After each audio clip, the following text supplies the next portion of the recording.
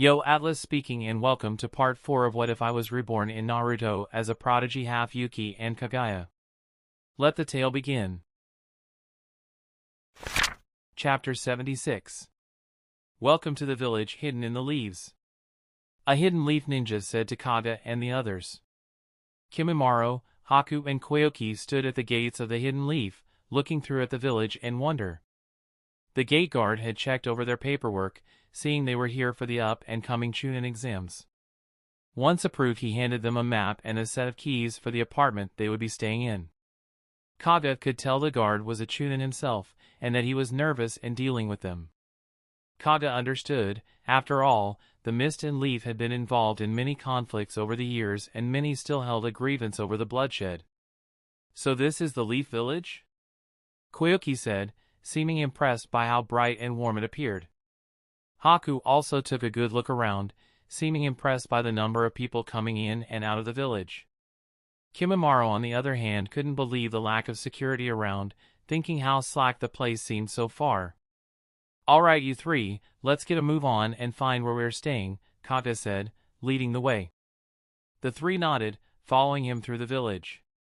They could feel the strange looks they were getting from some of the villagers as they saw their headbands, but it was to be expected. After all, they were ninja from a foreign land.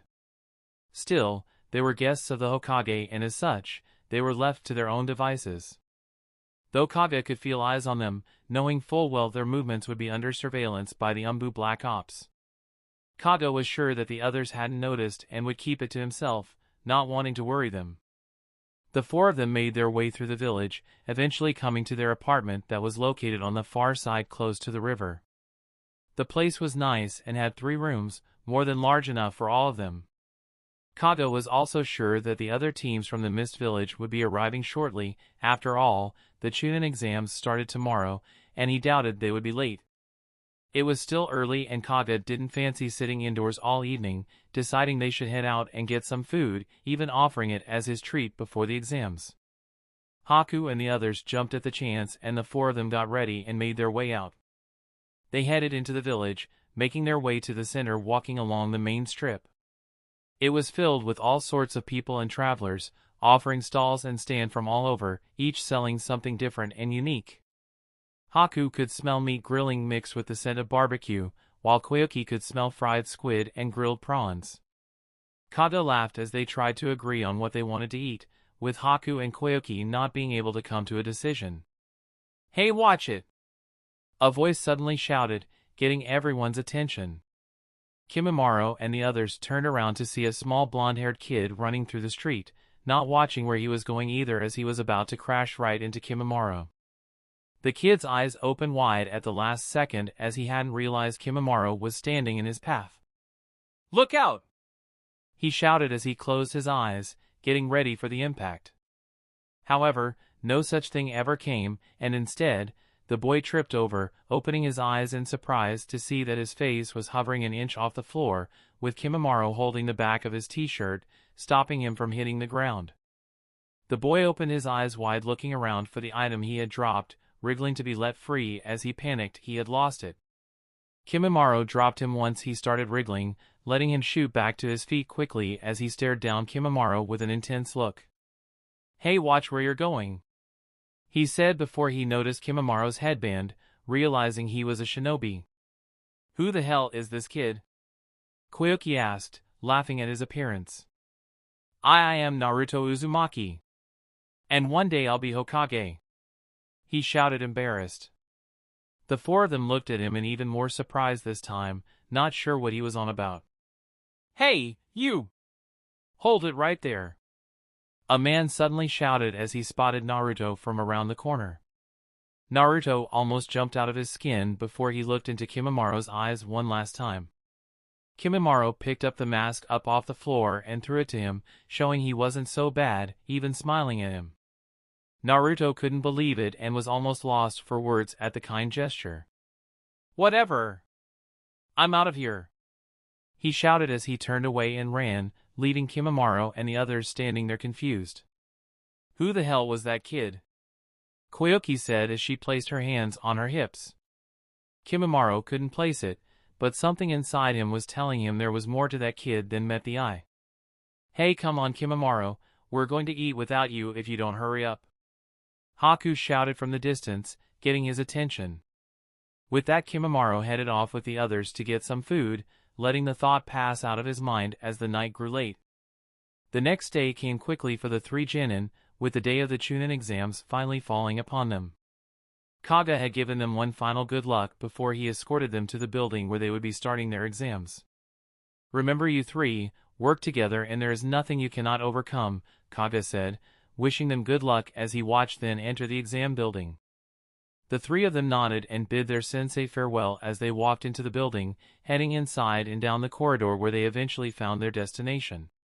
"What do you mean we can't go in?" someone said. Haku could see three Genin similar in age to himself standing before two larger-looking shinobi, who looked to be blocking their access to the door. "Sorry, Pipsqueak, but no losers are allowed to enter the Chunin exams," one of the larger shinobi said, crossing his arms over his chest. Kimimaro and the others walked over, seeing that the room they were blocking was the room where the first exam was being held. "What do we have here?" "Kiri Ninja. We don't want your kind around here, get lost," one of them said, causing Koyuki to grow mad. "Why you?" she said, making a first. Haku gave an awkward smile as he placed a hand on her shoulder to calm her down. Now Koyuki, it's all right," he said. Kimimaro remained silent as the two looked him up and down, getting a strange feeling about him. "Besides, can't you see the transformation jutsu they are using?" Haku then said, causing the two larger shinobi to look at him in surprise. The other three who were hidden leaf Genin also looked confused before the other two smiled and undid their transformation jutsu. "You've got sharp senses, kid," one of them said with a smile as he stood to the side, while the others simply examined the three of them with interest. Koyuki was mad at herself for missing such simple things and swore she would pay more attention starting now. "Come on in," the two then said as they opened the door for the 6 Genin, allowing them entry into the exam hall. Haku, Kimimaro and Koyuki walked in to see that the room was already full of ninja hailing from all sorts of villages. All of them glared daggers at the three of them as they weighed them up, seeing whether or not they would make easy prey. "Looks like this is the place," Koyuki said as she too glared daggers at them, also judging them based on their appearance, trying to pick anyone who she thought might be a threat. Shinobi from the hidden leaf, grass, waterfall, rain, snow and finally mist were present and accounted for. And it had seemed their presence from the other mist Genin had not gone unnoticed as they eyed each other up. "Hey, look, it's Kujira Hoshigaki," Haku suddenly said as he gave him a wave of his hand. "What the hell are you doing?" Koyuki said as she slapped his hand down. "You trying to make us look soft?" she said, scolding him. "It doesn't matter what the others think of us, all that matters is our own ability," Kimimaro then said, finally saying something. To their surprise, Kujiro waved back before he headed over to them with his teammates. Kujiro was large for his age, having a stocky build similar to that of a sumo wrestler. He was a member of the Hoshigaki clan and as such, shared their shark-like features, also having long black hair that was tied back. "Well, if it isn't Lord Mizukage's favorites," he said as he walked over to them, speaking through his shark-like teeth as he stared at Kimimaro, not taking his eyes off of him. "Chill, Kujira. No need to get all heated just yet," one of his teammates said as she took a sip of water from her bottle. Her name was Chica Ozuki, a bright girl with long black hair and blue eyes. "Long time no see, Koyuki," she then said, as she looked her up and down, inviting challenge. Koyuki did the same as she too looked her up and down. "Chica," she said, noting falling for the bait. Lastly, Haku and the final teammate, whose name was Rokuro, no exchanged greetings. Rokuro was a handsome guy, with short brown hair and green eyes. He had scored high in all of the final tests in the academy, even though he belonged to no clan, he was strong in his own right. "It's been a while, Haku," he said, giving him a smile. Haku nodded. "I hope you have been well, Rokuro," Haku said as he nodded his head. I hope you aren't thinking you'll have an easy time during the exam. You might be the Mizukage's favorite, but we won't lose to you. Kujira said. Kimimaro didn't say anything and instead turned to his own teammates. Come on you guys, let's go and find somewhere to sit. He said, walking right past Kujira, causing his blood to boil. Why you? Don't ignore me! He shouted, letting his Hashigaki blood get the better of him. However, Chica flicked his ear, calming him down. Chill out. We will have plenty of time for that later. For now, let's not give too much away. She said, gesturing to the entire room of shinobi that was watching them at that very moment. Kujira realized what she meant and calmed down, doing his best to keep a level head. I hate that guy. He thinks he's so cool, he said under his breath. Rokuro smiled as he crossed his arms over his chest. Looks like the others are also here, he said as he looked over to the other team from the hidden mist. Kujira and Chica looked over, smiling as they saw them. Looks like the old class is back together. Suddenly the doors burst open as a large bald man with a large black trench coat entered the room, demanding everyone's attention. Alright, you sorry lot. Take your seats, the exam is about to begin. For his age, having a stocky build similar to that of a sumo wrestler, he was a member of the Hashigaki clan and as such, shared their shark-like features, also having long black hair that was tied back. Well, if it isn't Lord Mizukage's favorites, he said as he walked over to them, speaking through his shark-like teeth as he stared at Kimimaro, not taking his eyes off of him. Chill Kujira. No need to get all heated just yet, one of his teammates said as she took a sip of water from her bottle. Her name was Chica Ozuki, a bright girl with long black hair and blue eyes. Long time no see. Koyuki, she then said, as she looked her up and down, inviting challenge. Koyuki did the same as she too looked her up and down. Chica, she said, noting falling for the bait. Lastly Haku and the final teammate whose name was Rokuro no exchanged greetings. Rokuro was a handsome guy, with short brown hair and green eyes. He had scored high in all of the final tests in the academy, even though he belonged to no clan, he was strong in his own right. It's been a while Haku, he said giving him a smile. Haku nodded. I hope you have been well Rokuro, Haku said as he nodded his head.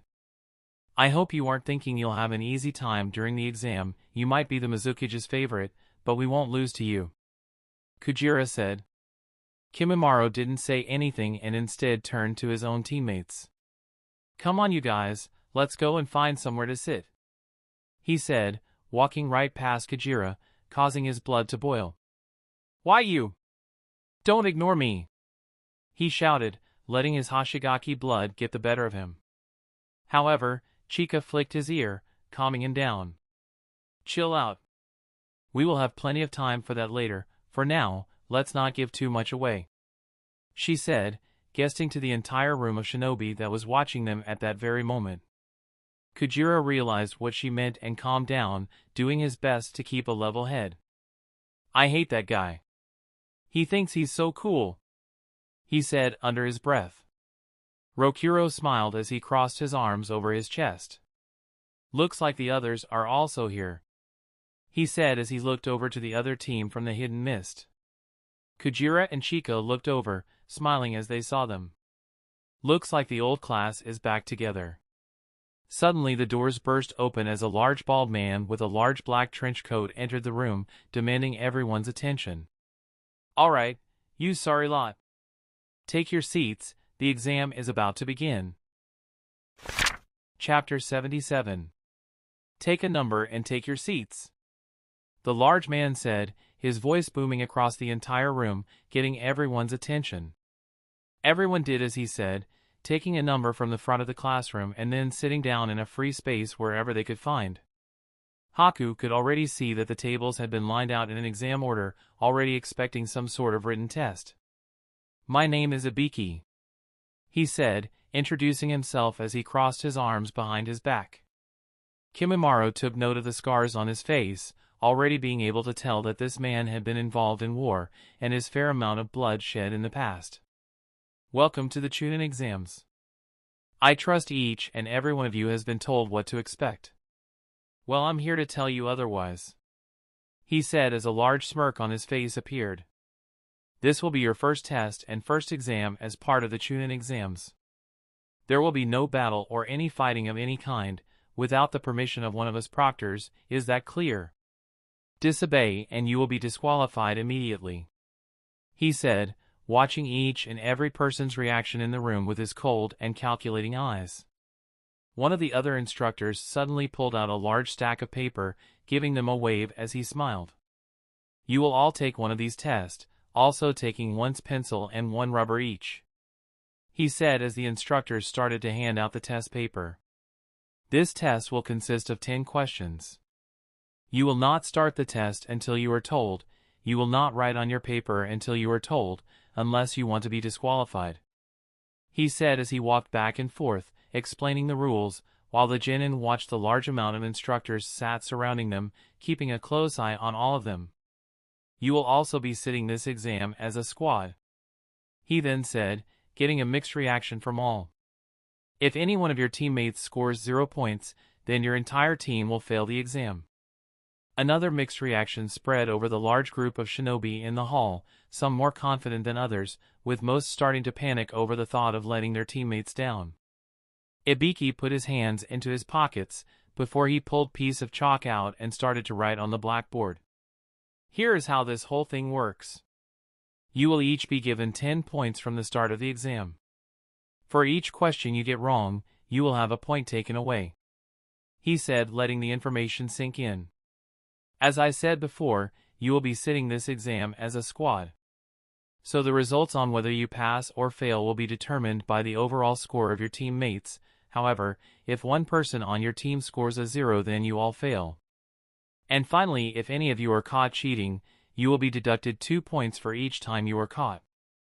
Therefore, it will be possible for you to be kicked out of the exam before the time is up. Now I will say this. To be caught cheating as a shinobi is disgraceful and dishonest. Make sure you are not caught, he said with a serious look in his eyes. Now everyone was really starting to sweat, thinking how shameful it would be if they stopped their teammates from passing the exam because they couldn't answer the questions. Kimimaro could understand the pressure of the exam, but he had faith that Haku and Koyuki would be fine, knowing all he could do was trust in their ability. Thankfully, Haku and Koyuki had the same idea, with neither of them feeling worried. So, does anyone want to give up yet? Ibiki said, waiting to see if anyone would take the bait from the start. All right then. You have 1 hour to complete the questions, with the final question being given at the 45-minute mark.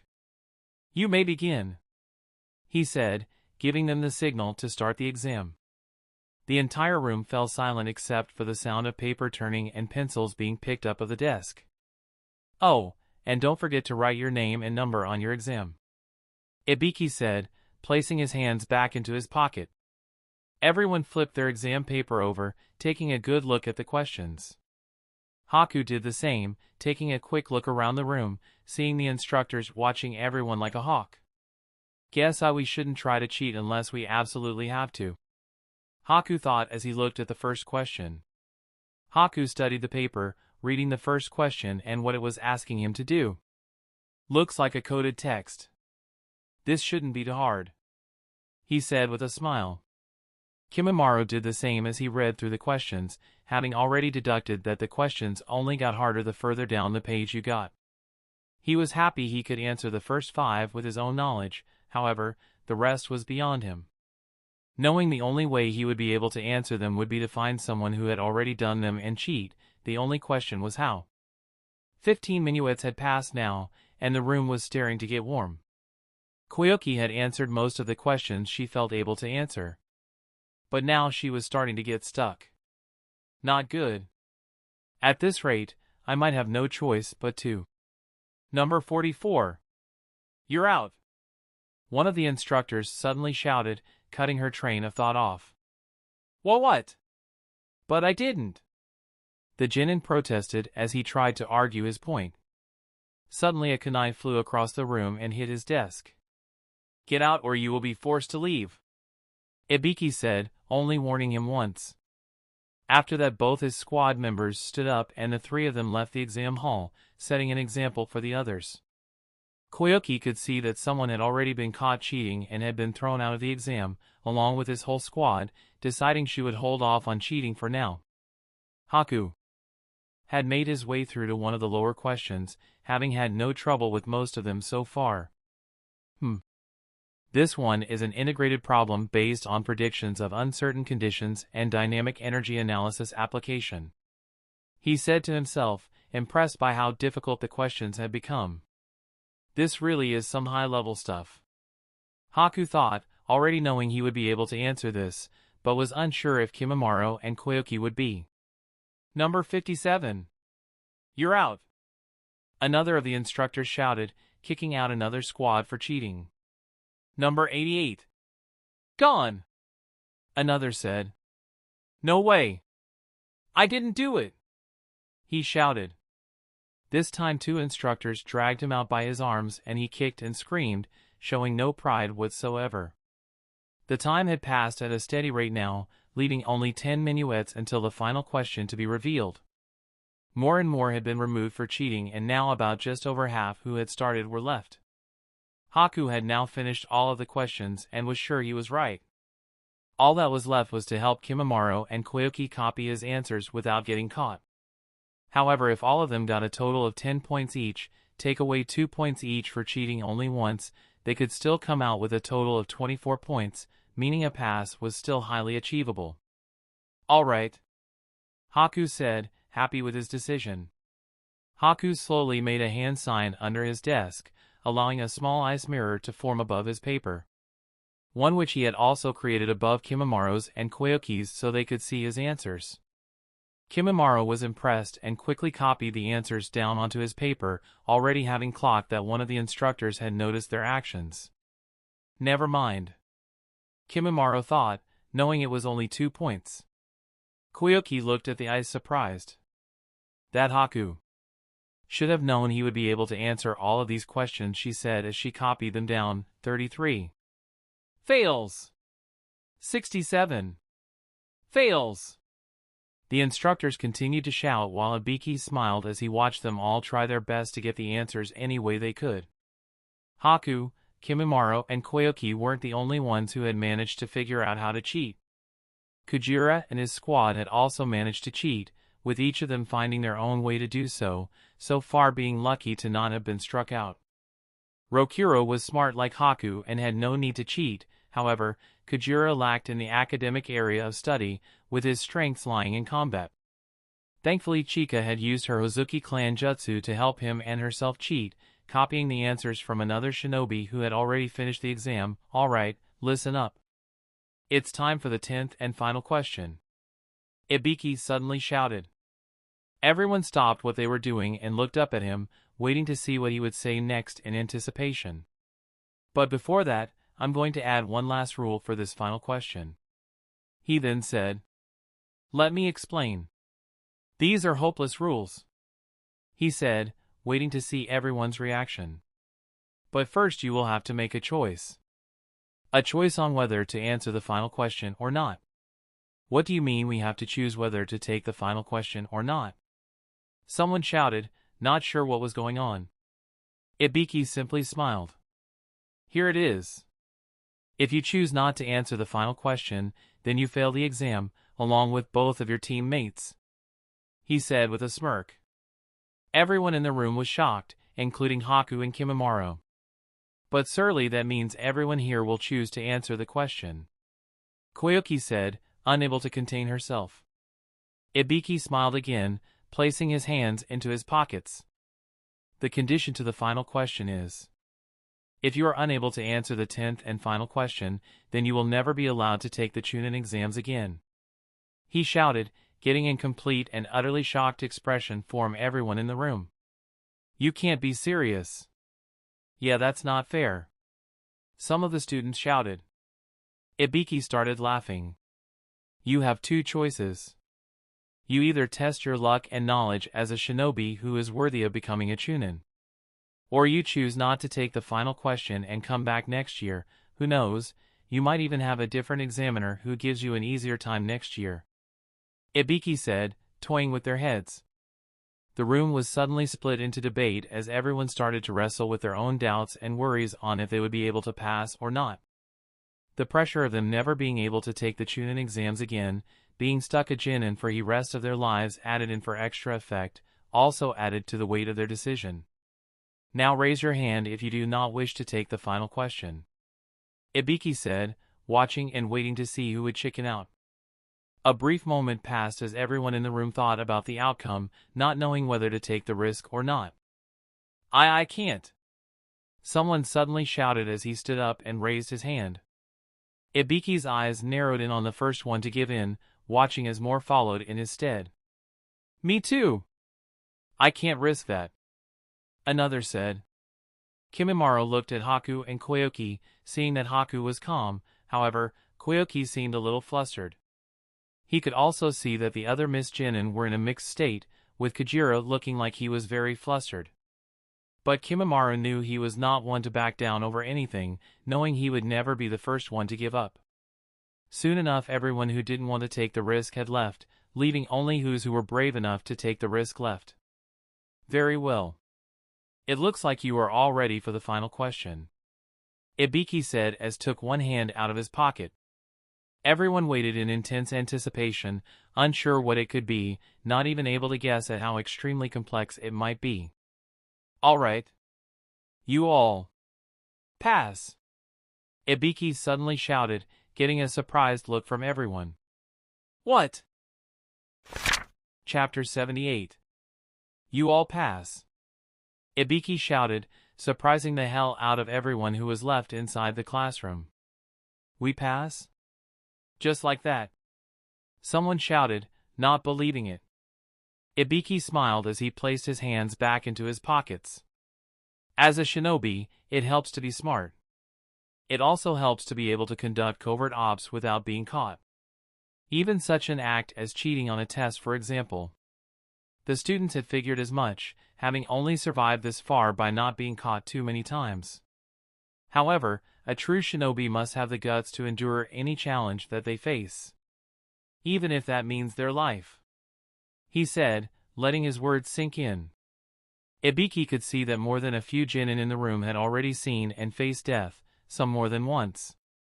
"I think this will make for an interesting exam this year," he thought as he liked the look of a few individuals. "Anyway, report to this location for 1,400 hours sharp. Your next test will be explained to you there," Ibiki said before he watched some of them slowly exit the room. Kimimaro took a look at the time, seeing it was currently 12 o'clock p.m. Meaning they had 2 hours before they had to report to the location. That being said, they had given no direction and no map, meaning you would have to find the place yourself. Kimimaro regrouped with Haku and Koyoki, smiling at them. "How did you both find that exam?" Koyoki asked. "It was hard, not impossible, but still difficult," Kimimaro said. "Quick thinking on that ice mirror to help us," Koyoki then said to Haku. Haku nodded. "Don't worry about it.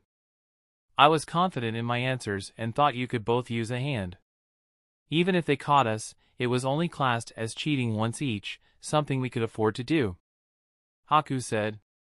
Kimimaro and Koyoki both nodded. "Glad to see we think on the same page," Koyoki said as she placed her hands on her hips. Haku nodded. "We had better not waste any time and follow someone who knows the location of the next exam," he then said.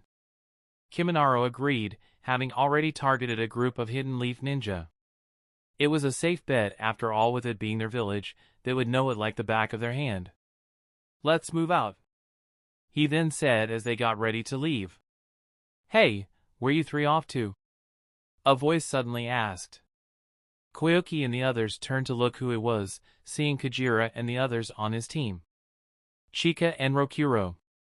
"Should have known you guys wouldn't have been outed so easily," Chica said as she stopped in front of them, sipping her water bottle. Haku nodded, happy to see they had also passed the first exam.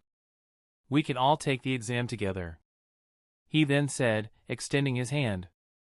"Don't lump us in with you lot, we won't help you pass, and we won't lose to you, Fujiwara said as he slapped Haku's hand away. Haku didn't show any expression and took his hand back, understanding why they wouldn't want to team up. Don't listen to him, Haku, we won't be helping you three either, Koyuki said as she came to his defense. Chill, Fujiwara, Chica said, getting his attention.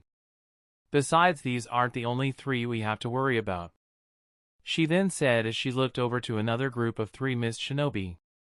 Fujiwara looked over to them, noticing who it was he was looking at.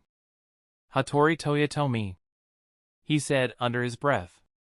This is a fan insert for a Patreon that supports the story. Big shout out to the Rag from the Crag for supporting the story.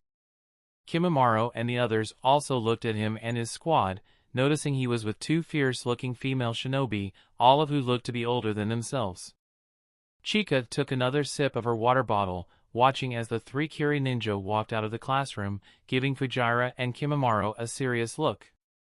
See, we can't be making enemies when we already have so many, she then said, feeling to be wary of this Hatori character.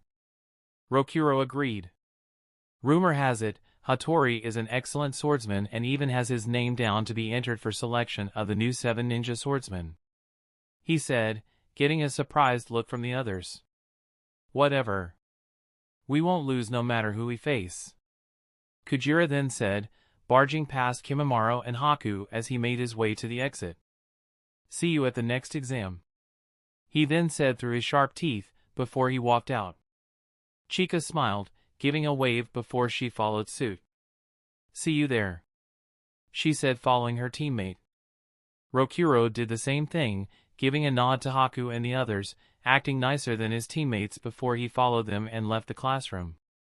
Do you know anything about the other 3? Kimimaro asked, after seeing the look in Hatori's eyes. Koyuki shook her head, not knowing anything, but Haku nodded. I have heard his name before. I believe he and his squad were held back from the last Chunin exam due to their sensei being killed on one of their missions, Haku said. I believe others have already said they are all on or above Chunin level already, and that this exam would be easy for them. Kimimaro and Koyuki both looked surprised at the information before Koyuki punched him in the arm. Is there anything you don't know? She shouted, getting a small laugh from Haku. With that, the 3 of them decided it was best if they left and made their way to the next exam location. Sometime later, Haku, Kimimaro and Koyuki had followed the others to the second exam location. The task hadn't proved too difficult, seeing as how quite a few other teams had passed the first exam. They had arrived at the outer perimeter of a large forest, labeled the Forest of Death. Everyone waited at the main gate that was sealed shut, locked with chains and seal tags, making it look even more foreboding. Everyone seemed to be waiting patiently for what was going to happen next, some looking more nervous than others. Everyone kept to themselves, staying within their own teams, not sure what the next exam would entail, deciding it would be best not to interact with anyone else. Kimimaro used this time to scan the others, trying to figure out who might pose a threat as he looked at the competition. His eyes moved from person to person before a strange shiver ran down his back, forcing him to spin around, a little too quick. Kimimaro looked up, seeing that it was Hatori Toyotomi, stood directly behind him, taking him by surprise as he had not noticed his presence at all. When did he? Kimimaro thought it. He took a good look at him. He was tall, very tall. Standing at 6'1", wearing a metal head protector, like the second Hokage, with black hair that had auburn streaks running through it. Kimimaro also noticed his eyes were each a different color, one being a light misty blue and the other being gray. So you are Kimimaro, Hatori said as he looked down at him. I am, Kimimaro replied. Haku and Koyuki both watched from the sidelines as the standoff between them began, not going unnoticed by others around them. But as quickly as it started, it finished. Be seeing you, Hatori suddenly said, breaking eye contact and walking past Kimimaro with a grin, leaving him wondering where he stood with him. It would seem that due to himself and Haku having been adopted by Fuyona, it had formed some sort of jealous notion from other genin who also wished to gain the approval of the strongest Mizukage and hero of the Land of Water. meaning they had a lot of rivals who wanted nothing more than to crush them. I don't like the look of him, Koyuki said, feeling a killing aura surrounding him, knowing he was trouble. Don't worry, Koyuki, Kimimaro can handle himself, Haku said, smiling at her to put her at ease. However, he didn't like the look of him either and would be keeping an eye on him from now on, he thought as he watched him walk away. Alright, you lot, liven up already, a voice said, coming from above them, snapping everyone out of their daydreams. Everyone looked up to see a woman with purple hair eating dumplings while sitting on a fence. Are you ready for your second exam, because you could die? She said with a menacing tone in between mouthfuls. My name is Anko, and I'll be your instructor for the second exam. Chapter 79. Anko jumped down from the fence, landing with cat-like elegance before she bounced back up to her feet, allowing her coat to swish for effect. Anko was a busty woman with purple hair and a cocky attitude, but Kimimaro could tell there was more to her than met the eye. Right then, you punks, listen up. I'm only going to explain this once, she said as she picked her teeth with the dumpling stick before throwing it at a tree. Everyone watched and listened, waiting to see what the second exam would entail, already feeling nervous. Alright. For this exam, you will be working in your 3-man cells. Each squad will be given 1 scroll, she said, holding both a heaven scroll in one hand and an earth scroll in her other. You will have 5 days to acquire both scrolls and make it to the building at the center of the forest. How you get those scrolls is up to you. By simply gaining both scrolls, that does not mean that you pass the exam, that also goes for if you lose your scroll. Remember, the goal is to make it to the center with both by the 5th day, she said, allowing a moment for the atmosphere to change as everyone realized what she insinuated.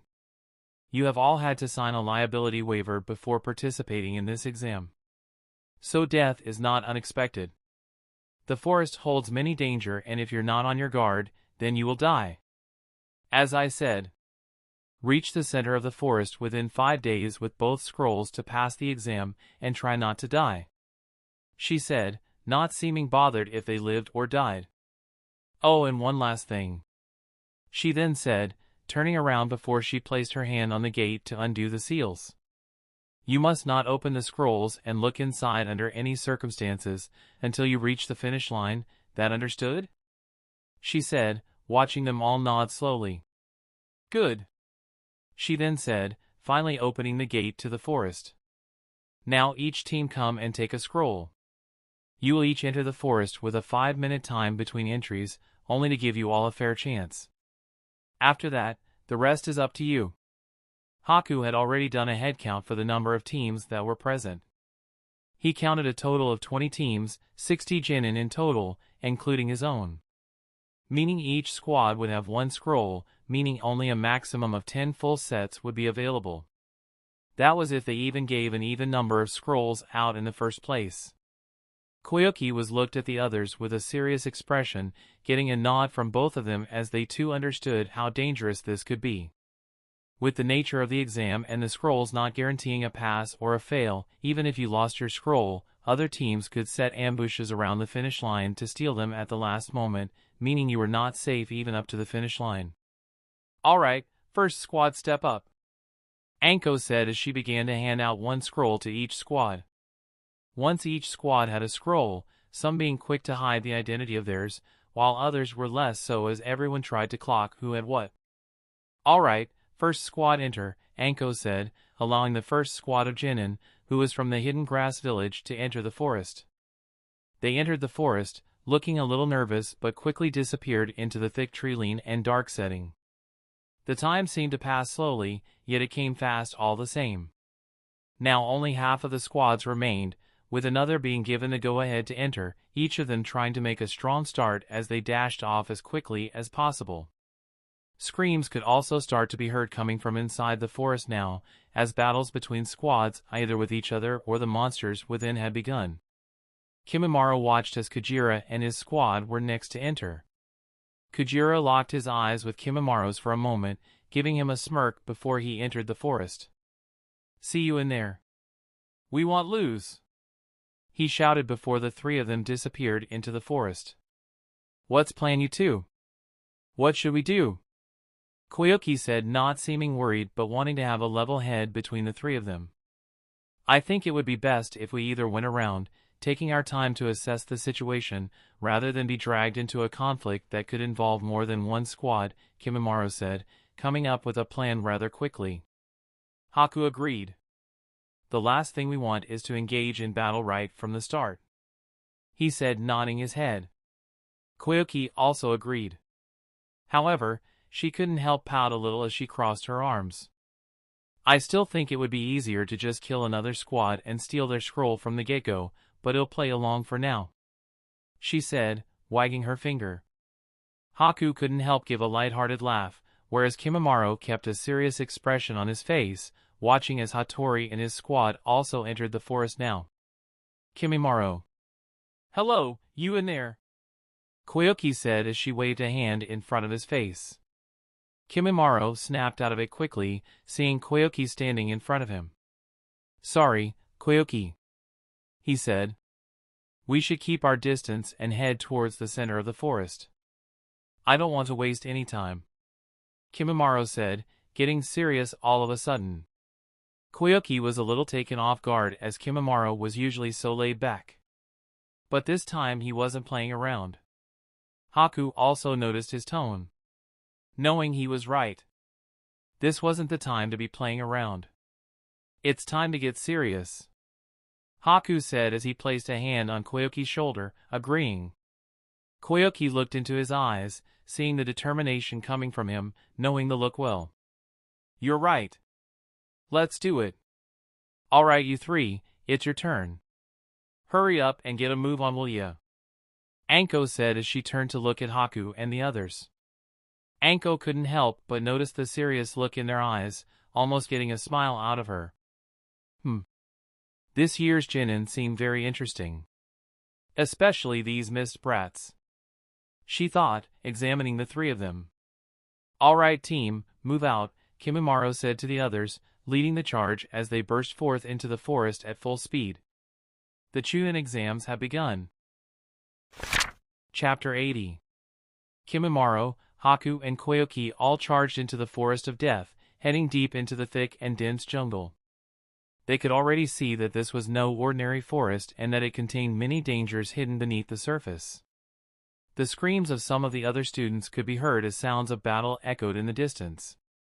Yet, they did not waver in their mission to head towards the center, not allowing anything to distract them from their goal of passing this exam. Kimimaro led the charge, guiding them through the trees and darting off each branch. Haku and Koyuki followed suit, each doing their best to keep an eye out for any dangers that might come from their flank.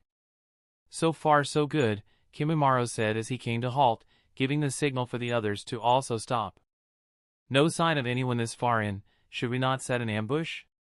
Koyuki said. Not yet. We should keep moving forwards. Once we reach a certain distance ahead we will be able to take our pick of any others that come our way, Kimimaro said. Haku nodded, knowing it made sense. After all, if they could get there first, they would have first dibs on any other team that made it, being able to steal their scroll and escape to the finish line in an instant. However, that also meant the enemy could do the same, giving an equal risk to their plan if an ambush didn't work. Kimimaro took a good look around, feeling that something was off. He didn't have to say anything as Haku caught onto the feeling quickly, also sensing the danger. Look out! Haku suddenly shouted as a storm of kunai flew at them from above. Thanks to Haku's quick reactions, he was able to get a dome of ice up, shielding them from the attack and stopping all of the kunai in their tracks. Guess it's plan B then, Koyuki said as she pulled a kunai from her weapon's pouch, spinning it around on her finger, not being able to help smiling as she said it. Kimimaro nodded, knowing this was certainly a possibility. However, it was already something they had planned for. Haku let his ice melt away, giving the three of them a clear view of their surrounding as they tried to locate their attackers. Guess they don't want to come out, Koyuki said, keeping a ready stance. It's not that they don't, it's that they can't, Haku then said, having located them already. What do you mean? Koyuki said, not understanding. Suddenly a scream coming from a set of bushes not far from them got her attention. All fell silent not long after, and the three of them waited to see what was going to happen. "It's him," Kimimaro said, watching as the bushes rattled before a dark figure made its way through. Koyuki looked the person up and down, recognizing who it was as he slid his sword back into its sheath slowly, letting the noise get everyone's attention. "Hatori Toyotomi," she said, keeping her guard up, trying not to look shocked. Hatori looked at the three of them with a killer gaze in his eye, wiping a small splash of blood from his cheek before he disappeared. "Sorry about that," he said, taking them by surprise with a sudden cheery smile. The bushes behind him rattled again as both of his teammates came into view, each of them with a large grin on their face, and one of them holding a heaven scroll. Well. Look who it is," one of the girls said, looking Haku and the others up and down. "Our luck just got even better," she then said, licking her lips before she pocketed the scroll into her weapons pouch. "Are we really going to fight with them after we just got the scroll we need to pass?" The other girl then said, not seeming bothered in the slightest, crossing her arms as she yawned. She had long black hair that was tied up in a bun with two bangs hanging down either side of her face. She also had a blue scarf wrapped around her neck with the metal mist symbol on it, chewing on a strand of it as she looked unimpressed. "Why wouldn't we? If we take them out now, it saves us a job for later," the other girl said, clearly having more energy than her teammate. She had shoulder-length red hair, sharp fangs, and a killer attitude to boot, something she wasn't afraid to hide. "Calm down, Miyako," Hatori said as he looked to the redhead. "Yuri is right. There is no need to fight them here and now. We already have what we need, and besides, I want to crush them in a more public setting," he then said as he stared into Kimimaro's eyes, inviting challenge. Haku couldn't help notice that the three of them seemed strong. In fact, he could tell that if they were to fight right here and now, it would certainly be a lengthy battle, with both sides taking serious wounds. "You think we will just let you get away?" Koyuki said, raising her weapon, not backing down. "Don't bother, Koyuki. Let them go," Kimimaro said as he placed a hand on her shoulder. Koyuki turned around and gave Kimimaro a pissed-off look, however, Kimimaro did not back down. "Now is not the time to fight with them," he said, getting her to settle down. Hatori also smiled at his words, itching to do battle with them himself, yet being able to control his emotions. "He is right, now is not the time nor the place," he said before he turned his back. "Besides, I think you have other things to worry about." Kimimaro had a puzzled look on his face, not realizing what he meant until it was almost too late. "Kimimaro, look out!" Haku shouted, only having seen the danger at the last second before a rain of explosive tags littered the area. "See you on the other side," Hatori shouted just before the kunai exploded, disappearing into the smoke along with his team, leaving Kimimaro and the others to deal with the new threat. "Where the hell did that come from?" Koyuki shouted as she burst out of the dust, landed on a tree trunk and using her feet to stick to it as she scanned the area. Haku did the same, but was now a bit of a distance from the others, knowing that whoever had attacked them had succeeded in splitting them up. "Look out!" Haku shouted as another volley of kunai wrapped with explosive tags flew at them, exploding against whatever they made contact with, further pushing the three of them away from each other. "Die!" a voice shouted, coming from behind Haku.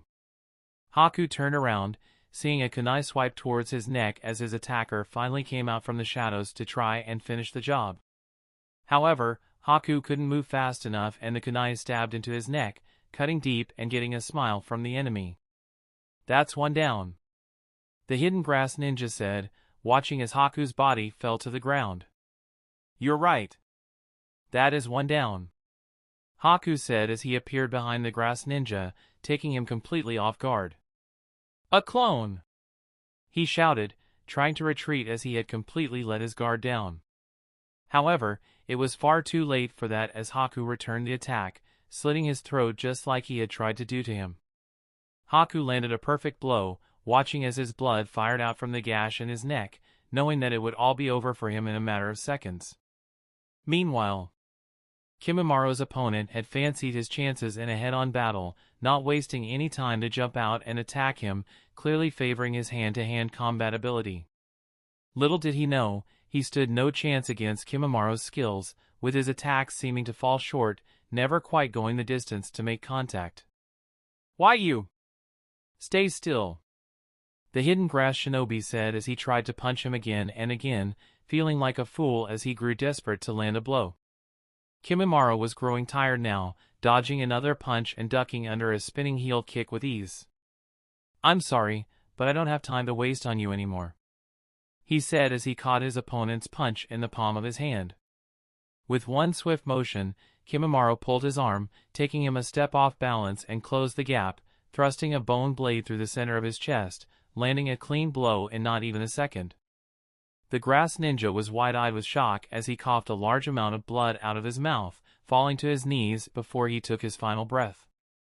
Kimimaro looked at him for a moment before turning back to where the others were waiting for him. "Any problems?"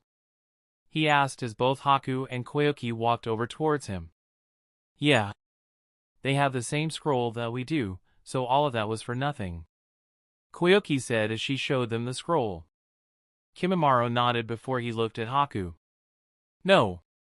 They were not strong enough to pose a threat," Haku said as he crossed his arms. "Good. Let us continue with the plan and get to the center," he then said, turning around and jumping into the air. Both Koyuki and Haku followed him again, with the three of them kicking it up a notch as they jumped into the trees, moving at a much faster pace than before. Sometime later, the three of them had made a good amount of time up now, knowing that they didn't have much further to go until they reached the center of the forest. So far they had only encountered Hatori and his squad, and one squad from the hidden grass. Although, there was no telling how many of the others had either been killed or eliminated from the exam already. There was also no telling how many squads had already gathered both scrolls. All that remained was for them to now steal a scroll from another squad, something they didn't want to waste any more time with. "We should split up?" "Really?" Koyuki said, not knowing whether or not it was a good idea. Haku had come up with the idea of having the three of them split up, that way they could cover more ground. Once they found another squad, they would contact the others and wait for backup. "I agree," Kimimaro said. Koyuki frowned but guessed it wasn't such a bad idea and would help them save time. So far only 1 hour had passed, and even though they had plenty of time, the three of them wanted to do Kaga and Fuyona proud by finishing as fast as they could. "All right. Let's move out," Haku said, giving the order before each of them darted off in a different direction. Haku headed north, Koyuki headed west, and Kimimaro headed east, heading towards the center of the forest where the finish line was. The plan was a simple one, and one that Kimimaro hoped would not turn into a dangerous task. Haku jumped and darted around, moving swiftly through the trees, and he did his best to stick to the shadows and remain unseen. He knew they had agreed on reporting back to each other on their findings, but he was also sure that if he could take out a squad alone, he would do just that. As luck would have it, he didn't have to travel far before he came across a squad of hidden leaf ninja. The squad was comprised of 2 boys and 1 girl, all of who were sat around a small campfire by a stone bed that sat next to a large stream of water. Haku slowly got closer as he kept his presence concealed within the bushes and trees, not giving away his position as he waited and watched, trying to gather more information before he acted. How can they be so stupid? Not one of them is keeping watch for an enemy attack. They have an open fire and are sitting and joking as if they have no worries in the world. Haku thought as he watched, knowing that the 3-leaf ninja before him was a joke. If I strike quickly using the water to my advantage, I could easily take them off guard and disable all 3 of them in an instant, Haku said to himself, drawing a handful of Senbon needles as he went over the plan in his head. "Now," he said as he was about to move. However, something beat him to it and he quickly commanded his muscles to freeze, keeping his position and not getting in the scene. "Water style, crashing wave," a voice shouted, taking the 3-leaf ninja off guard, causing them to panic as the water from the large stream suddenly formed a wave that crashed down into them, smashing them off the rocks and into the bank.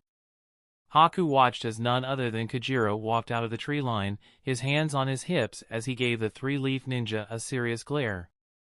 Chica also slowly appeared from the water, having used her Hozuki clan abilities to become one with it before she took solid form again, walking onto the stone bank. "My, that was way too easy," she said, brushing her hair from her face. The leaf ninja had gotten up now and had taken a fighting position, drawing their weapons as they tried to ready themselves. "Give us your scroll, or you can die," Kujira said. "I'll only say it once," he then added, giving them a moment to think about it. "No way!" the leader of the leaf ninja said, pointing his sword at Kujira before he spoke again. "Us hidden leaf won't back down to you bloody mist scum," he then shouted. Haku could see the look on Kujira's face. He's going to wish he hadn't said that, he thought, knowing how much it still pissed some mist ninja off to be called that. "Then die," Kujira said as he charged in towards the three of them, letting his anger get the better of him. Chica sighed as she watched from the distance. "He always just charges in like he is invincible or something," she said as she crossed her arms. Rokuro dropped down, landing next to her, knowing there was no longer any point in remaining hidden now that Kujira had charged in. "You know how he gets, Chica," he said with a small chuckle. "I just feel sorry for those three now," he then added, watching as the fight played out. Kujira had charged head in towards the three-leaf ninja, not even drawing a weapon as he raised his fist into the air getting ready to strike. "I don't think so," the leaf ninja said, ducking under Kujira's punch and slashing through and across Kujira's large body. "I got him," he shouted, giving the signal for the others to attack also. "Take this," the other boy shouted as he jumped in and kicked Kujira in the ribs, trying to break them with a powerful roundhouse. The girl also attacked using her kunai as she jumped into the air, landing behind him before he stabbed it into his back. The three of them quickly jumped backwards to gain some space, waiting to see how their attacks had fared against their opponent. "Did we get him?" the girl asked, not knowing what was happening. The others were also on the same page as they were not sure either, seeing as Kujira was just standing there and not moving. "Is that all you've got?" Kujira whispered. "Is that really all you have?" he then shouted as he raised his head into the sky laughing. "I'll kill you all without breaking a sweat," he suddenly shouted as his blue eyes became red and like a wild beast, he charged in for the kill.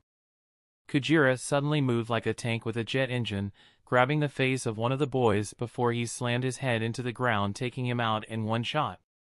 "No way! How is he so fast?" the other boy said, jumping back as he started to make hand signs. "Fire style, fireball jutsu," he shouted as he landed, skidding across the wet stone and unleashing his fire-style attack. Kujira let go of his first victim and turned to look at the fireball that was heading right for him, simply smiling as it got closer towards him. The fire-style hit, exploding on contact and creating a large black smoke cloud, blocking everyone's vision. "I got him!" the leaf genin shouted as he let his guard down. Haku was still watching from the shadows, seeing how the fire-style had made direct contact and wondering how Kujira had dealt with it. He got his answer as Kujira suddenly burst from the smoke and slammed his fist into the boy's face. The power behind his attack was so strong that it broke his neck with a single strike, sending his limp body flying into a tree where it crashed through before bouncing into the forest like a ragdoll. Kujira had a sinister smile on his face as he turned around to look at the last member of the squad he had just killed. "You're next," he said as he let his razor-sharp fangs show through his smile, putting such terror into the girl that she dropped to the ground, falling on her knees. "And no please. Her here. You want the scroll, right? Take it," she said as she pulled out her team's scroll, presenting it to Kujira, praying that he would take it in exchange for her life. Kujira now stood over her, his red eyes slowly turning blue again as his killer aura faded away. "Was that so hard?" he said slowly as he took the scroll from her hands. The girl was trembling, not even wanting to look him in the eyes as he took the scroll from her. But Haku could tell that was simply a front. Did you really think I would just give you the scroll? She suddenly said as her face turned to that of a twisted look for vengeance. You will die for what you have done. She shouted as the scroll in Kajira's hands suddenly ignited, revealing that it was a fake scroll filled with explosive tags. Kajira, look out! Chica shouted as she started to form hand signs to make a water wall to protect herself and Rokuro from the explosion. However, Kajira didn't seem too bothered at the fact the scroll was about to explode, with the blast most likely killing him and the leaf genin at the same time. You shouldn't have done that, Kajira said as his eyes turned red once more before he placed the scroll inside his mouth and swallowed it whole, getting a shocked look from the leaf genin.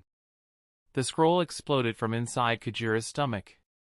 But instead of his body being ripped to pieces, his stomach and belly simply grew very large, along with his checks before a large amount of black smoke burst out of his mouth and nose as he could no longer contain it.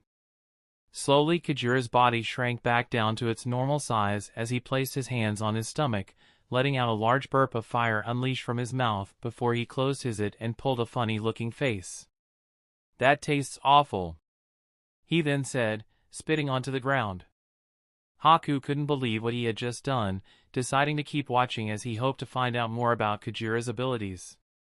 The leaf genin was shocked as she had watched her final plan be broken into nothing. Kajira turned his attention back to her one last time, putting a serious face back on. But how? How did you survive that? She asked, having given up all hope. That's my little secret. Now hand over the scroll, he said as he picked her up by the scruff of her clothing. The girl was already defeated and handed over the real scroll this time, having accepted her fate. Kajira took the scroll and threw her to the ground, not bothering with her anymore. Thanks, he said, taking one last look at her.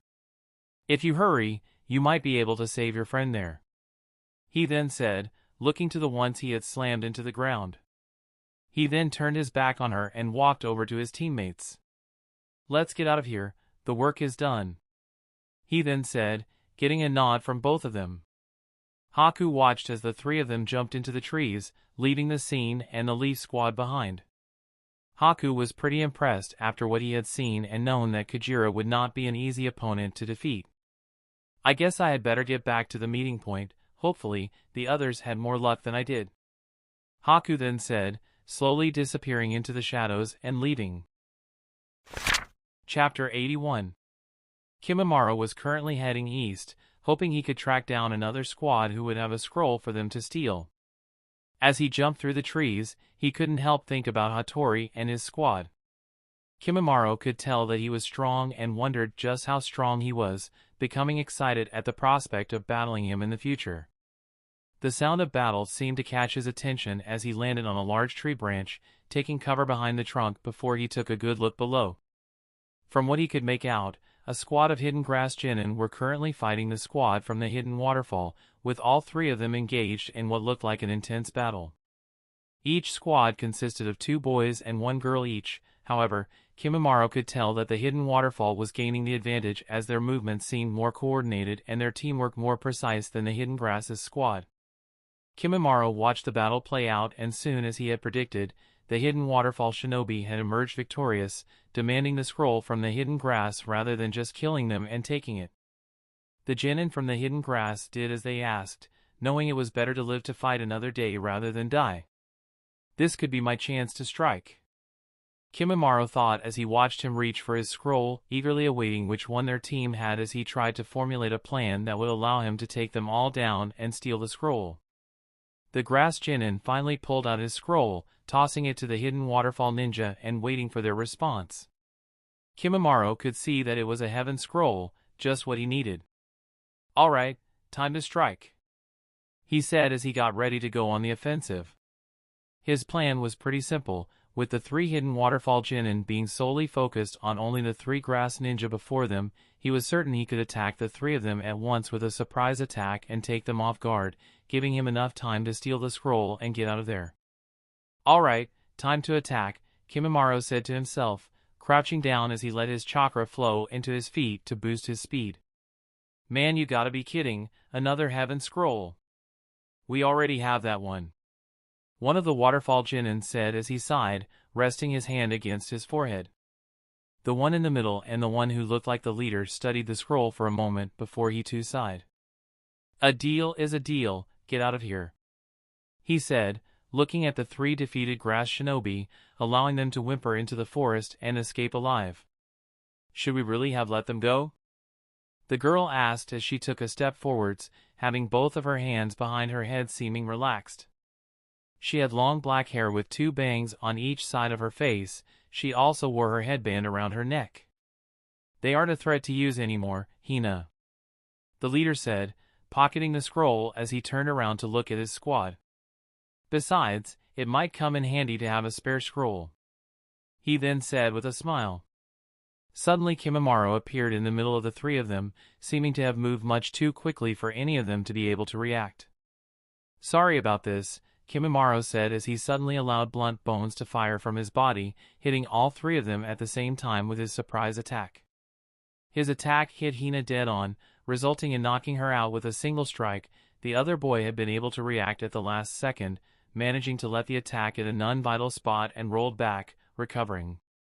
The leader of the group thought had seemed to move much quicker than the others, even being able to draw a kunai and block Kimimaro's bone attack, jumping back and getting space from him. Hina! He shouted, looking to his teammate before he shifted his focus back to Kimimaro, keeping his kunai raised. Who the hell is this guy? The other boy asked, looking at Kimimaro like he was a freak after watching his bones retract back into his body. Keep calm, Akio, the leader shouted, knowing that Kimimaro could have killed both of his teammates at that moment if he had wanted to. I take it you want the scroll? He then asked, knowing there was no other reason he would be here. Let's get him Boten, Akio shouted from the other side of Kimimaro. However, he was quickly hushed by Boten as he raised his hand for him to stop. I don't want to kill you. Just give me the scroll and I will be on my way. I know you have too, Kimimaro said in honesty. Boten had black spiky hair, wearing a black jacket with green cuffs and outlining. Kimimaro could tell he was stronger than the other 2, knowing he had already assessed the situation as well as his battle strength from only a few moments. Boten lowered his kunai and smiled. Take it. I don't want any bloodshed today, he said, tossing one of their heaven scrolls to Kimimaro without putting up a fight. What the hell are you doing, Boten? Akio shouted, not understanding. Kimimaro caught the scroll, taking a quick look to make sure it was real. Thanks, he said as he slowly reached into his weapons pouch, taking out his squad spare earth scroll and tossing it to Boten. Really, you're just giving us an earth scroll? He asked as he caught and examined it. Kimimaro couldn't help smile.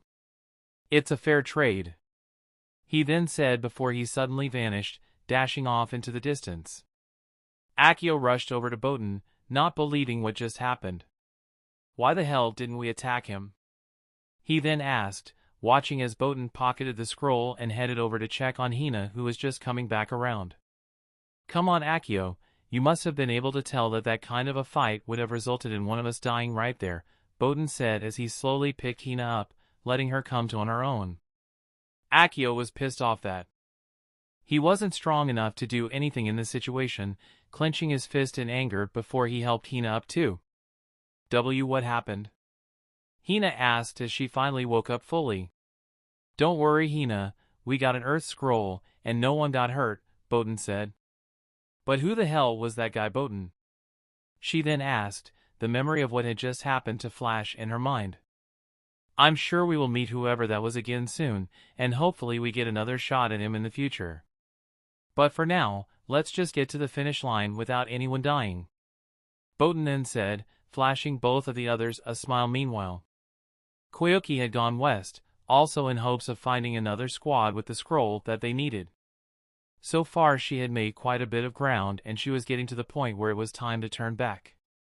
How have I not encountered another squad yet? She said to herself as she jumped from tree to tree, using her chakra control to easily traverse the terrain.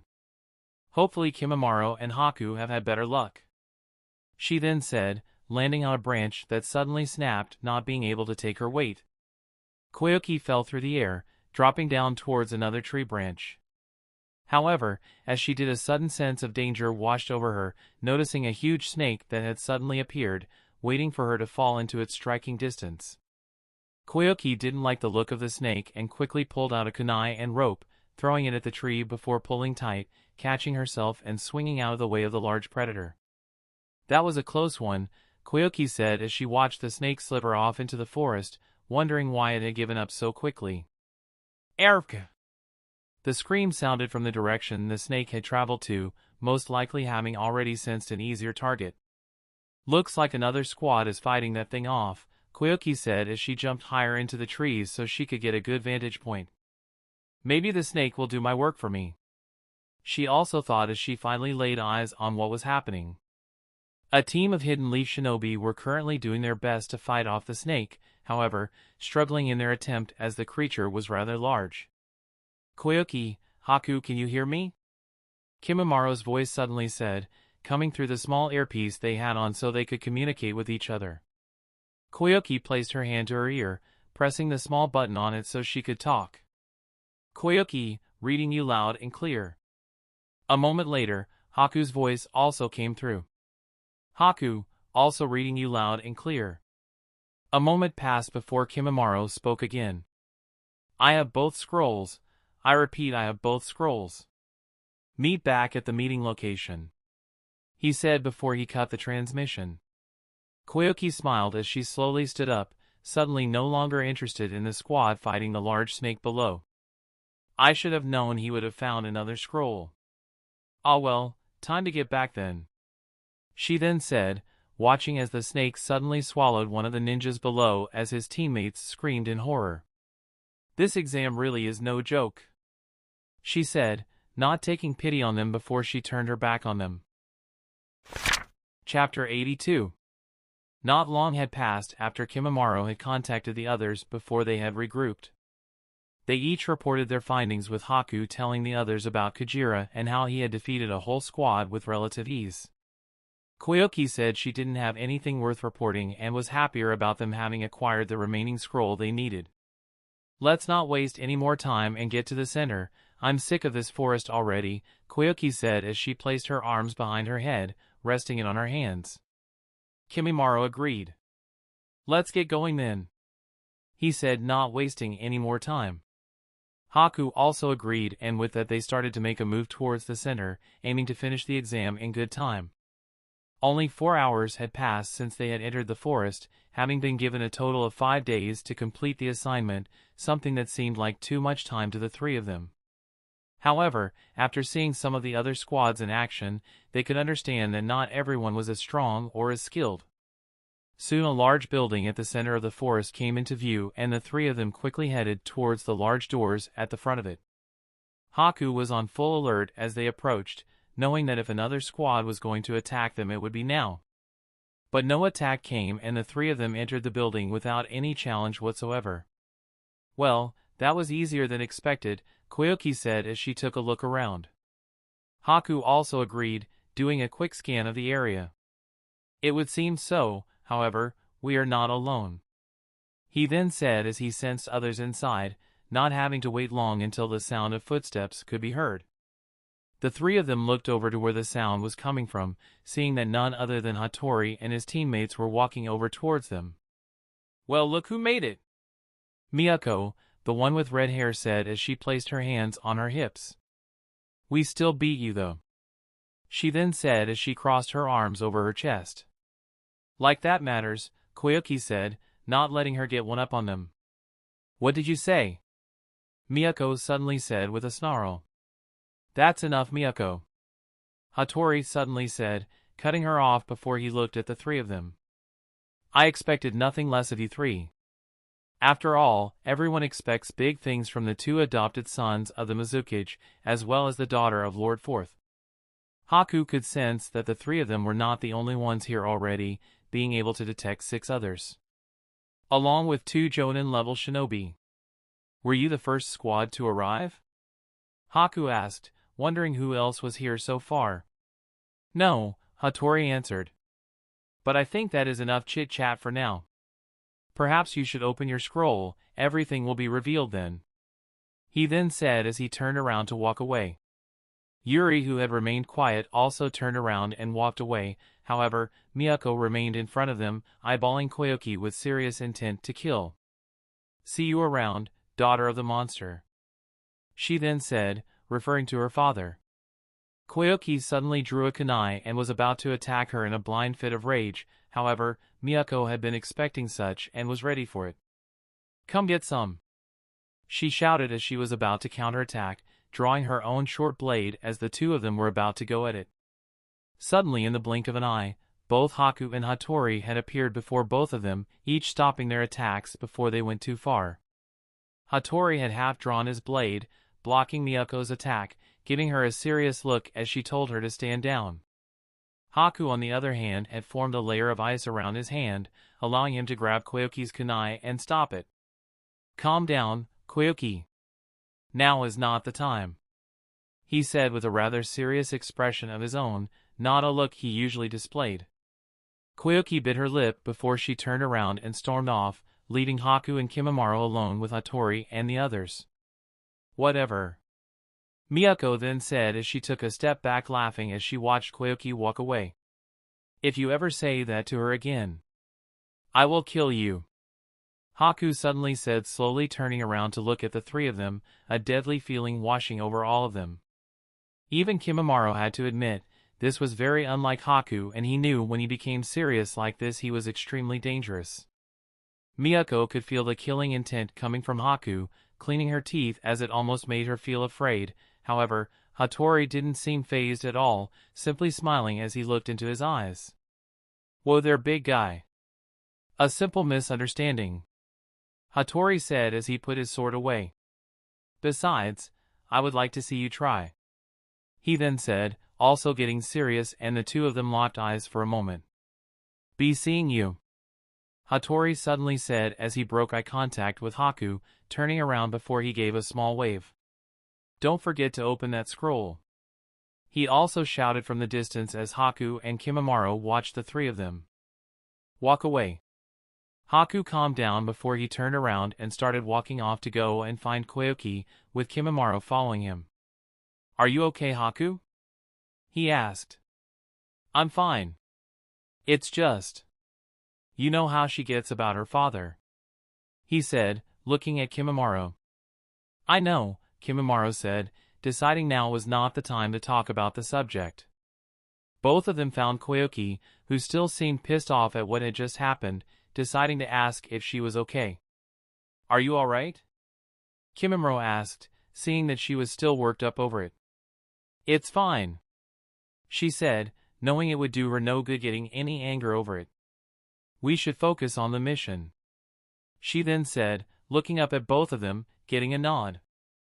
"I believe the orders were to open the scroll once we reached this location," Kimimaro then said, taking out their earth scroll, letting all emotion become forgotten as they each looked at the scroll.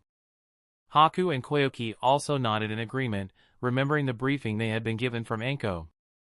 "Very well, let's see what's inside," Kimimaro said as he undid the clip on the scroll with his thumb and gripped the paper, getting ready to open it.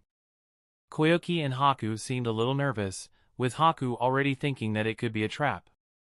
But they also knew that orders were orders, having been told to open the scroll only when at the finish line. "Here we go," Kimimaro said as he quickly pulled the scroll fully open, waiting to see what was inside of it. A sudden burst of white smoke took the three of them by surprise as they waited to see who or what the dark figure was that had emerged out of it. "Kage-sensei?" the three of them suddenly said, seeing who it was that had emerged from the smoke. "That's right, you three. Good job on passing the second exam. I had no doubt you would succeed," he then said as he gave them a thumbs up. Koyuki looked confused, not knowing why their sensei had been sealed inside of the scroll, to which Kage simply laughed. "You see, Koyuki, the aim of the exam was to get here with both scrolls. However, if any squad was to break those orders, giving in to temptation and open a scroll before that, then their sensei or another jonin like myself would appear and knock out all three of them, resulting in them failing the test." Koyuki nodded in understanding. "And look at the time, I hardly had time to get comfy with the three of you finishing so quickly," he then said with a smile. So now what? Haku asked. Now we wait for the rest of the squads to finish the exam. The only problem with that is we still have another 4.5 days to wait now, he said with a sheepish expression on his face. So we won't find out the next stage of the exam until all the other squads make it here, Kimimaro asked. That's right. However, teams of Jonin have been sent out into the forest to keep tabs on teams who have either been killed or rendered unfit to carry on with the exam, meaning we might not be waiting the full 5 days. Kaguya then said. We also can't leave this place. After all, the next part of the exam will be held here, so you had better get comfy. He then added. The three of them nodded in understanding and agreed with their sensei. I guess all we can do is wait then, Haku said. Kimimaro agreed. However, a large rumbling sound took them by surprise and both of them looked to Koyuki, who had a surprised look on her face. Oh no! She said as she placed her hands on her stomach. The four of them started laughing as Koyuki grew more embarrassed by her stomach rumbling. I can't help being hungry, she yelled as she crossed her arms. Chapter 83. The rest of the time seemed to pass by slowly as another 3 days went by. Slowly but surely the rest of the remaining squads made their way into the building with both scrolls in hand. Kujira and his squad made it not long after Kimimaro and the others had. Kujira was pissed that they had arrived before them, but after throwing a small tantrum he soon changed his attitude once his squad opened the scrolls, being reunited with their sensei. Haku and the others had never seen the man before, hearing Kujira call him Ryo-sensei. Kaguya seemed to know him and exchanged a few words before they went their separate ways to focus on their own squads. Haku had counted 10 teams in total from the original 20 that had started the exam, and from what the instructors were saying, that was all that would be making it to the final phase of this exam. Now that everyone was present and accounted for, with the instructors having combed the forest for any who had been unable to complete the exam, dead or otherwise. With the information being confirmed, they could now move on with the exam, being asked to move into the large hall, lining all of the remaining squads up in formation. The hall they now found themselves in was very large with a lot of open space, with the most notable thing being the large stone statue of a hand seal right in the center back. Haku, Koyuki and Kimimaro took a good look around at the other squads, seeing who had made the cut. 3 squads from the Hidden Leaf Village had made it through, no surprise there as they had the most genin taking part in the exam, meaning they had to at least have some worthy genin among the ones they had come across so far. One squad caught Kimimaro's eye in particular as he noticed the symbol for the Uchiha clan on the back of a boy's clothing, knowing he would make for a challenging opponent. After all, the fame of the Uchiha was known throughout the world of shinobi. All 3 of the Hidden Mist squads had also made it to the final without struggling against anyone they had come across just yet. Haku had been able to observe some of Kujira's abilities that he had reported to the others, just in case. Hatori's squad, on the other hand, still remained a mystery, but he was sure he would find out soon enough. Kimimaro could also see that the squad from the Hidden Waterfall had made it, seeming unscathed. 2 squads from the Hidden Rain had also made the cut, with the last squad being from the Hidden Grass, all of which they had not encountered as of yet, knowing nothing of their abilities or jutsu that they could possess. That meant that each village had genin that had made it to the final exam, with their Jonin sensei all standing by the sidelines, also weighing each other and their students up. Such was the nature of the world they lived in. Anko, who was the head instructor for the second part of the exam, stood at the front with the other instructors. She couldn't believe how many had made it through the forest to this stage. She had thought for sure that only 3 or maybe 4 squads would make it. She took a good look at the genin that stood before her, studying each of them to see what they had.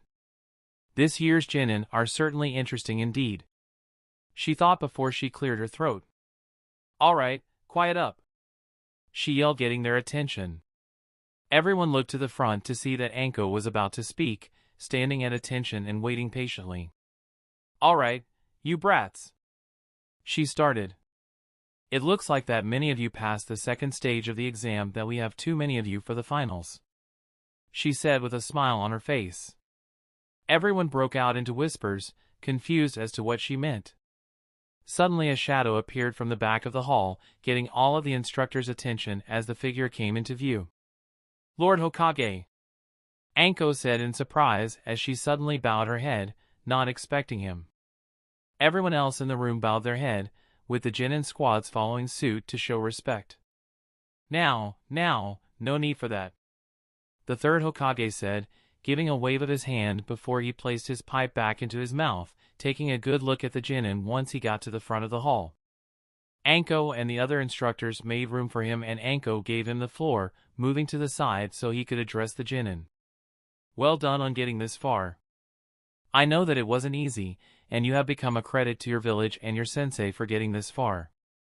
He said, giving them words of praise. However, the exam is not at an end as of yet. He said before blowing the smoke from his pipe out. As Anko has just said, there are too many of you who made it to this point for the finals. Therefore, we have decided that we shall hold an exhibition match beforehand. He shouted, getting everyone's attention. Now I want you all to give it everything you have got. Remember, even if you lose, that does not mean you have failed the exam. Now you have made it this far, it is no longer about passing or failing. It is now time to show us what you are made of and if you have what it takes to become a Chunin. Everyone took in his words, thinking on them hard and becoming fired up at the thought of being able to show their true skill and power. Now everyone, if you will look to the large screen that is hanging above us. The third said as he pointed above them. Everyone looked to the large screen that was hanging down, seeing that it displayed all of their names for a short moment. Now, this screen will show the two that are picked at random to do battle. I wish you all the best of luck.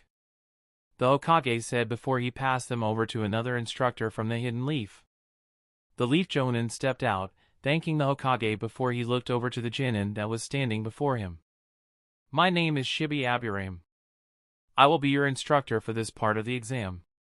He said while everyone got a good look at him, seeing that he was dressed in a large cloak with his head up and a pair of dark glasses on. Now allow me to explain the rules. He then said, during this exam, you will be allowed to use whatever jutsu and fighting ability that you wish. You may even kill your opponent if you so wish. He said with no emotion. The only rule you have to follow is what I say goes. If I stop the match, then that means the match finishes. One loses when they are either unable to fight, give up, or I end the match having decided on the winner. Is that understood? He asked, getting a swift nod from all. Very well, let's get the first match underway. He then said before turning to the large screen. Everyone else did the same as names started to spin in a lot, moving too quickly for anyone to see until they both stopped, revealing who would be battling first. Everyone started whispering as they read the two names, everyone looking to see who they belonged to. Very well, the first match is Haku Yuki of the Hidden Mist versus Akio of the Hidden Waterfall. The instructor said. Koyuki looked at Haku, punching him in the arm before giving him a thumbs up. You had better win. She then said with a smile. Can everyone else move to the spectating area, with the two fighters stepping to the front, Shibi said. Kimimaro nodded to Haku, who returned the nod knowing what he meant. With that, Haku walked out to the front, getting a good look at his opponent. He had long brown hair with a cream-colored robe on and his headband tied around his forehead. Koyuki and Kimimaro made their way to the standing area above with Kage. The others also did the same as they waited to see what was going to happen. All of the other instructors and the Hokage also took their spectating area, also eager to see how the fights would turn out. Sarutobi took a good look at Haku, knowing that he was one of Fuyona's students and adopted sons. He had also learned that he was a member of the Yuki clan and possessed the ice release. He couldn't help but smile as he felt excited waiting to see them both in action. This will be over quickly, Kage said with a smile as he crossed his arms over his chest. Are you both ready? Shibi said as he looked at each of them, watching as they stood face to face. Yes, Akio said, looking a little nervous. Yes. Haku also said, flashing a friendly smile at his opponent. All right, take your positions and await my signal. Shibi then said, letting each of them take a couple of steps back to prepare themselves. Come on, Akio. You've got this. His teammates shouted from the spectating area, their cheers not going unheard from both him and Haku. "Alright, you two," Shibi said as he raised his hand into the air. "Let the battle begin." Chapter 84 Haku vs. Akio. "Let the battle begin." Shibi shouted, slashing his arm through the air as he gave the signal for them to begin. Haku stood still as he watched his opponent, standing with a smile on his face. Akio, on the other hand, pulled out 2 kunai, twirling them around before holding one in each of his hands, as he got ready to fight. Kage and the others watched from the standing area above, all 3 of them excited to see how the battle would play out, with Kage being most excited of all. "Is everything alright, sensei?"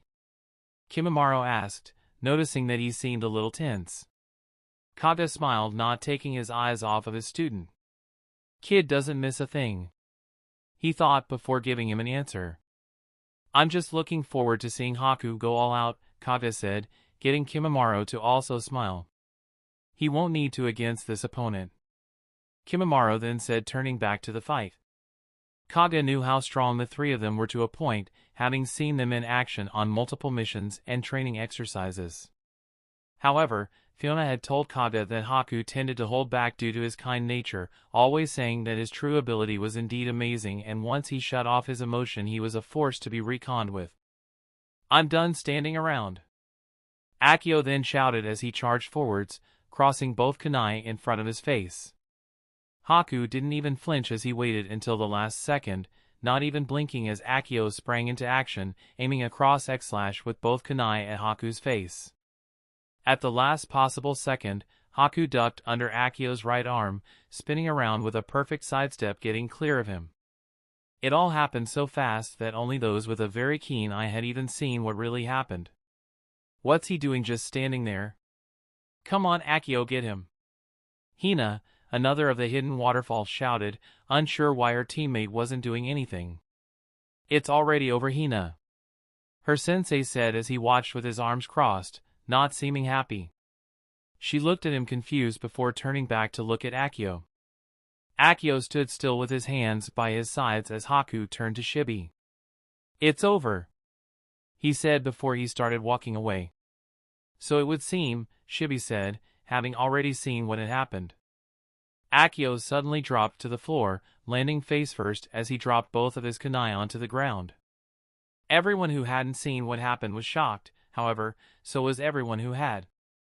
Shibi walked over to Akio, taking a good look at the senbon needle that was sticking out of his neck, noting the perfect placement of it.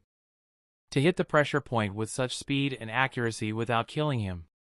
Remarkable indeed, Shibi thought as he pulled the senbon needle out with one quick motion. Akio's eyes suddenly opened wide as he jumped up to his feet, shocked at what was going on. "Settle down. The fight is over," Shibi then said, announcing the winner to be Haku. "What the hell was that? He didn't even touch him. Look at him, he thinks he's so cool," Kajira shouted, clearly pissed off. "Didn't you see what he did, Kajira?" their sensei said, giving him a hard look. "Make sure you don't let your guard down against him," he then said through his sharp teeth. Kajira and the others nodded, seeing that their sensei was being serious. Everyone else was also talking about what had just happened, seeing how it had ended so quickly and without warning. Even the Hokage was impressed at the demonstration of such fine skill. My. It would seem the Mizukage has trained his students well, he thought as he watched Haku from a distance. Haku had walked up to the standing area, regrouping with his own squad. "That was amazing, Haku," Koyuki said with a big grin. "But just wait till it's my turn," she then said with a cocky grin. Haku smiled as he rubbed the back of his head as he replied. "I don't doubt it," he said. "Good work, Haku," Kage said, knowing he didn't even have to try in that last fight. Kimimaro also smiled at him, knowing he would have no trouble. "Alright, let us announce the next fight," Shibi then said once Akio had also returned to his squad. "Don't worry, Akio, we aren't done yet," his sensei and other teammates said, giving him a pat on the back, trying to help him not feel so bad. Everyone turned their attention back to the large screen as the names started to be shuffled at random before 2 were picked out. The second match will be Chica Hozuki of the Mist versus Mushi of the Hidden Rain. Chica didn't look bothered as she continued to sip on her water bottle. "Come on, Chica! Time to get fired up!" Kujira shouted, hating the fact that she never let anything bother her. Yeah, I got this," she said as she walked away, lifting her hand up to shut him up. "Don't worry about her, Kujira," Rokuro said, trying to calm him down. Mushi of the Hidden Rain also walked down towards the fighting area. He was tall with black spiky hair. He had a breathing apparatus on his face. Like Hanzo, he also wore a full-length cream-colored bodysuit with his headband around his forehead. The two of them now stood face to face as Shibi announced the two of them, allowing them some space now to prepare for battle. "All right, you two, let the battle begin," he shouted, giving them the signal. Mushi didn't waste any time as he quickly started to form a bunch of hand signs. "You never had a chance," he then said as his body started to phase in and out, becoming all wavy. Chica was very surprised and watched as his body sank into the ground, seeming to melt into it before he vanished altogether. "Well, that's not right," Chica then said as she placed her water bottle onto her belt clasp. Suddenly 10 copies of Mushi solidified out of the ground, surrounding Chica with their kunai drawn. "Nowhere for you to run," Mushi shouted as he threw the kunai at her, aiming for vital spots. Chica didn't bother moving and simply yawned as the kunai hit her body, sinking into her flesh as if they hit water. "That won't work on me," she then said as she only counted 5 kunai, while noting 10 copies of Mushi. "Also, your genjutsu is way too obvious," she then said as she let the kunai fall out of her body, allowing it to become solid again. "Why you? I'll make you pay for that," Mushi said as he suddenly charged at her from all directions. Chica didn't bother looking and instead closed her eyes while making a hand sign, focusing on her flow of chakra to break the genjutsu. "Done," she then said as she opened her eyes again, seeing that the 10 copies of Mushi had become only 5, as she suspected. Chica suddenly let her legs turn to water as she dropped to hip height, avoiding all of the attacks from Mushi. Mushi was surprised and shocked as she broke out of his genjutsu and dodged his attack all at once. But not as surprised as when his clones were all disposed of by one quick circular swipe of her own kunai, bursting all 5 of his water clones. Chica stood back up to her full height, licking the water off her kunai, tasting it before taking a look around. Come out wherever you are," she then said, looking for her prey. Mushi had to be careful about revealing his exact location while he tried to formulate a plan on how to attack her. He wasn't sure how she had negated his kunai attack, allowing her body to turn to water, but after seeing that he had devised that physical attacks wouldn't quite cut it with her, Mushi decided to create more clones, hoping that he could devise a plan while he watched them battle her, trying to figure a way to beat her. However, Chica smiled, showing her pointed teeth. "Found you," she said as she pointed her finger right at where he was hiding. "Water pistol jutsu," she shouted, firing a shot at blinding speed that hit Mushi in the stomach, breaking his invisibility jutsu he had been using to hide. Mushi hit the ground hard, rolling a couple of times until he fell onto his back.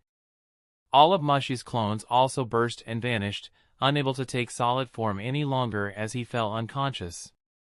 "The fight is over," Shibi shouted, announcing the winner. Chica smiled before unclipping her water bottle and taking a sip. "Yeah. Go Chica!" Kujira shouted as he flexed his bicep. Chica sighed as she watched him from a distance, continuing to sip on her water. Mushi was dragged away to the medical bay, leaving Chica to slowly return to her squad. Once clear, Shibi gave the announcement for the third fight, with all eyes falling once more to the large screen as they waited to see who was next. The names started to slow down again and 2 were picked, showing who was next to do battle, getting a surprised reaction from everyone. Next we have Hamoto Munito of the Hidden Grass vs Isato Uchiha of the Hidden Leaf. Chapter 85. Alright, next up is Hamoto Munito of the Hidden Grass vs Isato Uchiha of the Hidden Leaf, Shibi announced, waiting for both fighters to come down from the standing area. The hidden grass shinobi had a straight face, not giving any form of expression or emotion away as he took his place on the fighting stage. "Good look, Aikido." Both of his team members shouted as they watched him walk away, blushing as he turned to look at both the girls. "Thanks, but I don't need luck," he said as he gripped the railings with his left hand before vaulting over it and dropping down to the ground, landing in a superhero pose. "He's so cool!" they both shouted, acting like groupies rather than ninjas. "Alright, are you both ready?" Shibi asked, watching as the Uchiha took his place. "Yes," they both said. "Alright, take your positions," Shibi then said, giving them the chance to move back and prepare for battle. Kaga watched the Uchiha kid closely, having done his research on all of the genin in the exam this year, as were the instructor's rights to see the candidates entered in the exam. His name was Aikido Uchiha. 13 years of age, and of course could use the fire-style jutsu that all Uchiha were blessed with. Other than that, his grades had been good, top of his class, and his mission record had been steady. His opponent, on the other hand, was also 13 years of age and was also proficient in fire chakra transformation. However, Kaga had not been able to find his grades or mission log. This should be an interesting matchup, Kaga then thought as he waited for the battle to start. "Alright, begin!" Shibi shouted, announcing the start of the match. Neither of them wasted any time in making the first move, as each of them started by throwing a volley of shuriken. The metal ninja stars cut through the air at great speed before the sound of metal crashing against metal rang through the air. "Fire-style fireball jutsu!" Both of them suddenly shouted as they made the hand signs at the same time. Both of them unleashed their fire-style jutsu, letting the flames roar against one another, fighting and battling for dominance over the other as the fire tried to consume itself. They were both equally surprised at what had happened, as well as realizing that their jutsu was also equally matched.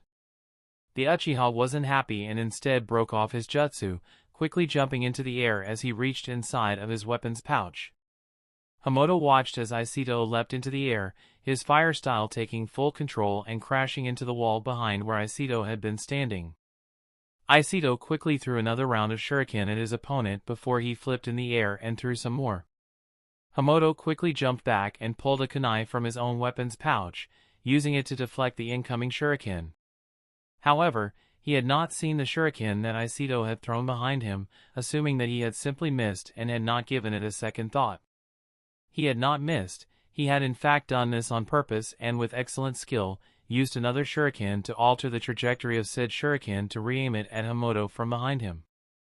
"Not take this, fire style," Hamoto started. "Got you," Aikido said, taking Hamoto's attention as he landed on the ground. Not even looking up at his opponent. Hamoto was too slow to react as he turned around, with the shuriken hitting him in the center of his forehead, deflecting off of his headband as he did. The force of the blow, however, had knocked him to the ground, having been strong enough to end the fight, looking as if he had been killed by the blow. "Winner, Aikido Uchiha," Shibi announced, as the medics quickly ran over to Hamoto to check him over. Aikido flicked his long black hair out of his eyes as he smiled. He never stood a chance, he said, acting cocky as both the girls on his squad cheered for him. With that all done, Shibi was about to start the name generator for the next match. However, a hidden leaf ninja ran over to him, whispering something into his ear. Shibi nodded and turned back to the audience before he made his announcement. "Alright, you lot, listen up. We still have a total of 11 matches to get through, however, we will be taking a short break after the 5th match. So let's begin the next round," he then said as he turned to the screen above that started to shuffle through the names at random. Everyone looks at the large screen above, waiting to see whose name was next. The names came to a slow until finally, they stopped, revealing who would be combating. "Alright, next up we have Sho of the Hidden Rain versus Hatori Toyotomi of the Hidden Mist," he said, announcing the next fighters. Hatori smiled as he crossed his arms, turning and making his way down to the stage. "Guess you don't need any words of encouragement," Miyako shouted as she watched him walk off, cool as a cucumber. Show of the Hidden Rain tilted his large hat as he frowned a little, knowing this was going to be a tough match as he watched Hatori make his way down. Kimimaro and the others were also eager to see Hatori's skills firsthand, watching him as he made his way to the center stage. Now both Sho and Hatori had taken their positions, with Shibi getting ready to announce their battle. "Both ready?" he said, watching as the two of them readied their weapons, with Hatori simply gripping the hilt of his sword. "Begin," he said, not expecting Hatori to move as fast as he did. Sho gripped his large umbrella tight as he raised it above his head, about to unleash a jutsu of some kind. However, he didn't get the chance as Hatori was already standing behind him, slowly resheathing his blade after he had flicked the blood off of it. "How?" Sho said as his chest suddenly opened with blood spraying out onto the ground before he collapsed. Hatori finally put his blade fully back into its scabbard, allowing the clicking noise to ring through the hall. "Quick draw style," he said softly as he turned to look at his downed opponent with pity. "Match over, winner, Hatori of the Mist," Shibi said, looking at him in interest. The medical team was on show as quickly as they could be, already getting the bandages ready to try and stop the bleeding. "You won't need many of those, his life is not in danger," Hatori said as he walked past them, letting them know that he didn't go for a killing blow. Something the medical ninja were astounded by due to the amount of blood. Kimimaro and the others were also impressed, noting Hatori's impressive speed and skill with a blade. Kaga especially, noting the skill and technique he had just used. "Did any of you see what he just did?" Koyuki asked, looking at Haku and then Kimimaro. Haku nodded in response, with Kimimaro turning to look at her. "Could you not see his movements, Koyuki?" he asked, surprised. "What? You're telling me you could see what just happened?" she said. Haku gave a lighthearted laugh, not realizing Koyuki couldn't see the movement. "Don't worry too much, Koyuki, it's one of those moves that if you blink you miss it," Kaga then said, helping to make her feel better. However, Haku flashed a serious look at Kimimaro, one he noted before he looked back to Hatori as he now recognized him as a full threat. Once the medical team had taken Sho away for treatment, the stage was ready for the next matchup. The names started to spin at random until they finally stopped once again as they revealed the next matchup. Alright, the next match will be Hana Inuzuka of the Hidden Leaf versus Gogi of the Hidden Rain. Gogi was a member of the second team of Rain Ninja. Unlike Sho's squad, Gogi's squad had yet to be chosen for a battle, as now Sho and Mushi of the Rain had been defeated. Both shinobi took their positions on the stage, looking each other in the eyes as they prepared for battle. Haku took a good look at the two of them, noting that Hana was a pretty girl, looking to be around 13 years old. She had long hair tied back in a ponytail, and two red fawn-like markings on her cheeks. Gogi, on the other hand, had a yellow jumpsuit with a rebreather that had only one outlet on. The Rain Ninjas seemed to look older than the Leaf Ninja, however, Haku knew that age didn't always mean one would be stronger. "Both ready?" Shibi asked as he looked to both Hana and Gogi. "Yes," Hana said as she got ready. Gogi said as he placed his hands into his pockets, seeming very calm. "I'll take that as a yes," Shibi said as he lifted his hand into the air. "Begin!" he then shouted, giving them the signal to start the battle. Gogi didn't move much as he kept his hands in his pockets, simply watching to see what Hana did. Hana, on the other hand, jumped back to clear some distance, pulling a scroll from her hip. "She did." "What you got there?" Gogi asked, seeming only slightly interested. "You're about to find out," Hana shouted as she pulled the scroll loose, summoning whatever it was holding inside it as a large amount of white smoke burst forth. "Come on out, Haimaru brothers," she shouted as the smoke cleared to reveal three large wolf-like dogs. "Time to rip you to shreds," Hana then said as the dogs surrounded her, with the dogs standing in an aggressive stance with one on each side of her and the last one behind her, all three of them snarling at Gogi. "Well, this is going to be more entertaining than I thought," Gogi then said as he finally took his hands out of his pockets. Chapter 86. Hana Inuzuka stood proud, surrounded by her 3 wolf-like dogs as they glared daggers at the hidden rain ninja. Gogi, the said rain shinobi, stood with his hands by his sides, having taken them out of his pockets as he glanced half-heartedly towards his militarist. "This should be a little more interesting now," he said as he tilted his head to the side menacingly with his voice sounding robotic through his rebreather. The crowd watched in apprehension as the 2 shinobi stood in a fierce face-off, both of them waiting for the right moment to make a move. "Let's do this!" Hana shouted as she commanded her dogs to attack, quickly joining their ranks as she dropped down low, charging like a wild animal towards Gogi. Gogi remained still, seeming as he watched Hana and her wolves charge towards him, not seeming distressed in the slightest. "Well, I guess I had better make a move," Gogi said as he flicked his wrist, allowing a purple ball to drop from his sleeve into his hand.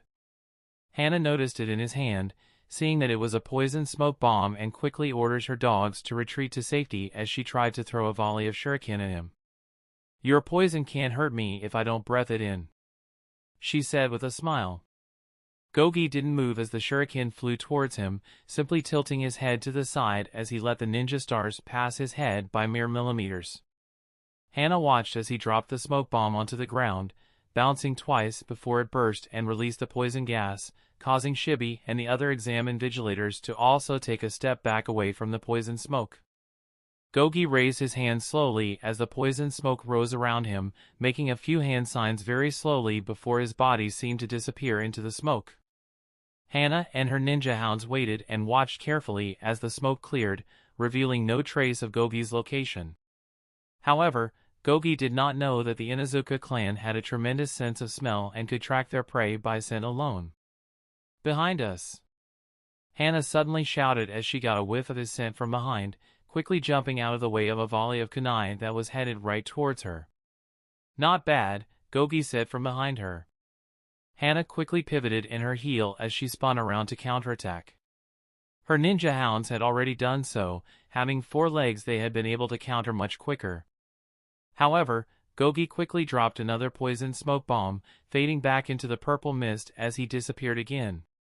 Hana took another low stance as she and her ninja hounds waited for the fog to disperse once more. "He seems to be able to hide in his poison smoke, making getting close to him to attack difficult," Haku said as he watched from the spectating area. "Yes, it seems that the only way to track him is by scent," Kimimaro then said, watching as Hana dodged another flurry of kunai, landing back onto her 4 limbs like an animal. "Ninja art of beast mimicry, all force jutsu," Hana said as her chakra seemed to flare to life, letting her features become wilder and her chakra more intense. "Alright then. Time to do this," Hana said as suddenly all of her ninja hounds transformed into her, mimicking her perfectly as the 4 of them quickly jumped around and mixed their positions, trying to confuse Gogi. "Her speed has increased drastically," Koyuki said, almost impressed at how animal-like she looked. Kaga agreed, having fought against the Inuzuka clan in the past. The Inuzuka clan are a clan that specializes in canine combat, forming an inseparable bond with their ninkin from an early age. They also share similar traits to that of the dogs themselves, having an extremely keen sense of smell, sharp claws and even sharper teeth, he said, enlightening his students on the subject. "I see," Kimimaro said, not taking his eyes off of the battle. Hana was darting around as she continued to dodge round after round of kunai, seeming to prove more difficult to hit than intended. "Fong over Fong!" Hana shouted as she hopped onto the back of one of the clones, the other said, doing the same, with all of them suddenly turning so fast that it became a blur of razor-sharp claws headed towards Gogi. Now! Nice doggies!" he shouted as he dashed across the battleground, avoiding the first attack, watching them crash into the wall behind him. The second was now headed right for Gogi, forcing him to jump into the air, only just avoiding her attack. Hana and her clone stopped rotating and landed on the ground, skidding to a halt. "Now!" she shouted as the clone jumped into the air, with Hana using the ninkin to boost her ascent, allowing her to catch Gogi while he was still falling through the air. "Nowhere to hide now!" she shouted as she readied her claws for an attack. "She caught him," Koyuki said, impressed at her swift movement and planning. "Not quite," Kaga then said, having seen something the others hadn't. Gogi watched as Hana came hurling towards him as she flew through the air. "You fell for it," he said, knowing that she would try and close the distance between them when he had nowhere to go. Gogi pulled what looked like a gas canister out from his weapon's pouch, holding it in his hand as he extended it to meet Hana's attack. "Shit!" she thought, realizing all too late what he was doing. However, the damage was done as she hit the canister with her claws, causing it to burst and covering her in a poison cloud of smoke. Everyone waited to see what would happen as the smoke cloud covered both of them, restricting visibility for all outside of it. Movement suddenly caught everyone's eye as Hana flew out of the poison cloud on one side, landing a little rough as she skidded along the floor. Gogi dropped out of the other side, also landing on the floor and looking a little off. Hana tried her best to stand up to her full height, knowing that she had breathed in some of the poison. This isn't good, she thought as she started to stumble until finally she dropped to her knees. Her ninkin knew something wasn't right and quickly all rushed over to her side, their transformations wearing off. "Looks like the poison is taking effect," Gogi said as he watched from a distance. "But I have to say, you put up a better fight than I expected," he then said as he looked down at his chest, seeing the claw marks she had left. "Still, in the end, you never stood a chance," he said as he placed his hands back into his pockets. Hana could feel her vision going blurry, knowing that she could black out at any moment. Hana looked at her ninkin, seeing they were worried about her, whimpering as they could sense she was in a bad state. "It doesn't matter if I black out. You three can take him," she said to them, giving the three of them one final command. The three ninkin all nodded as they understood their master's final command before she dropped to the ground unconscious. All three of them turned to face Gogi, snarling and baring their fangs at him. Gogi seemed surprised as they turned on him, getting ready to charge even though their master had become unable to fight. "I don't like hurting animals if I don't have to, but I won't hold back," Gogi said as he slowly took his hands out of his pockets once more. "That's enough," Shibi suddenly said as he appeared between Gogi and the three ninja hounds. Gogi waited for a moment but noticed that the dogs had backed off a little at Shibi's presence. "Hana Inuzuka is unable to continue. Gogi of the Hidden Rain is the winner," he shouted, annoying the end of the battle. "Medics!" Shibi then shouted as he knew there would be a limited window for an antidote to be used if she was to survive. Kneeling down beside her as he allowed some of his own inserts to crawl into her body and go to work on extracting the poison. Gogi placed his hands back into his pocket, seeing that the match was over, turning his back on them as he started to walk away.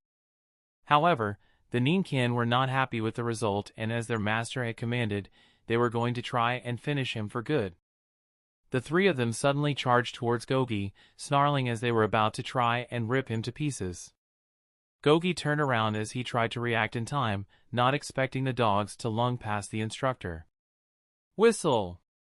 That's enough!" a gruff female voice that demanded respect shouted. The dogs suddenly stopped dead in their tracks, looking scared as they didn't dare move without a command. Everyone looked over to who had given the command, seeing a wild-looking woman who also bore the same marking as Hana on her cheeks, showing she too was a member of the Inuzuka clan.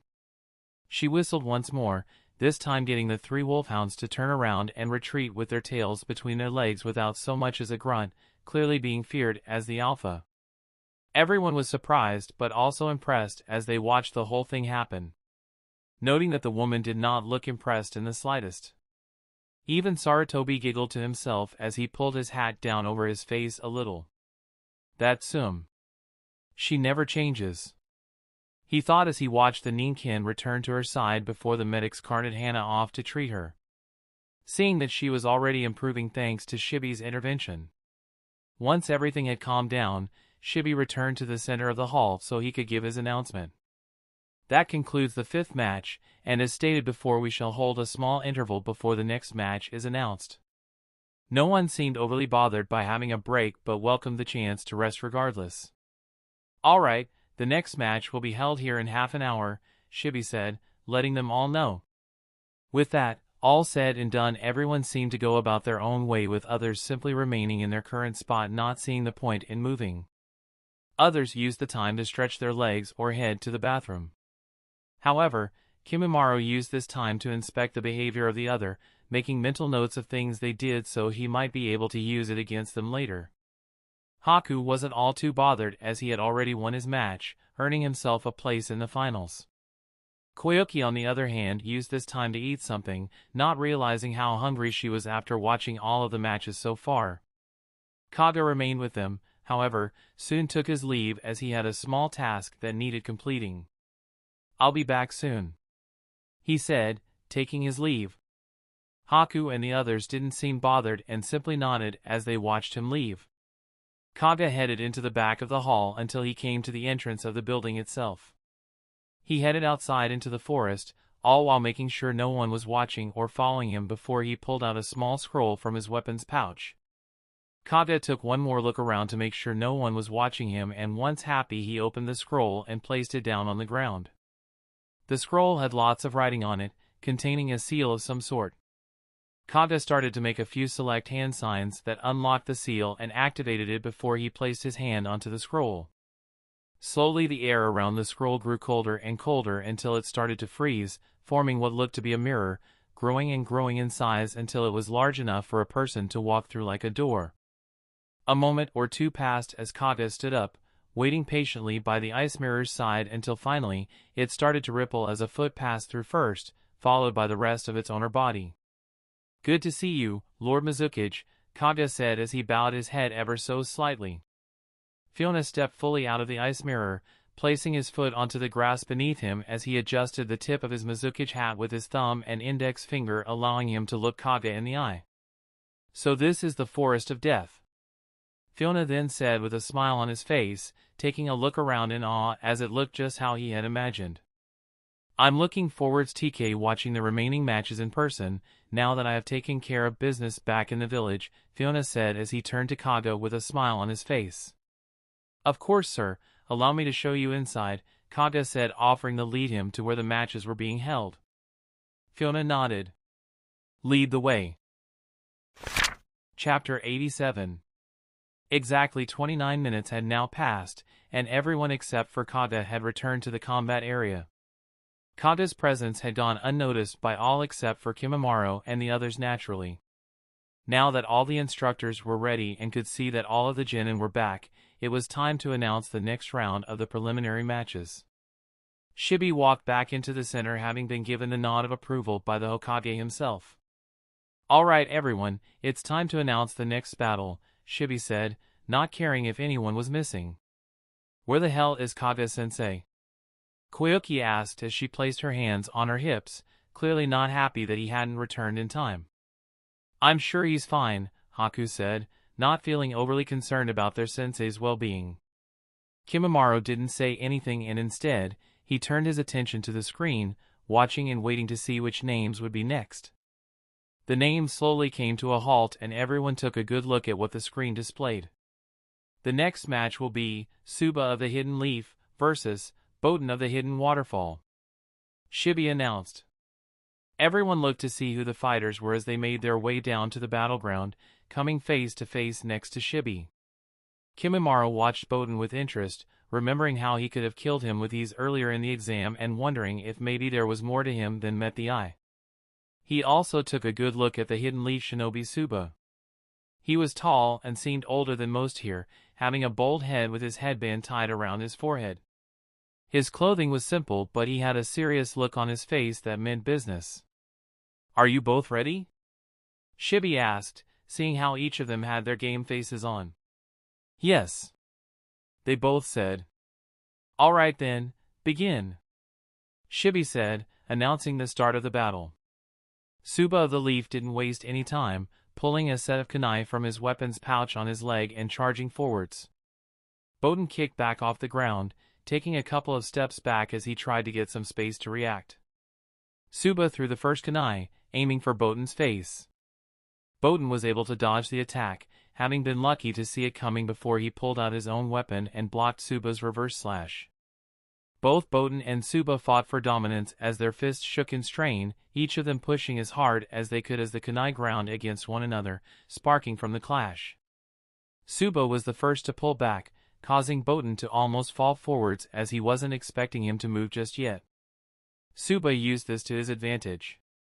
Quickly he ducked down, letting his knee land against the floor, pressing his weight forwards and shooting in, placing his back leg to the side of Boten and suddenly grabbing him around his waist with his free hand. It was an excellent technique performed with perfect timing, allowing him to gain the advantage with his taijutsu ability. Boten was slow to react but was just able to lift his own kunai as he stopped Suba from slashing his throat, having allowed him to take his back. He had now found himself in a tricky position indeed. Suba used his free hand to place Boten in a chokehold while continuing to push down with his kunai, going for the kill. Boten was using both hands now as he tried to hold his own, shaking from the effort he was using as Suba's kunai came closer and closer towards his neck. "No use fighting it, just give up," Suba said as he continued to pull the kunai down towards Boten's neck, intent on ending him. "I won't give up," Boten said as he struggled, doing his best to try to pull Suba's wrist away. "There's only one way out of this. You die," Suba said, feeling that he was winning the struggle. Boten could see the tip of the kunai was almost at the end of his nose, going cross-eyed as he focused in on the razor-sharp tip. "I can't lose here. I won't lose," he shouted as he suddenly found a reserve of strength, using it to overpower Suba and prise his arm away from him. But how?"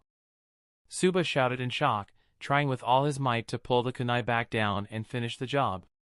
"Never!" Boten shouted as he quickly used one of his arms to ram his elbow into Suba's ribs, breaking them on impact and getting a howl of pain from Suba. "I won't surrender," Boten shouted again as he grabbed Suba's wrist, twisting it and placing him into a tight shoulder lock as he swiped the kunai from his hand, placing it against his neck as he pinned the leaf ninja to the ground. "I win," Boten said through heavy breathing, ready to use lethal force if Suba tried to break free. Everyone watched remain silent as the struggle had taken a sudden turn of surprise. All except for Boten's squad, who cheers for him as loud as they could. Shibi watched as Boten held Suba in the shoulder lock, putting more pressure on the joint as Suba refused to say anything, simply grinding his teeth as he tried to bite through the pain. "Do you surrender?" Boten asked, digging the edge of the kunai into his neck, cutting the skin and drawing blood. Suba didn't have a choice. He had let his guard down and now he was suffering the consequences. I surrender," he said, finally giving in as he could no longer bear the pain. Boten sighed in relief and slowly let go of his arm, also pulling the kunai from his neck as he turned to look at his teammates. "All right, I did it!" he shouted as he raised his hands into the air, getting a round of cheers from his squad. "All right, Boten! Woo! We knew you could do it!" they cheered. "Winner, Boten of the Hidden Waterfall," Shibi announced as he watched the medics come over and help Suba up, carting him off to be treated. Boten headed back over to his squad, the three of them jumping around like kids as they celebrated his win, while everyone else remained quiet. "All right, that concludes the 6th match. Let's draw the names for the 7th. Shibi said as he turned to the screen above. Everyone did the same once again and waited for the names to come to a stop, shocking a few of the genin who watched. Next match will be Koyuki Karatachi of the Hidden Mist versus Miyako Kato, also of the Hidden Mist, Shibi said as he announced the next match. Both Koyuki and Miyako turned to look at each other, glaring daggers at one another before each of them whipped their hair out of their face, turning away and breaking eye contact. "Koyuki, be careful," Haku said to her, knowing this could be a dangerous matchup. Koyuki didn't seem bothered with his concern for her and blanked him. "I'm going to end this bitch," Koyuki said with a serious scowl. "Don't be too hasty now, Koyuki. Remember to keep a level head," Haku said, trying to get through to her. Kimimaro decided not to say anything, knowing that his words would only piss her off even more, and instead gave her a simple nod. "You've got this." Koyuki returned his nod and then headed down towards the battle arena. "Where the hell is Kaga-sensei?" Haku said as he took a look around, still not seeing any sign of him.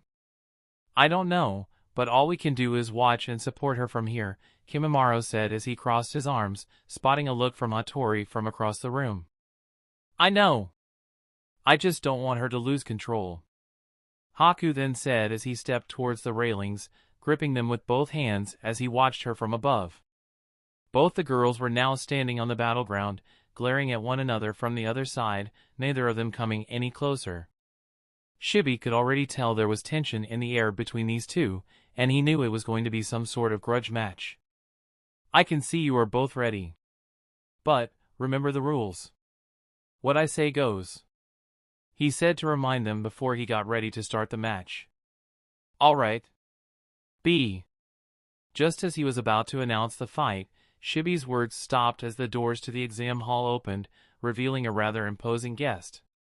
Everyone turned to look at who had entered through the door, wondering who could be so important that it would interrupt the start of the match.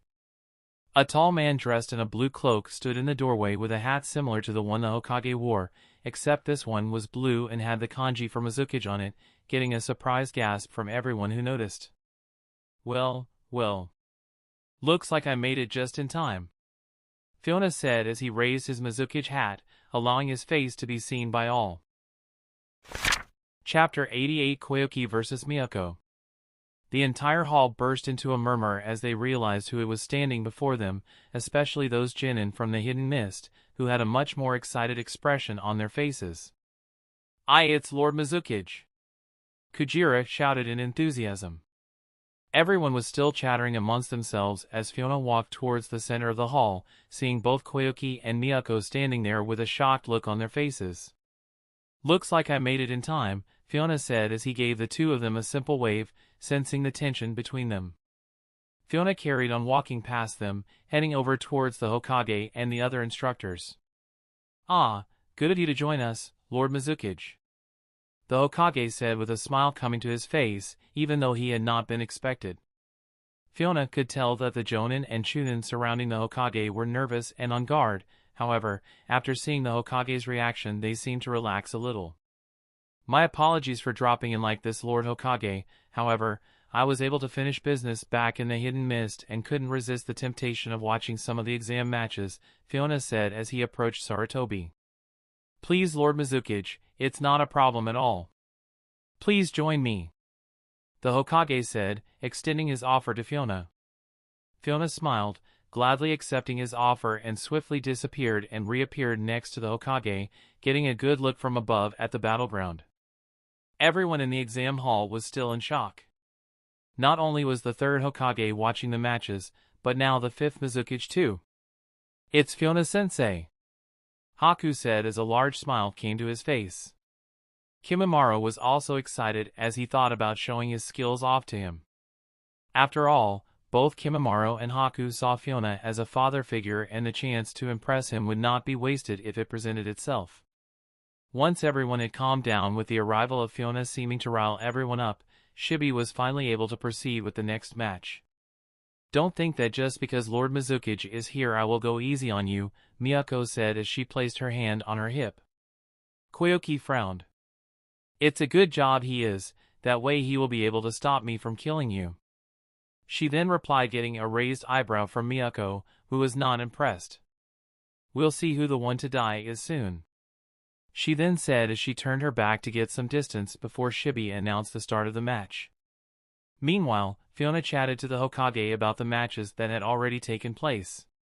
Kaga had filled him in on what had gone on so far, telling him Haku and the other genin of their village had won with no problems so far, something he was most pleased with. I have to say, Lord Mizukage, your genin are exceptionally skilled. Each of them has proven they certainly have what it takes to become chunin so far, he said as he took a puff on his pipe. Fuyona was unable to hide the smile on his face before he replied. Thank you, Lord Hokage, am glad to hear that you think that, he said before taking a closer look at Koyuki, being able to feel the anger coming from both her and Miyako. Kimimaro and Haku stood at the top in the spectating area above as they watched Koyuki get ready. Kaga-sensei, you're back, Haku suddenly said as Kaga approached the two of them with his hands in his pockets. Yeah, sorry about that, I had a little errand to run, he said, flashing them a smile. Alright, you too. On my command, Shibi said as he got ready to start the match. Koyuki and Miyako both took a ready stance as they waited eagerly for him to give the word. Both twitched as they could feel their hands already reaching for a weapon. Everyone watching could feel the tension in the air as everyone held their breath waiting for the match to start with not so much as a pin dropping in the silence. Begin! Shibi shouted as he waved his hand, finally starting the match. Both Koyuki and Miyako charged dead ahead, not wasting any time whatsoever as they lunged towards each other. Each of them threw a handful of shuriken towards the other while charging ahead, neither of them slowing down from the threat of the razor-sharp ninja stars. The shuriken collided in the air, giving off sparks as the two kunoichis smashed against one another in a heated exchange of taijutsu. Miyako didn't waste any time as she jumped in with a roundhouse kick aimed at Koyuki's head, raising her leg with expert skill as her foot sliced through the air. Koyuki shifted and ducked under the kick as she sidestepped before counterattacking with a right straight. Miyako slipped the punch and blocked the left body hook that was aimed at her liver with her elbow, using the force of the block to push off from to get a little distance. Koyuki followed, pressing in on the attack as the scales had shifted to her side. Quickly she placed a hand on the ground to support her body weight, allowing her to put all her strength into a low sweep in an attempt to knock Miyako's legs from under her. However, Miyako was quick and jumped into the air, avoiding the kick with good timing. Something that Koyuki wasn't happy about as she snarled, pressing back on the attack with relentless effort. However, Miyako jumped backwards, doing a back handspring that propelled her into the air, allowing her to throw a handful of kunai as insurance for cover. Koyuki jumped back also, avoiding the first two kunai as they hit the ground. Quickly she pulled out her own kunai, twirling it around her little finger as she deflected the last kunai, the sparks licking her cheek as the kunai ricocheted, giving her a close-up on screen as it falls next to her. Boom! Miyako said as she landed on the ground, flicking her head back Black Widow style. Koyuki had somehow failed to notice the paper bomb that was wrapped around the hilt of the kunai, watching in slow motion as the tag ignited, ready to explode at next to point-blank range. The explosive tag exploded, creating a large amount of smoke and debris to suddenly flare up where Koyuki had been, obstructing everyone's vision of her as they waited to see what had happened. Miyako waited patiently, watching for any sign of movement that could come from the debris, becoming ever clearer as the dust started to settle. Suddenly a bundle of small fireballs shoot out of the smoke, traveling at speed towards Miyako and quickly bursting as they each changed direction, making the jutsu harder to avoid. Miyako jumped back into the air as she made a series of swift hand signs. Water style, wild water wave, she said as she suddenly sprayed a large amount of water from her mouth to counter the fire style. The fire and water clashed, bursting and creating thick steam as they mixed into the air. The fog covered the area, obstructing everyone's vision, Miyako's included, as she landed back on the ground trying to use all her senses to find Koyuki. You really think you can use the silent killing on me? Miyako said as she slowly reached her hand back, sliding it into her weapons pouch and drawing a kunai. Koyuki suddenly burst out of the fog, slicing down with a kunai, having aimed for the top of Miyako's skull. Miyako was able to lean backwards, putting a lot of pressure on her lower back and avoiding the assault, quickly pulling herself forwards to throw a counter slash aimed at Koyuki's throat. They are both going for the kill, Haku said as he watched from above with the others. Kage sighed with his hands in his pockets. In these exams, people dying is a common occurrence, he said without emotion, almost as if he was speaking from experience. Koyuki and Miyako were locked in a vicious knife fight as each of them slashed and thrust their weapons towards the other, parrying, blocking and dodging each other's attacks before throwing their own in rapid succession. Koyuki slashed downwards, watching as her kunai passed by the side of Miyako's head as she moved out of the way. Koyuki adjusted her attacking angle, flicking her shoulder and wrist as she suddenly slashed to the right, aiming at her neck. Miyako had slipped the first attack and shifted her weight to her back foot, allowing her to lean back and block the slash that followed, redirecting the attack and allowing her to press the attack. Koyuki's knife hand retracted back to her body as she flicked the kunai into a reverse grip in her hand, allowing her to block 3 rapid thrust attacks one after the other from Miyako, all aimed at her midsection. Koyuki could tell she was going for vital points such as the liver, spleen, and the gap between the third rib leading to the heart. Koyuki deflected the third thrust, doing her best to push Miyako away as she took a step back with her right leg, trying to anticipate where her next attack would be aimed at. Shit, she's going to attack my left shoulder, it wide open. Koyuki thought as she had kept her knife head just a little too low after the last block. Miyako stepped in to close the gap between them, seeing the opening in her opponent's guard as pressing forwards. However, Miyako was not stupid and instead of attacking her open point, something she expected Koyuki to expect, she instead dropped her weight through her legs, suddenly going low and slicing through across the inside of Koyuki's thigh. Arg! Koyuki screamed as the cut sank in deep through her flesh, almost cutting the femoral artery. Koyuki pulled her leg back and counter-slashed down with a wild blow, something that Miyako was easily able to avoid by stepping back and giving herself some space. Got you, Miyako said as she slowly stood to her full height, lifting the kunai to her mouth as she licked the blood from the blade menacingly.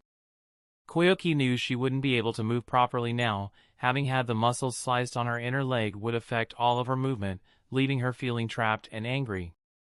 Fuyona watched from atop the spectating area with the Hokage, who also seemed rather interested in their battle.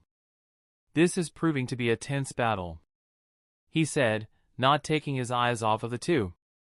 Fuyona nodded in agreement. I didn't expect them to hold this much resentment against one another, something must have happened earlier in the exam, he said with a small chuckle. But still that girl, Koyuki was it? She looks to be in trouble, the Hokage said, knowing that with a gash like that on her leg she wouldn't be able to move around much. Yes. But it's not her that I'm worried about anymore, Fuyona said as he lowered his head and closed his eyes for a moment, getting a questioning look from the Hokage. It's over for you now, Koyuki, nowhere left to run anymore, Miyako said as she slowly lowered herself into a fighting stance, like a cat ready to pounce on her prey. Koyuki could feel the blood pulsing from her leg, slowly running down her leg as it leaked onto the floor. Blood, she thought as she looked down at the ground. My blood, she said in her head, reaching her hand and touching it, seeing the fresh red that now covered her hand. You ready to die? Miyako said with a sinister smile, thinking that Koyuki had already lost the will to fight. She's done, Kujira said from the sidelines as he and his squad watched. I didn't expect her to be pushed so hard, Chica said as she took a sip of her water bottle, each of them watching with interest. Haku and Kimimaro also watched from the sideline, seeming worried as Koyuki took the blow to her leg. Not good, she got her, Haku said as he gripped the rails. Kimimaro also had a worried look on his face, knowing what was about to happen next. My blood, Koyuki said once more, before the light from her eyes slowly disappeared, turning dark and cold. Not good, Kaga also said as he watched the sudden change in her eyes, remembering the last time he had seen it happen. The Itachi blood, he then muttered, waiting to see what she did next.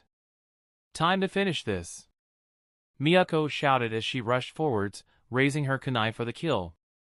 Die! She shouted as she thrust her kunai towards Koyuki's throat, ready to finish her off permanently. Koyuki's dark cold eyes watched as the kunai came closer and closer, getting within an inch of her throat before her body moved.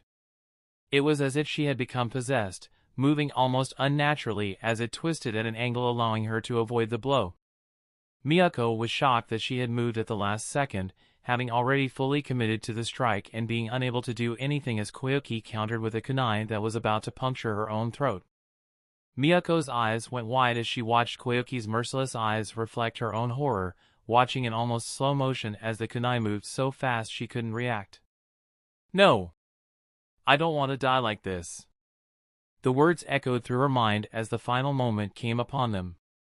Suddenly a hand grabbed Koyuki's wrist, stopping it dead in the air, not a hair's length away from Miyako's throat. Everyone held their breath, not having even seen who or what had been able to move so quickly as to stop her attack. Miyako could feel the sweat run down her chin before it dripped down and crashed to the floor, seeming to restart her heart that had jumped to her throat. I think that's enough, Koyuki, the person responsible for stopping her said, looking down at both of the girls. Fuyona was stood over both of them, holding Koyuki's wrist even as she continued to fight his grasp, still trying to reach Miyako with a serious bloodlust. Lord Mizukage. Miyako said, shocked as she took a small step back, not believing that she was but a second away from death. Shibi and the other instructors were also astounded. They had not even seen him move, knowing that none of them would have even been able to get close to stopping what should have happened there. That's enough, Koyuki, the match is over, Fuyona said, still holding her wrist as she struggled against him. Kill. I need to kill. She suddenly screamed, the horror on her face twisting and warping as she turned her attention to him, getting ready to attack. Fuyona sighed, quickly jabbing his finger into her neck, rendering her unconscious. Sorry, Koyuki, but it's time for you to take a little nap, he said as he caught her before she hit the ground. Koyuki! Haku and Kimimaro shouted as they both jumped over the railing and rushes over towards her. Fuyona looked at Miyako and flashed a reassuring smile. It's all over now, Miyako, why don't you head back up and be with your squad for now? He said, getting a slow nod from her in response. The Hokage watched from the sidelines, also impressed at how fast Fuyona had moved. I haven't seen anybody move like that since Minato, he thought as he pulled his hat down ever so slightly. Fuyona-sensei! Kimimaro and Haku shouted as they ran over towards him. Now boys. You know you are to address me correctly out in public, he said as he smiled at them. Sorry, sir, Haku said, looking at Koyuki with a worried expression. Don't worry, boys, she will be fine. Let's get her to the medical so they can tend to the wound on her leg, he said before Kage also appeared, joining his students. Can I leave that to you, Kage? Fuyona asked as he looked at him. Of course, sir, he replied, taking Koyuki off of him and heading over to the medical ninja that was waiting for them. Well, I think we have caused a scene long enough. Sorry about that, Fuyona said as he looked at Shibi. Shibi was still wary of Fuyona, having seen how fast he reacted to the situation. It's no problem, sir, he replied. So this is the Ice Devil of the Mist, Kage Slayer and 5th Mizukage, he thought as he watched him carefully. Come on, boys, let's get out of the way so we can get on with the next match, Fuyona said, getting a nod from both of them as they followed him out of the exam hall and into the corridor. Now that the situation had been resolved, Shibi was finally able to announce the next match, calling the next two fighters up to the stand. Meanwhile, Fuyona and the boys headed off to check on Koyuki, seeing that she had been treated by the medics and was now resting. I need you both not to worry about Koyuki, and instead focus on your exam. After all, there are some tough jin in this year, Fuyona said as he ruffled both of their hairs. The boys smiled and gave him a nod, each of them wanting to make him proud. I hear you already won your first match with these Haku, he then said, having been told by Kage himself. Haku smiled. Yes, sensei, he said in response with a large smile forming on his face. Good, I know you will both do great, he then said as he grew more serious. All right, boys, why don't you head back through? I need to have a chat with Kage for a moment, he then said. Kimimaro and Haku understood and did as he asked, knowing better than to try and eavesdrop on their sensei. Fuyona waited for the boys to leave and then turned to face Kage, who already knew what he was about to ask. Chapter 89. Everyone was still talking about what had just happened, having watched an intense fight that was about to result in instant death, only to be stopped by the Mizukage himself was enough to spark a conversation. All right. Miyako was still shaken up from the look in Koyuki's eyes as she headed back over to her squad. Are you all right, Miyako? Her sensei asked, knowing she was a little rocky. Yeah. I'm okay, sensei, she replied before she looked at Hatori. You did well, Miyako. But you let your guard down, he said, not making eye contact with her. Yuri remained quiet as she kept her face hidden underneath her scarf as usual, not having much to say. Whatever, it's done now, so just watch. Besides, you should feel honored that Lord Mizukage saw fit to spare your life. Hatori said. Now Hatori, no need to make her feel bad about this, Ayaka said. You fought well and with pride. You shouldn't look down upon yourself. After all, Koyuki is the daughter of our former Mizukage, and is a very dangerous shinobi for her age. Ayaka-sensei said, helping to make Miyako feel a bit better. Meanwhile, Shibi took center stage once more now that things had calmed down. After careful analysis of the fight past, the instructors had decided to call it a draw. Although no intervention was allowed by anyone outside of the exam coordinators, an exception was made due to it saving a life, and also the fact that it was a kage who had done so. Therefore the match was declared a draw and the announcement was given for the next match, with the screen above starting to shuffle the names. Alright, next match will be Ogaka of the Hidden Grass versus Murataka of the Hidden Leaf, he said, waiting for both fighters to make their way to the battleground. Meanwhile, Fuyona and Kaga were still talking in regards to Koyuki and what he planned to do with her. I knew that there was a chance of this happening, Kaga said as he placed his hands in his pockets. Fuyona sighed, knowing all too well that the Karatachi blood was known for this. I've only seen her like this once before on a mission. She lost it and killed every enemy in her path.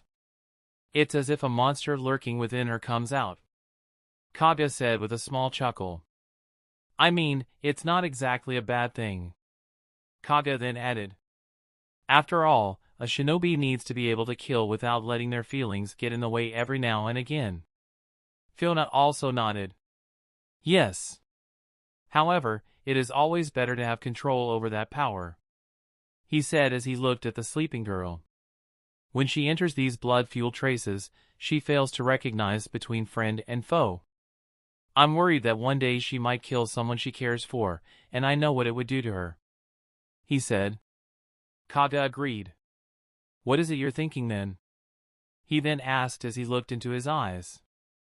I'm going to place a series of mental barriers, a form of sealing jutsu as such to help her remember who she is if she ever gets like this again. Kaga raised an eyebrow. You mean like a jinjutsu to control her bloodlust? He asked. Not control. I don't imagine this is something we can control, but something she must learn to accept as she grows. These metal barriers will be placed in stages, as a form of sealing jutsu at the very last stage. If the first and second stage fails to snap her out of it, the final stage will render her unconscious, Fuyona explained. Kaga nodded in agreement while also being very impressed at the same time. Leave it to you to be able to do something like that, he said as he rubbed the back of his head. However, I will only have time to place the first seal, as it is not a quick process, Fuyona said looking at Koyuki. Kaga nodded. Can I do anything to help? He asked. For now keep an eye on Kimimaro and Haku, make sure they are alright. I'll handle things here for now, he said as he dismissed Kaga so he could get to work. Kaga nodded and turned around, heading back towards the exam hall. Kaga arrived back to see Haku and Kimimaro standing watching the matches. Hey, so what did I miss? He said as he caught their attention. Sensei, you're back. Where is Koyuki? Is she okay? Haku asked, still worried about her. Don't worry, Haku, Koyuki is fine, Kaga said, trying to put his mind at ease. Kimimaro stayed quiet as he turned back to watch the match, still worried himself. The 8th match had resulted in a draw with both ninja knocking each other out once they ran out of chakra, having to result to a slugfest that led to exhaustion.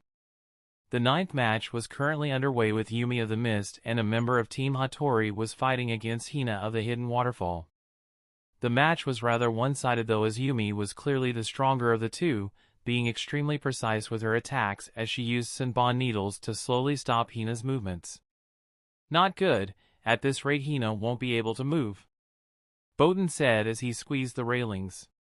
What the hell is with these Mist Shinobi, how are they so strong? He then said as he gritted his teeth. Hina was currently struggling as she pulled another Senbon needle out of her left shoulder. She hit the pressure point again. I can't move my arm now, Hina said, knowing she wouldn't be able to use hand signs now. Yumi stood tall with the bottom half of her face hidden by the blue scarf she always wore. She had 3 senbon needles in between her fingers and walked towards Hina slowly. "I think it's time that you surrender," she said with her quiet voice. Hina, however, was proud and refused to surrender, even if it meant death. "I'm not done yet," she shouted as she threw the senbon needle at Yumi, quickly pulling a kunai and charging at her to try and do some damage. Yumi easily blocked the senbon needle, deflecting it with another in her hand as Hina jumped in, slashing with her right arm downwards. Yumi stepped back, easily dodging the attack, then sidestepping to the right as she dodged another upwards attack before she kicked Hina in the knee to take her off balance as she grabbed her wrist and knocked the kunai out of her hand. "How are you going to fight without the use of both arms?" she then said as she stabbed Hina's right arm with another senbon, once again hitting the pressure point and disabling her arm, letting it drop to her side. Hina screamed in pain as she stepped back before she threw a roundhouse kick aimed at Yumi's head. Yumi was surprised but quickly ducked under the kick and countered with a push kick that knocked Hina over, causing her to fall on her back. Hina once again bit through the pain and slowly stood back up, spitting blood out of her mouth. "Why do you continue to fight when you know you cannot win?" she asked as she pulled her scarf up a little more. Hina was breathing heavily now and still had a defiant look in her eye. "I fight because I was always told to never go back on my word," she said as she took a step forwards. "I won't give up," she said again, taking another step. "And I won't ever surrender," she finally screamed as she charged in, ready to give it her all in one final all-or-nothing attack. Yumi didn't say a word as she watched Hina charge towards her, watching as she pulled a wire with her teeth that was attached to her body. Hina had hidden a large number of explosive tags under her shirt like a vest. Yumi knew that she intended to go out with a bang, quite literally, and planned to take them both out if she couldn't win. However, Yumi would not allow that, as at the last second she threw a senbon with great accuracy, breaking the wire in half and preventing the explosive tags from igniting, causing Hina to look at her in shock. "You would really try to kill us both so that you don't lose?" Yumi said softly as she watched Hina continue to charge at her even though her attack had failed. Yumi sighed before his face became angry, something that both her teammates had not seen very often at all. "You stupid bitch. If you want to die so badly, then let me give it to you," she suddenly shouted as she charged at her, punching her in the face over and over until finally, she fell to the ground. "That enough. The match is over," Shibi shouted, telling her to stop. However, Yumi didn't stop and quickly took a mounted position on her chest as she hit her again and again, staining her knuckles red with her blood. "Hina!" Both Boten and Akio shouted as they quickly rushed to her aid, both drawing kunai with the intent to kill Yumi in Hina's defense.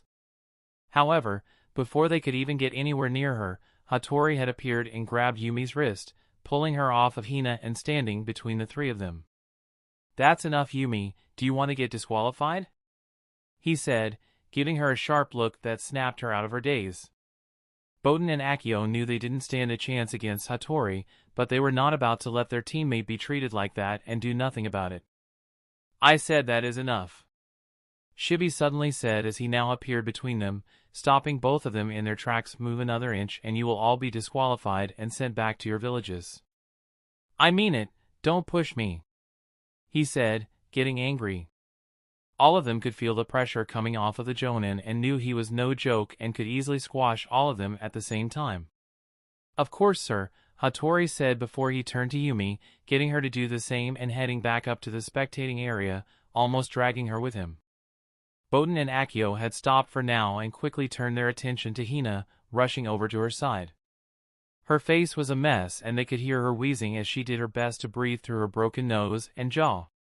"Move aside and let the medics do their work," Shibi said to both of them as he looked at the damage. She held back until the very end. The girl's words must have struck a nerve, he thought before he turned around. "She will be all right. Now get back to your spot and out of my arena," Shibi said with a serious tone, once again, finally getting things settled. "She really didn't hold back then," Haku said with a straight face, looking at Hina's face from the distance. Kage rubbed the back of his head as he looked at the girl himself. "Geez, Everyone seems to be letting their emotions get the better of them today. Not very shinobi-like. He then said, looking at both of the boys, who also returned his look. Alright, it is now time to announce the final fight of the preliminary round, Shibu said as he got everyone else's attention. There were still quite a few genin that had not had to fight as of yet. In fact, there were still 12 candidates left who could be chosen for the final match, and all of them watched intently. The names continued to spin on the display screen until they eventually started to slow down and finally stopped, leaving everyone shocked. Next and final match, Kimimaro of the Hidden Mist vs. Kajira of the Hidden Mist. Chapter 90 Kimimaro vs. Kajira. Alright, the final match will be Kimimaro of the Hidden Mist vs. Kajira Hoshigaki of the Hidden Mist. Shibi announced. Both Kimimaro and Kajira glanced at each other from across the spectating area, with Kajira giving him a serious glare as fire burned in his eyes. Be careful, Kimimaro, Kaga said as he crossed his arms. Haku also smiled and turned to face his brother. Good luck, Kimimaro, try not to kill him, he said with a smile. Kaga sighed, knowing that's what he meant when he said to be careful. Kimimaro nodded to both of them and turned to make his way down. I will. Watch out for this guy, Kajira, Chica said, seeming worried. Don't worry about me, I'm gonna pulverize that guy and wipe that expression clean off his face, he shouted as he grabbed his bicep. Rokuro, his other teammate, also seemed worried. Watch out for this guy, Kajira, he said, remembering his abilities from the academy. Not you too, Rokuro, I told you, I'm gonna kill this guy, so don't sweat it, Kajira said, still feeling confident as he looked to his sensei. Ain't that right, sensei? He asked. The squad sensei, Ryo, stood with his arms crossed as he seemed deep in thought. Don't underestimate him, Kajira, otherwise you will pay for it, Ryo said with a serious look on his face, seeming to make all of them tense. With that said though, go and unleash your power and don't back down, he then said as a smile replaced his serious expression. Kajira felt even more fired up now, having been permitted to unleash his power by his sensei, knowing he finally no longer had to hold back. With that, both of the genin made their way down to the battle arena while everyone else who was still left did their best to get a read on their strength. With the end of their battle, assuming one was victorious, there would be a total of 16 finalists going through to the next round, a number that had not been expected and something that had not happened in a long time. Shibi watched as both of the genin made their way to the area, finally squaring off against one another as they looked into the eyes of each other. Shibi could sense that both of these boys were much stronger than most of the others here. It seems that this year's candidates are proving to be very troublesome individuals indeed, especially from the mist, he said to himself, knowing he wasn't the only one who was thinking it. The Chunin exams was a great way for the hidden villages to allow their genin to gain experience in battle, as well as build relationships with the other nations. However, it had a greater use, one much darker, as it allowed each village to gauge the talent and strength of their future shinobi, making a note of who could be a potential threat in the future. And this year, all eyes were currently on the village hidden in the mist. Alright, you both know the rules, prepare yourselves, Shibi said as he watched them. I hope you are ready to have that expression wiped from your face, Kajira said, looking down at Kimimaro as he towered over him. Kimimaro didn't reply and instead kept a blank expression, pissing Kajira off even more. Kimimaro turned around and took a couple of steps back, keeping his arms by his side as he waited for the signal for the fight to begin. Alright, let the match begin, Shibi said, watching as Kajira suddenly charged forwards, not wasting any time. Take this, he roared as he pulled his fist back before unleashing all of his power into a right hook. Kimimaro was quick to move on the defensive, ducking under the hook with relative ease. Kajira didn't stop there as he quickly unleashed an assault of taijutsu against him, throwing punches and kicks with amazing speed and agility for someone his size. Kimimaro was impressed. The fact that he had to focus to dodge and block each attack made him realize that Kajira was strong indeed. Kimimaro ducked under another roundhouse before leaning back and stepping to the side as he dodged a spinning heel kick. Kajira was impressed at his speed, seeing as he had dodged all of his attacks so far, noting that he was quicker than himself. "Let's see you dodge this," he shouted as he pulled out a handful of kunai and threw them at Kimimaro, charging at him at the same time as he used them to create an opportunity. Kimimaro dropped to the floor as he placed his weight on his right hand to avoid the kunai. Watching as Kujira jumped in and threw a barrage of karate-style punches at him. Kimimaro slipped the punches without having to block until Kujira did something he did not expect, throwing a feint attack with his right leg as he pretended to go for a kick. Instead, he used his leg to change stance and drive all of his weight forwards as he threw 2 punches at the same time, one to the head and one to the body, taking Kimimaro off guard. "Yamazaki!" he yelled as he unleashed his technique, forcing Kimimaro to block the body shot as he moved his head to the side. Kimimaro was suddenly propelled across the room as the body punch made contact with his forearm. Everyone watched as he sailed through the air before he flipped and landed back on his feet, where he slid across the floor. "Got you," Kujira said with a smirk as he lowered his hands to his hips, slowly sitting into a horse stance. Kimimaro didn't realize that he had so much power behind his fists and could feel that the force had broken his arm, looking at the bruise on it to confirm. Kimimaro slowly stood back up as he allowed the bone to mend, willing it to knit back together before he took a look at Kujira as he seemed to be preparing himself. Kimimaro could see that he was planning something as he took large breaths and one after the other, seeming to absorb the air around him. "I don't know what he's doing, but I had better not let him finish whatever it is," he said as he allowed his fingertip bones to push through his skin. "Digital shrapnel," Kimimaro said as he fired the bone bullets across the hall, watching as they headed towards their target. Kujira could see the projectiles heading towards him and focused his chakra, getting ready to take the blow rather than dodge. "He not moving out of the way?" Haku said in surprise as he watched, waiting to see what happened. The bone bullets hit Kujira all over his body, with a few missing him and smashing into the concrete behind him, doing massive damage to the wall. To Kimimaro's and everyone else's surprise, Kujira was still stood strong, with the bone bullets having been ineffective against him. "But how? That attack should have shredded him to pieces," Haku said. Kago was also taken back by how strong his body was, looking at the damage that the bone bullets had done to the wall behind him. Kimimaro stood in a relaxed pose, not allowing this to take him off guard as he watched his bone bullets drop to the ground harmlessly. "That won't work on me. My body is harder than steel," Kujira shouted as he pulled his robe off, exposing his upper body to everyone. From the outside he looked rather fat, seeming to have a large round shape to him. But now everyone could see what he really looked like. He was solid and looked to be as thick as a tree trunk, with his large toned muscles that covered his entire body. "I've spent years building my body to make it as strong as steel. As long as I am in this state, you won't be able to harm me," he shouted before he took another large breath in, focusing his chakra through his body once more as it started to change color, becoming a blackish that looked like some kind of metal. "Secret jutsu, body hardening," Kujira said as he finished his breathing, allowing all the skin on his body to become the black metallic-looking substance.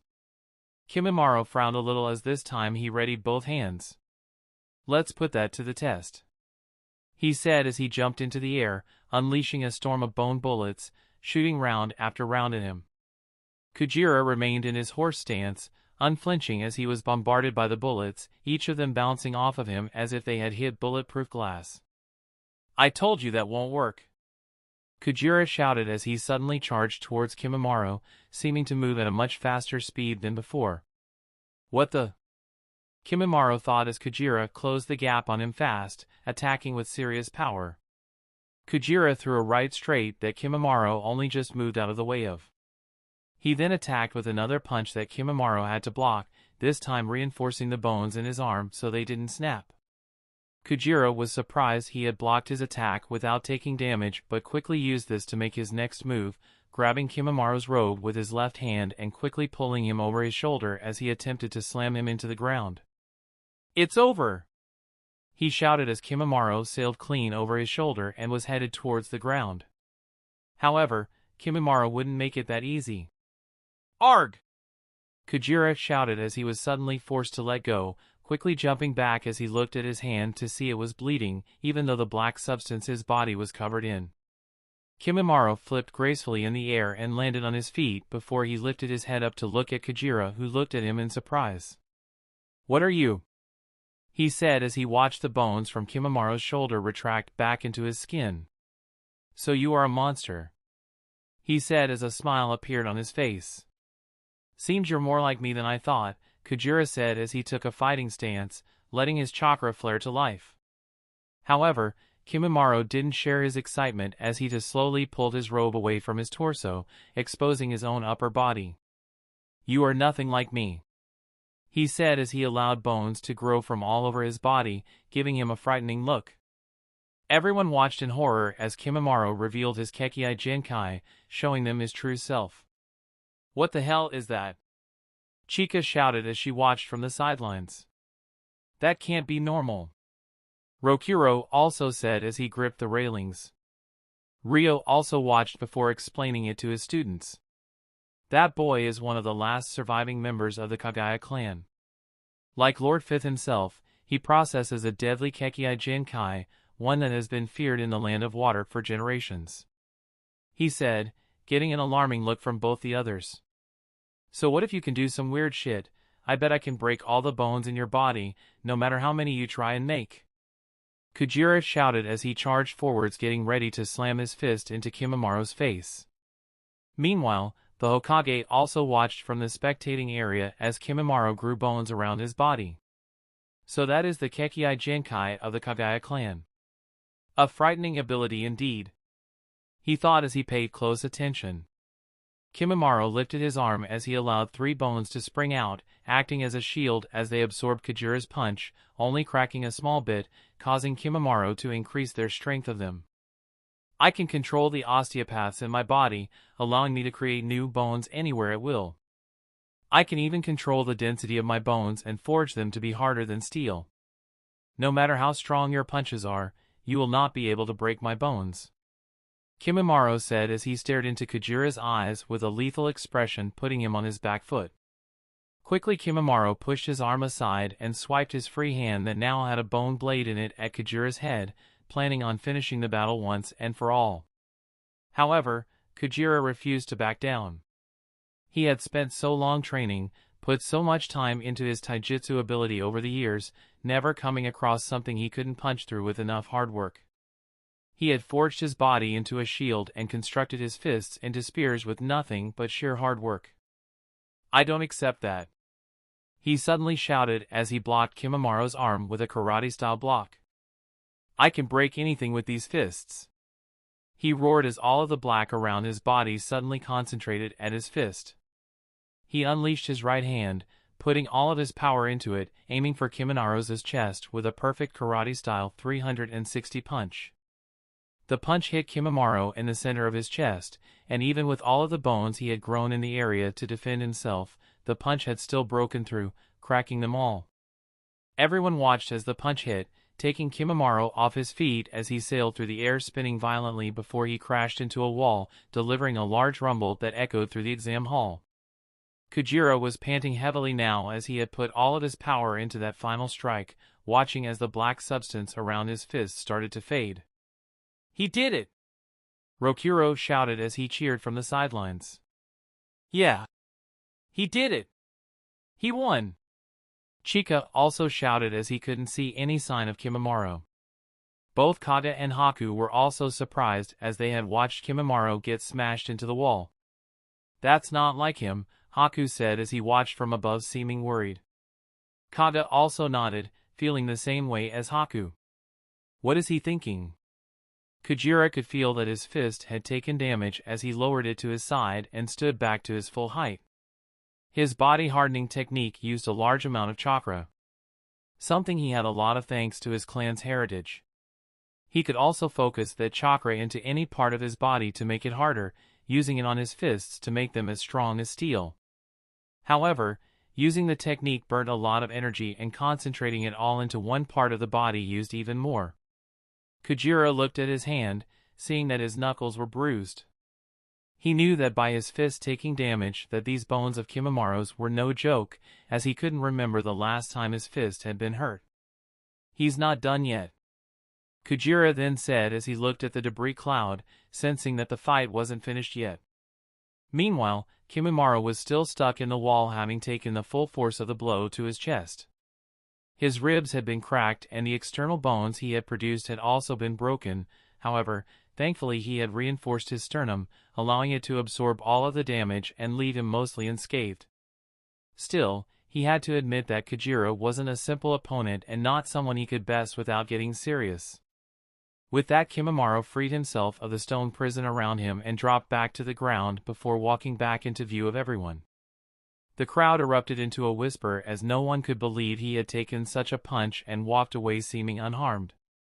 Hatori and his squad also watched as they examined his abilities. "Seems the kid is a real monster," Miyako said as she watched with her arms crossed. "Their entire squad are freaks," she then added with a snarl. Hatori simply watched as he tried to come up with ways to defeat him and overcome this defense that he had, knowing that he would pose a danger in the future if they were to fight. "That was a strong punch, all right. In fact, you managed to break my bones," Kimimaro said as he looked down at the broken ribs. "I guess it's time to get serious now, though," he then said as he pulled a bone blade from his shoulder and allowed the rest of his body to produce a layer of bones that covered his entire body in spikes. Kujira was worried now, knowing he didn't have the chakra to stop Kimimaro's attacks or do enough damage to break through his defense. "I won't give up," he said as he resorted to pulling a set of kunai from his weapon pouch. "No way he's using kunai," Chica shouted, knowing that Kujira never resorted to using weapons in a fight. "This isn't good. I knew Kimimaro was strong, but I didn't know he was a monster," Rokuro said as his grip tightened around the rail. Kimimaro started walking towards Kujira now as he lowered his blade to his side, keeping it low as to hide its range. Kujira was on his back foot now as he waited for Kimimaro to press on the attack, knowing that this would take everything he had. Kimimaro suddenly ran towards him, seeming to move much faster than he had done before, quickly thrusting his bone blade towards Kujira's face. Kujira was able to deflect the attack at the last second with his kunai but struggled to do so with the rest. Kimimaro continued to thrust his blade in an intense flurry, cutting Kujira on the cheek and other areas on his body as he failed to block the attacks fully. "Shit, he's too fast, and this blade thing is seriously sharp," Kujira thought as it passed by his cheek again, cutting him. Kimimaro suddenly stopped and lowered his blade, getting a surprised look from Kujira. "What the hell? Why are you stopping?"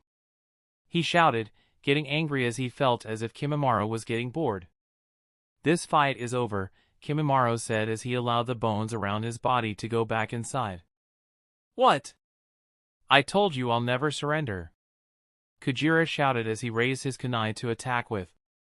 Kimimaro suddenly swiped his blade down, letting the tip just brush past Kujira's face as he watched his kunai split in two with a cut forming on his eye.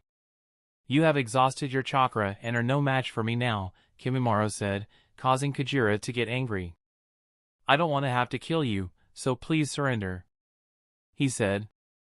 Kujira was almost shaking with anger now, infuriated that this punk was doing this to him. "You really think I'm not a threat to you?" Kujira said softly, making it hard for Kimimaro to hear him. "You fool!" he roared as he overloaded his fist with chakra once more, aiming it for Kimimaro's face as he went for the finishing blow. However, Kimimaro was still serious and had already predicted something like this. Quickly he ducked and spun around, placing the edge of his blade against Kujira's throat. "You act like any cornered rat would, making your movements too obvious to read," he said as he pressed the blade into his throat a little harder.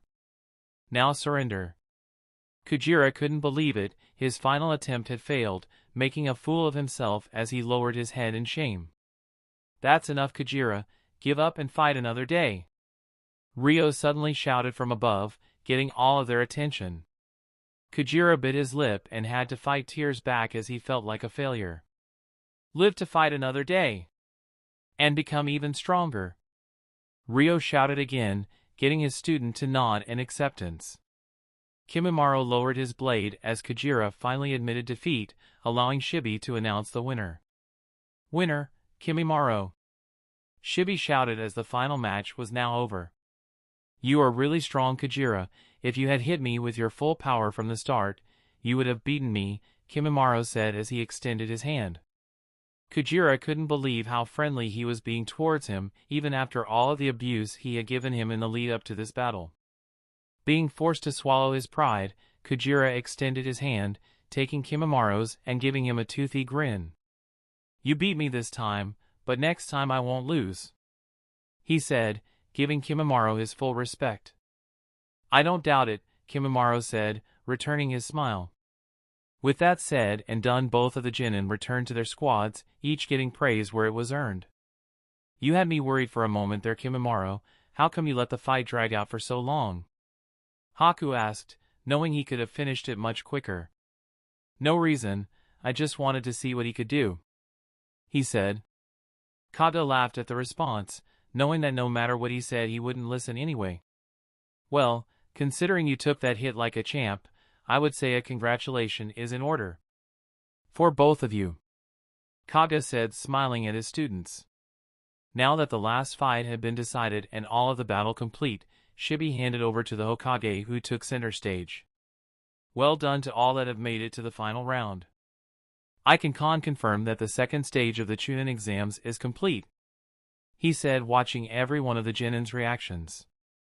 However, for the winners, there is still one more part of the exam left, a final and third round that will put you to the ultimate test, the Hokage said as they all listened to him carefully. More will be announced on that at a later date. For now, I believe you have all earned some well-needed rest. You may leave and take rest when you see fit, as the orders and details for the third exam will be given in 2 days, he then said, allowing those who were ready to part ways and leave the hall. Alright, you two, how about we hit the road and get out of this place? Kage said. Both Haku and Kimimaro agreed. However, Haku couldn't help ask about Koyuki. Don't worry, Lord Mizukage has taken her to be treated. He told me to tell you she is fine and they will meet with us back at the apartment, Kage explained. Chapter 91. 3 days had now passed since Kimimaro's battle with Kajira. All of the genin had returned to their temporary quarters as they awaited the orders for the third and final part of the exam. Koyuki had also joined Haku and the others back in the apartment after Fuyona had performed his sealing jutsu to help with her bloodlust/split personality disorder. Koyuki didn't really remember what had happened in her fight with Miyako, but the others had filled her in, of course leaving out some details as they explained to her it had resulted in a draw. She had to admit she was more than disappointed that she was the only one of their squad to lose, but no good would come from letting it get her down. All she could do now was cheer Kimimaro and Haku on in the finals, and she did not doubt that they would both win, no matter who they might fight. The three of them spent their time in the Hidden Leaf wisely, most of the time holding out in the apartment, with the rest of the time by wandering around the village and trying to train. However, there were still places in and around the village that they were not allowed to go, and Kimimaro had clocked onto the Umbu's gaze falling upon them more than once when they went out. Kakashi and Itachi had been tasked with keeping an eye on the Chunin exam visitors, making sure to keep tabs on their everyday activities en route through the village. But that wasn't the only thing Itachi was keeping tabs on. Once he finished his daily duties in the Umbu, Itachi would make daily reports to both the third Hokage and Danzo about the Uchiha clan, who he had been keeping tabs on due to their recent behaviors towards the village. Itachi had finished his work and found himself walking down a quiet back street as the sun was setting over the river in the distance, giving the village a benign look. It was a surprisingly peaceful moment for the Uchiha, one that he had not found himself in for a long time. At the same time, walking down the other side of the path was none other than Haku and Kimimaro, who had been out to pick up some dumplings for Koyuki after training. The two genin were chatting and laughing wholeheartedly as they turned the corner, coming face to face with Itachi, who had been so zoned out due to his current circumstances that he had failed to notice the two of them coming towards him. At the last second, the three of them came face to face, only just swerving each other as they all realized what had happened. "Look out!" Haku shouted as the bag Kimimaro was carrying ripped, causing time to slow down as the three of them watched the dumplings fall towards the ground. Both Itachi and Kimimaro saw it happen and both reached for one of the dumplings at the same time, catching them with their swift movement.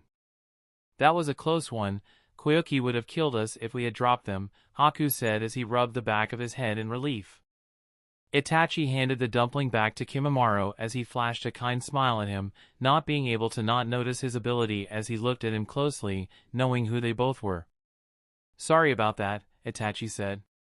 Kimimaro also noticed Itachi's power, even though he did his best to hide it. "It's alright, thanks," Kimimaro said as he also smiled. Haku could also see that Itachi was an elite shinobi, one they should be wary of as he noticed the Uchiha crest on the back of his shirt. "Are you both taking part in the Chunin exams?" Itachi suddenly asked, breaking the silence that had formed between the three. "Yeah, we made it to the finals," Haku replied as he gave a genuine smile. Itachi was surprised at how friendly both of the boys were towards him, especially since they were from different villages. "Well, I wish you both the best of luck," Itachi then said after a moment as he gave them a nod. However, before he turned around to walk away, Kimimaro spoke, surprising him. "Whatever is weighing you down, you should find someone to share your pain with," he said, somehow being able to see the dark cloud that was weighing over Itachi's consciousness. Itachi was so surprised that he was almost lost for words as he looked at Kimimaro. "Anyway, nice to meet you," Kimimaro said as he smiled at Itachi. "Come on Haku, let's go," he then said, getting a nod from Haku as he also bid Itachi goodbye. With that, the two of them walked off into the sunset as they headed back to their apartment with the dumplings, leaving Itachi alone and surprised at the encounter he had shared with them. "These missed shinobi," he said softly as he watched them walk off, doing his best to find his willpower once more before he turned back to follow his path. Sometime later, "Lord Hokage," Itachi said as he bowed his head. Hiruzen was stood atop the Hokage mansion as he overlooked the village, smoking his pipe as usual. "Ah yes, Itachi. How goes your mission?" he said as he kept his back to Itachi. "The situation remains the same. The clan is still stuck in their ways and so far I see no way that they might change," Itachi reported. Hiruzen sighed as he breathed out a large smoke cloud from his pipe. "I had hoped that Fugaku might be able to quell the rest of the clan," he said before he turned to Itachi. "I understand that this puts you in a difficult position, Itachi. Playing as a double agent against your own clan is no simple feat," the Hokage said as he watched the young prodigy carefully. Itachi took a moment before he responded. For some reason, the words of Kimimaro stemmed to his mind as his words played over and over. "It does weigh down on my heart. But the village's needs must come before the clan's," he then said after a moment. Hiruzen could sense something was troubling the boy, but for now, he thought it best to leave it be. "Very well, continue to keep an eye and report if anything changes," he said as he dismissed him. Itachi nodded and quickly vanished from the Hokage's presence, leaving him alone with his thoughts. To place such a heavy burden on one so young, he said softly, not being able to help think how amazing Itachi was as a shinobi. "You can come out, Danzo," he said after taking another large puff on his pipe, knowing that his old rival was watching from the shadows. "You know what has to be done, Hiruzen," Danzo said as he appeared from the shadow of the second Hokage's stone face. The Hokage sighed as he looked at the stone faces, thinking hard on what his predecessors would have done in this situation. "I told you, Danzo, that is a last resort," he said as he turned to face him. Danzo remained quiet as he looked up at the second Hokage's face. "You know what he would have done. He trusted the seat of Hokage to you, trusting the whole village to you over me. However, the light cannot shine without the shadow. And I will do what is necessary of the shadow to protect this village. Even if you will not." Hiruzen gave Danzo a hard look, even taking his pipe out of his mouth. "I am the Hokage, and this is my village," he said as he let his chakra ignite, letting Danzo know his place. Danzo backed down as he fell silent. Just remember my words, he then said as he turned around and walked off using his cane, leaving the Hokage alone in the shadow of the stone faces. However, he was not alone, or not as alone as he thought he would be. If not for a tiny speck of ice that sat undetected on the top of the Hokage mansion, reflecting everything that had been said back to its caster, who sat way above in the sky as he led on an ice mirror, floating among the clouds in the darkness of the new moon. So, it's like that, is it? Fuyona thought as he had heard the whole conversation. So the timeline is on track as I thought. He then said as he opened his eyes, looking into the dark sky that was lit by nothing but the stars. The only question remains. What should I do? Chapter 92. Soon the days passed and the time for the final trial of the Chunin exam had arrived. Kimimaro, Koyuki and Haku had all waited patiently with Kage in the Leaf Village until the information had been ready. Unfortunately, not much had been said as the only thing they had to go off was the scroll they received was by Hawk. The scroll was small and simply contained the time and location of the exam and nothing else. The location itself was in the Land of Fire, a few miles away from the village, split over a mountainous terrain with woods and a river that passed through, giving lots of different environments to suit every individual's needs. All of the finalists had arrived at the designated spot with their squad leaders in tow. However, only the finalists and one Jonin instructor were allowed to attend the final exam, meaning that Koyuki and the other losers had to remain in the Leaf Village, something she and the rest of them were not happy about at all. Haku could see that both the Hokage and Fuyona were present at the exams, along with a large number of Jonin instructors who would most likely have something to do with the exam. Once everyone had arrived and settled down, the Hokage took center stage and addressed everyone as he stood on a large rock so everyone could see him. Welcome all finalists of the Chunin exams. I understand that you may be wondering why you are here in such a remote location, he said, letting his voice echo for a moment as it gripped everyone's attention. After talks with the Mizukage here and other advisors of the village, we have decided to change the final test of the exam. Unfortunately, due to the high number of finalists this year, the usual one-on-one battle has been, well, altered, he said, again pausing a moment as he let his words sink in. The final exam will be one to not only test your battle prowess, but your teamwork and leadership skills, Fuyona said as he took a step forwards, getting a nod from the Hokage as he continued to speak, taking over. Fuyona took center stage as he too stood on the rock beside the Hokage. In this exam, you will each be paired into a squad consisting of 3 members. However, your teammates will be chosen at random, meaning you could be paired with anyone standing here right now, Fuyona said, getting a surprised reaction from all of the Jonin. Now listen closely as I explain what this exam will entail, Fuyona then said, shutting up the Jonin that were still complaining about working with others. Each squad will be given a flag to protect, keeping that flag in a secure location or base as you will. The goal is simple. Capture the other squad's flags within the time limit. The squad with the most flags at the end will be the winner, Fuyona explained. Everyone was shocked, to say the least. Not only would they be working with shinobi from other villages, but the final exam they had been expecting had been completely changed around. Now the rules for this exam are simple, Fuyona said, getting everyone's attention again. Each squad has 1 flag. Your flag must remain at your base unless being retrieved or captured by an enemy. You may also only carry 1 flag per person, meaning 1 member of the squad cannot hold 2 flags at the same time and must put 1 down if that happens, he said. And of course the final rule, Fuyona said, pausing for effect to let the tension build. Anything goes, he said, letting his words sink in. All of the Jonin remained silent, each of them having already prepared themselves for something like that, being keen to show what they were made of.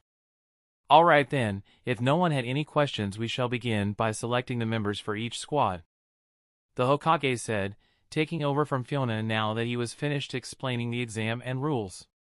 With that said, the Hokage turned around and walked off of the rock with Fuyona by his side.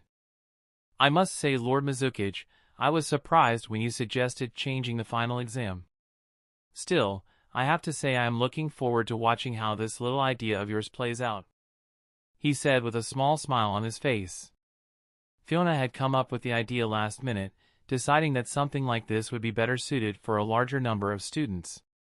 "Yes, Lord Hokage, doing it this way will certainly give us a much clearer idea of who is ready to become a Chunin, testing every aspect of their ability in a real mission crisis," Fuyona said, getting a nod from Sarutobi. "Certainly," he said in response as he turned to face the head instructor who would be watching over the exam. "Fugaku," Hiruzen said as he looked the man up and down. Fuyona turned as he heard the name, knowing who he was from both reputation and his memory. Fugaku Uchiha, also known as Wicked Eye Fugaku. He had earned himself the nickname during the last war and was a foe to be reckoned with. He was also the father of Itachi and Sasuke Uchiha, something that also spoke volumes of how strong he would be. Fuyona was thankful he had never come across him on the battlefield during his early days, knowing if he had, he might not be here now. "Lord Hokage," Fugaku said as he greeted the Hokage. "Allow me to introduce our head of the Leaf Police Force and head of the Uchiha clan," Hiruzen said as he turned to Fuyona. "Pleasure to meet you," Fuyona said as he looked Fugaku in the eyes, giving him a friendly smile. Fugaku returned his greeting, giving him a nod as he too knew of Fiona's reputation during the war. "Pleasure to meet you, Lord Mizukage," he said, acting civil. "Fugaku here will be overlooking the final exam, making sure to keep an eye on everyone and keep an accurate score," the Hokage said. Fugaku didn't seem very interested in these duties, but he was here and he seemed willing to do as he was asked. "So what is it that the head of the Leaf Police Force does exactly?" Fuyona asked, deciding to make small talk with him, getting a surprised look from him before he answered. "As the Leaf Police Force, we instill safety and respect throughout the village, making sure those who break the rules are dealt with accordingly," he said as he crossed his arms, suspicious as to why he would want to know such a thing. "It sounds like a very important duty, a great honor indeed worthy of a clan such as the Uchiha," Fuyona said.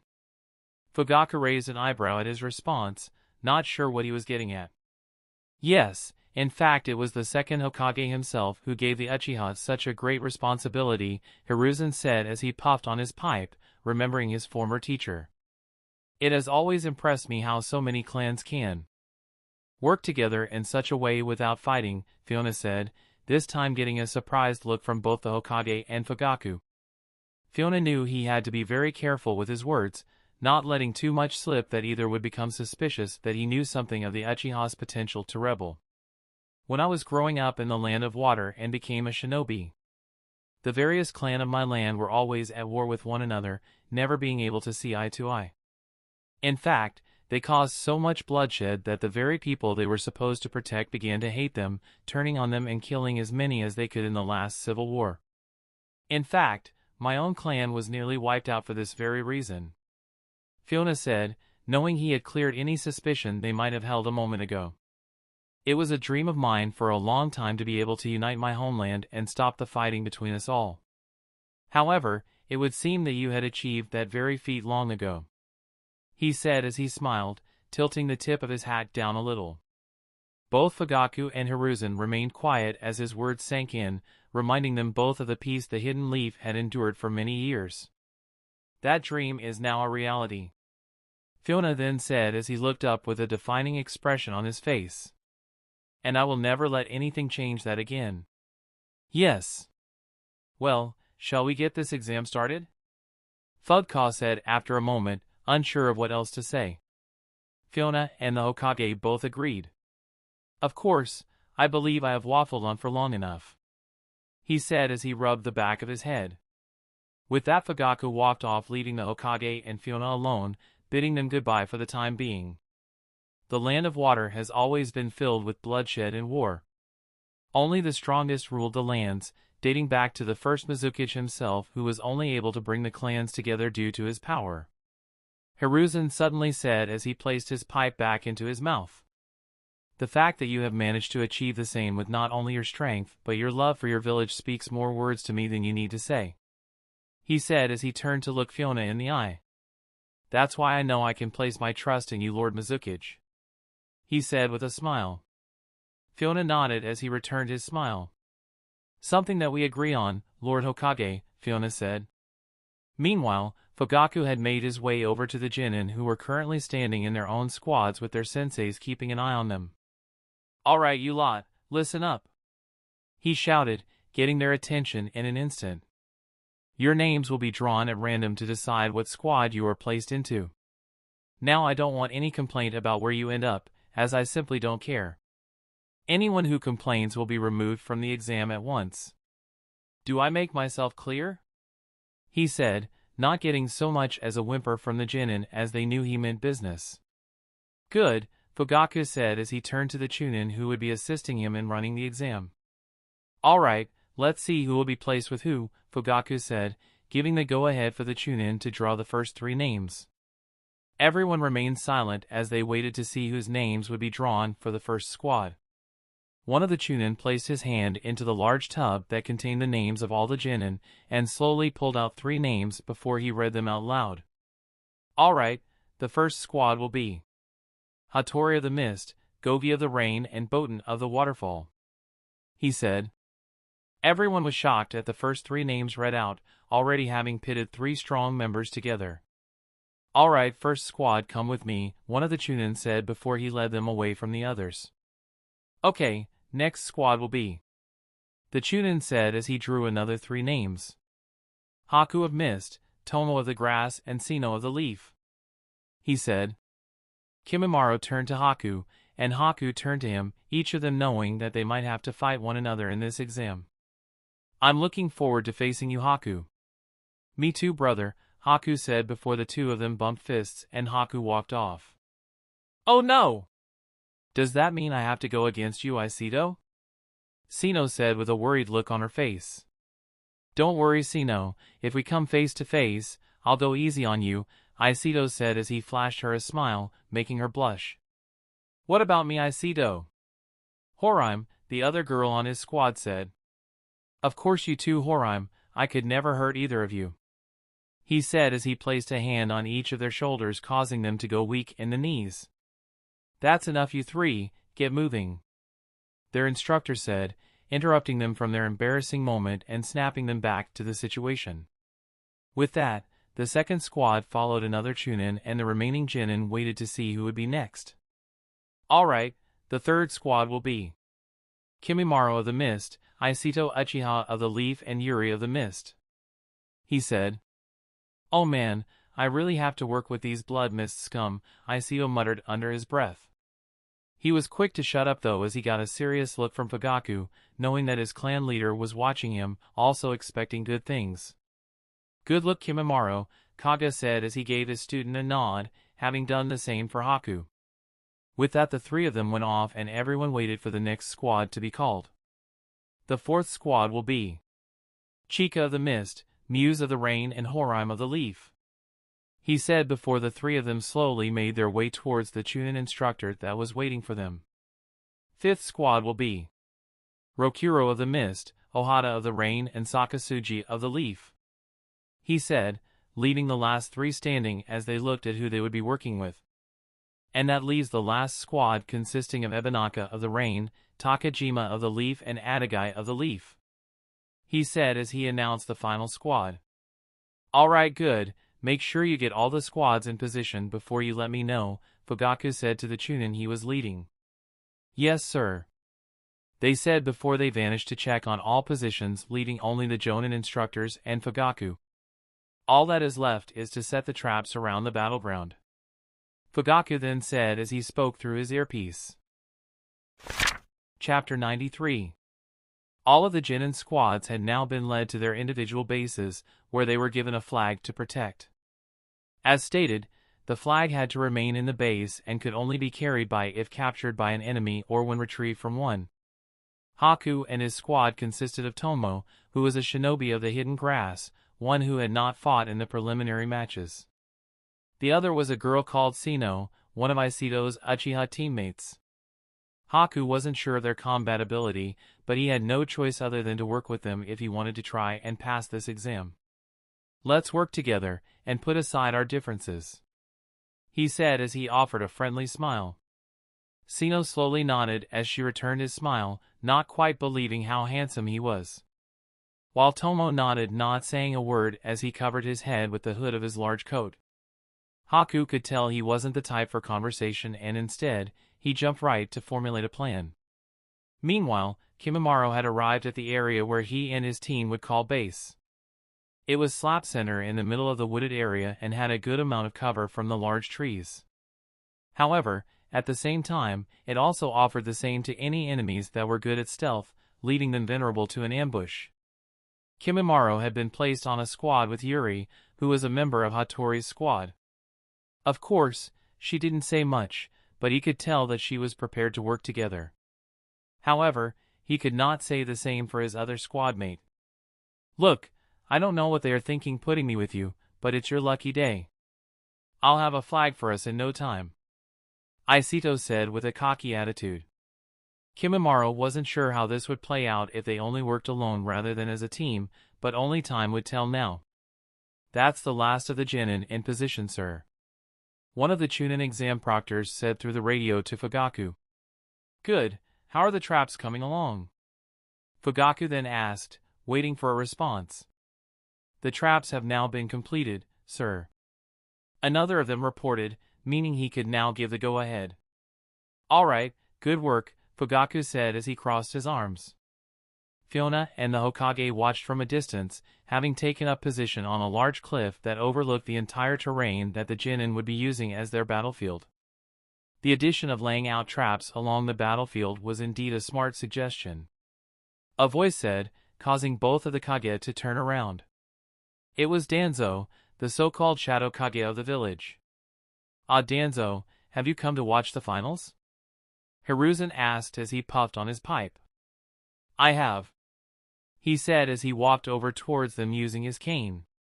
Of course, Fuyona knew better than to believe his little act, knowing full well he was still a dangerous opponent involved in almost every bad thing in this world.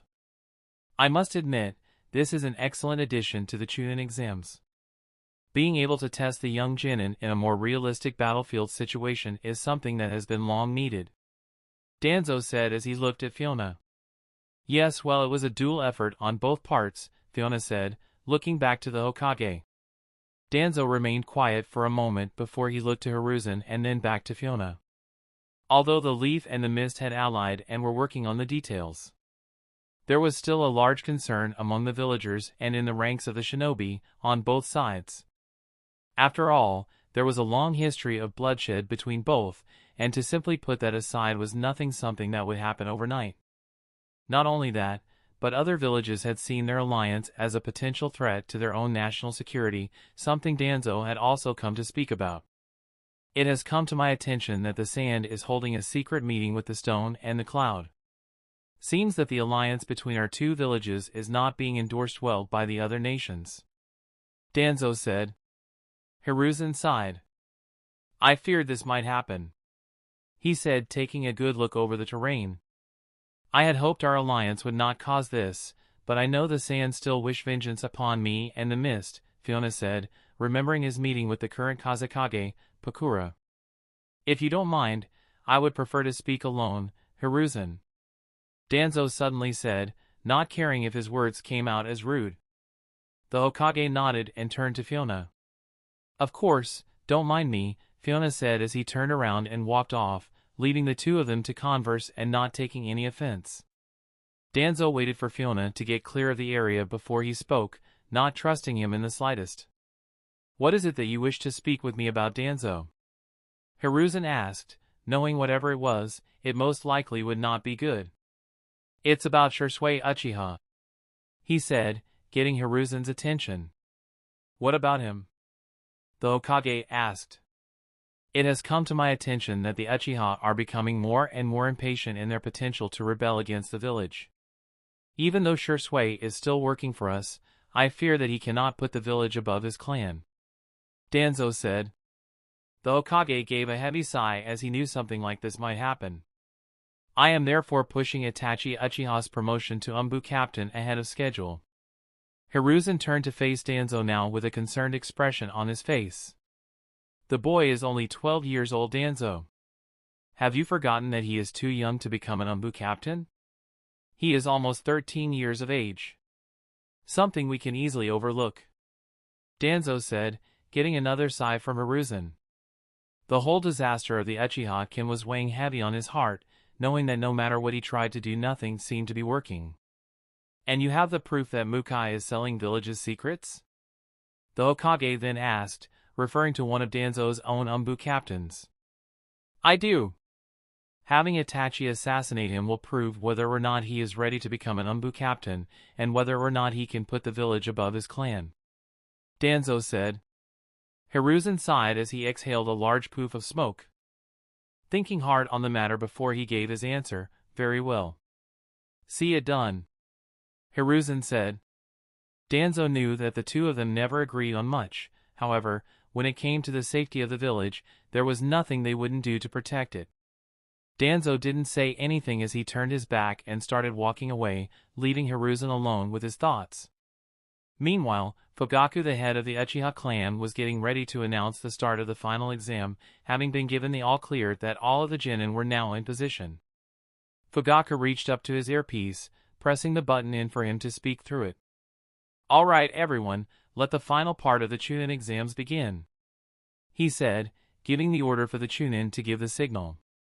Yes, sir, they said as each Chunin exam proctor let the signal, letting the green smoke off all over the battlefield so that the genin could see that the exam had begun. Both Kimimaro and Haku watched from their bases as the green smoke gave the signal for the exam to start. All of the other squads also watched as they quickly tried to formulate a plan, while others were too busy arguing over whose plan was better for them to get a good head start. We only have 1 hour to get as many flags as possible, Haku thought as he turned to his squad. All right, Tomo, you stay here and defend the flag. Sino, you come with me to scout for any of the other teams. Given the area of the exam grounds and terrain, I calculate that there will be at least 2 other squads not far from us at all, Haku said. Sino was impressed, to say the least, but quickly snapped out of it. I'm a sensory ninja, so I can help to find other teams, she said, coming out of her shell a little. Haku nodded as he smiled at her. I can defend no problem. I can use Earth-style ninjutsu, the grass ninja said, again proving he wasn't much of a talker. Alright, then it's settled. Let's move out, Haku said, taking command of his squad as he and Sino headed out with her leading the way as she used her sensory ability. Meanwhile, Kimimaro, who was paired with Isito, Uchiha and Yuri, remained in the forest where their base was located. Well, I think it's obvious that I lead this squad. After all, I am the strongest here, Isito said as he ran his fingers through his thick black hair. Yuri looked at him as she kept her face behind her blue scarf, not giving him any notice. What do you think we should do? She asked quietly as she completely ignored Isito, getting an angry reaction from him. Kimimaro seemed hard in focus as he didn't respond to her question, or Isito's antics as he tried to get them both to listen to him. However, Kimimaro's words quickly snapped Isito out of his silly fit as he finally spoke. We fight, he said as he had already sensed an enemy squad that had come right for them. What the? How did they find us so fast? Isito asked as he looked around, not seeing anyone yet. Suddenly one of the genin appeared above them, standing on one of the tree branches as he peered down at them. Your flag will be our first, he said before he pulled a scroll from his hip. Kimimaro could see that he had a hidden leaf headband but was unsure as to what squad he belonged to. Suddenly a large demon shuriken appeared from the scroll he had opened, taking it in his hand before he started to spin it around with skill. Let's do this, he shouted, throwing the massive shuriken towards them. Look out! Isito shouted as he jumped into the air, with Yuri following his lead to avoid the attack. Kimimaro, however, simply stood his ground as the shuriken came his way, barely ducking under the shuriken and letting it rip loose into the distance as it shredded through the tree line. Behind, Kimimaro then said as he turned around and avoided a slash from another shinobi, this one belonging to the Hidden Rain. Kimimaro exchanged a flurry of attacks with the Rain Ninja, slipping another of his attacks before he countered with an elbow that he allowed a bone to grow from, stabbing him through the chest. A clone, Kimimaro muttered as the Rain Ninja burst into mud, somehow having given him the slip as he used a substation. Aikido landed on a branch out of the way, seeing that Kimimaro had stood his ground and was now fighting someone else. Who the hell does this guy think he is? He thought as he turned around, seeing the other Leaf Ninja getting another shuriken ready.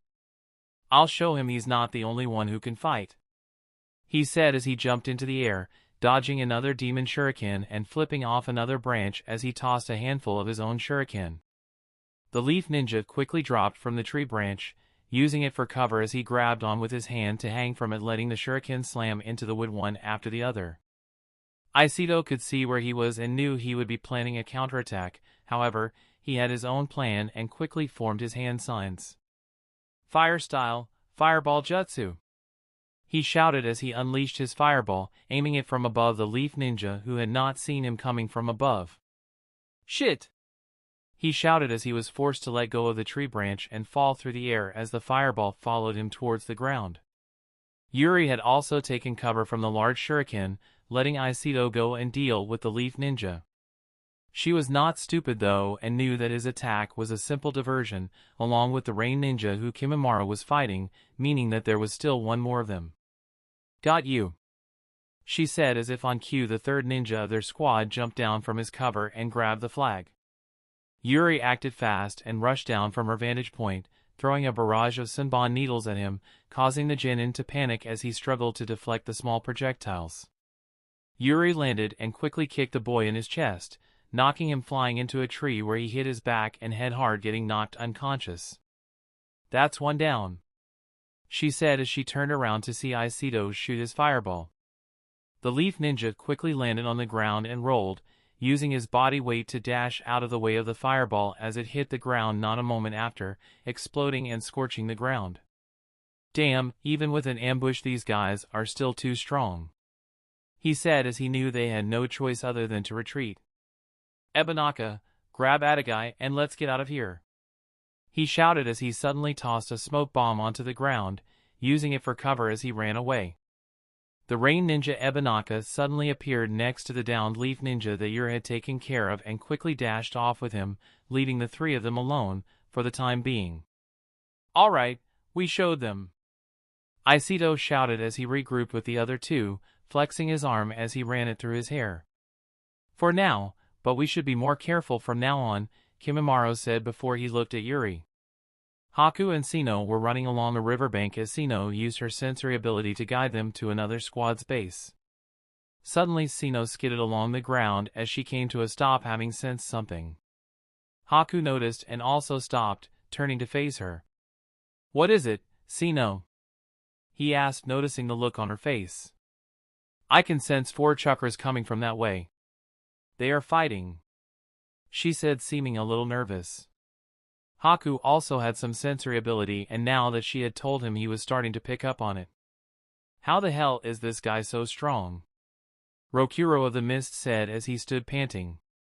His other teammates were also in a difficult bind as the three of them stood face to face with Hatori, also of the Mist. Does this guy really think he can just come and capture our flag by himself?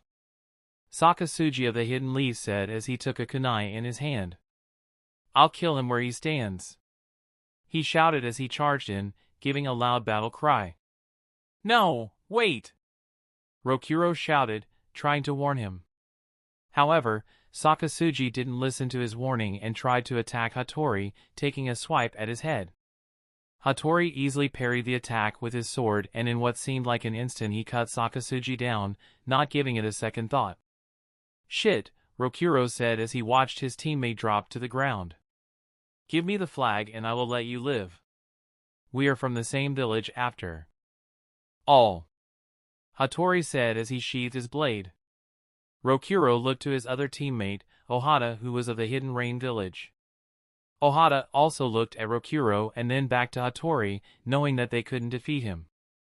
Their base was located on the river bank, surrounded by water and stones, perfect for a water-style user like Rokuro. However, it was also perfect for other water style users like Hatori, who was also a mist ninja and could most likely use water style too. I didn't want to have to use this for just one person. But I guess I don't have any other choice. Ohata suddenly said as he pulled out a kunai. Rokuro knew what he was about to do, and he knew there was no other way. Hatori watched as Ohata threw the kunai across the ground before it hit a rock and cut a wire that had been too fine for the human eye to see while it wasn't moving. A trap? Really? Hatori asked, not seeming amused. Suddenly the ground where Hatori was standing crumbled away and opened as if it was trying to swallow him. Got you! Ohata shouted as he watched Hatori fall into the hole. Now you are finished. He yelled as the hole was rigged with a large number of explosive tags and poison smoke bombs. This trap had been designed for only one reason, to kill anyone whom they couldn't beat in a fair fight. Ohata had quickly devised the plan to the others before the exam had started, having already noticed the hole had been set before they even got there. Turns out he specialized in planning this sort of thing and the others had let him build the thing, helping him cover it back up after. Rokuro watched as the smoke and fire settled from inside the hole, knowing there was no way even he could have survived something like that. Did it work? He asked, still not sure. Of course, it worked. Ohata said through his rebreather, feeling proud of his work.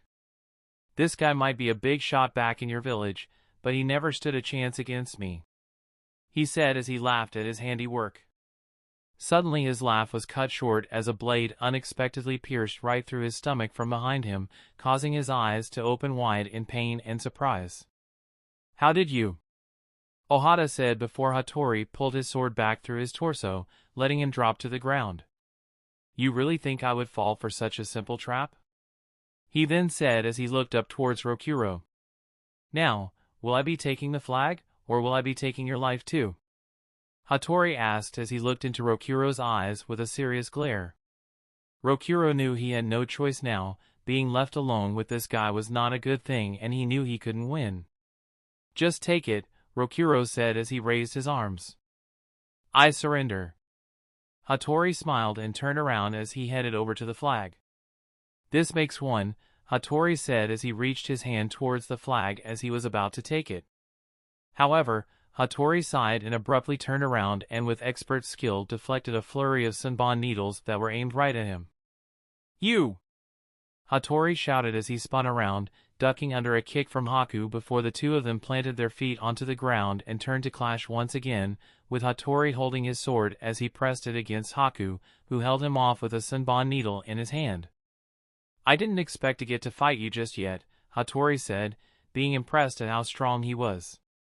Me neither, Haku said as he slowly raised his free hand and began to form hand signs. Hatori's eyes opened wide in surprise as he had no idea anyone could form hand signs with only one hand. Ice style, 1,000 needles of death. Haku shouted as he used the water around them to form thousands of ice needles in the air, all aiming at Hatori and flying towards him with intent to kill. The ice jutsu exploded, crashing down where both Haku and Hatori had been stood, making it hard to see what had happened as debris had been kicked up, blocking the field of vision. Rokuro watched from the sidelines as Hatori and Haku both appeared clear of the jutsu, with each of them taking a combat position. I'm impressed, it's not often that someone gets the better of me, Hatori said as he flicked his sword. Still, I would expect nothing less of someone of the same clan as Lord Fifth. Haku was also impressed. It's not often I meet someone who can keep up with my speed, he said as he looked over to the flag and then back to Hatori. Now Sino! Haku shouted, giving her the signal. Sino quickly jumped over to the flag, slipping out of her hiding spot and quickly grabbing the flag in both hands. Get back to base, I'll hold him off. Haku shouted as he watched Hatori, waiting for him to make a move.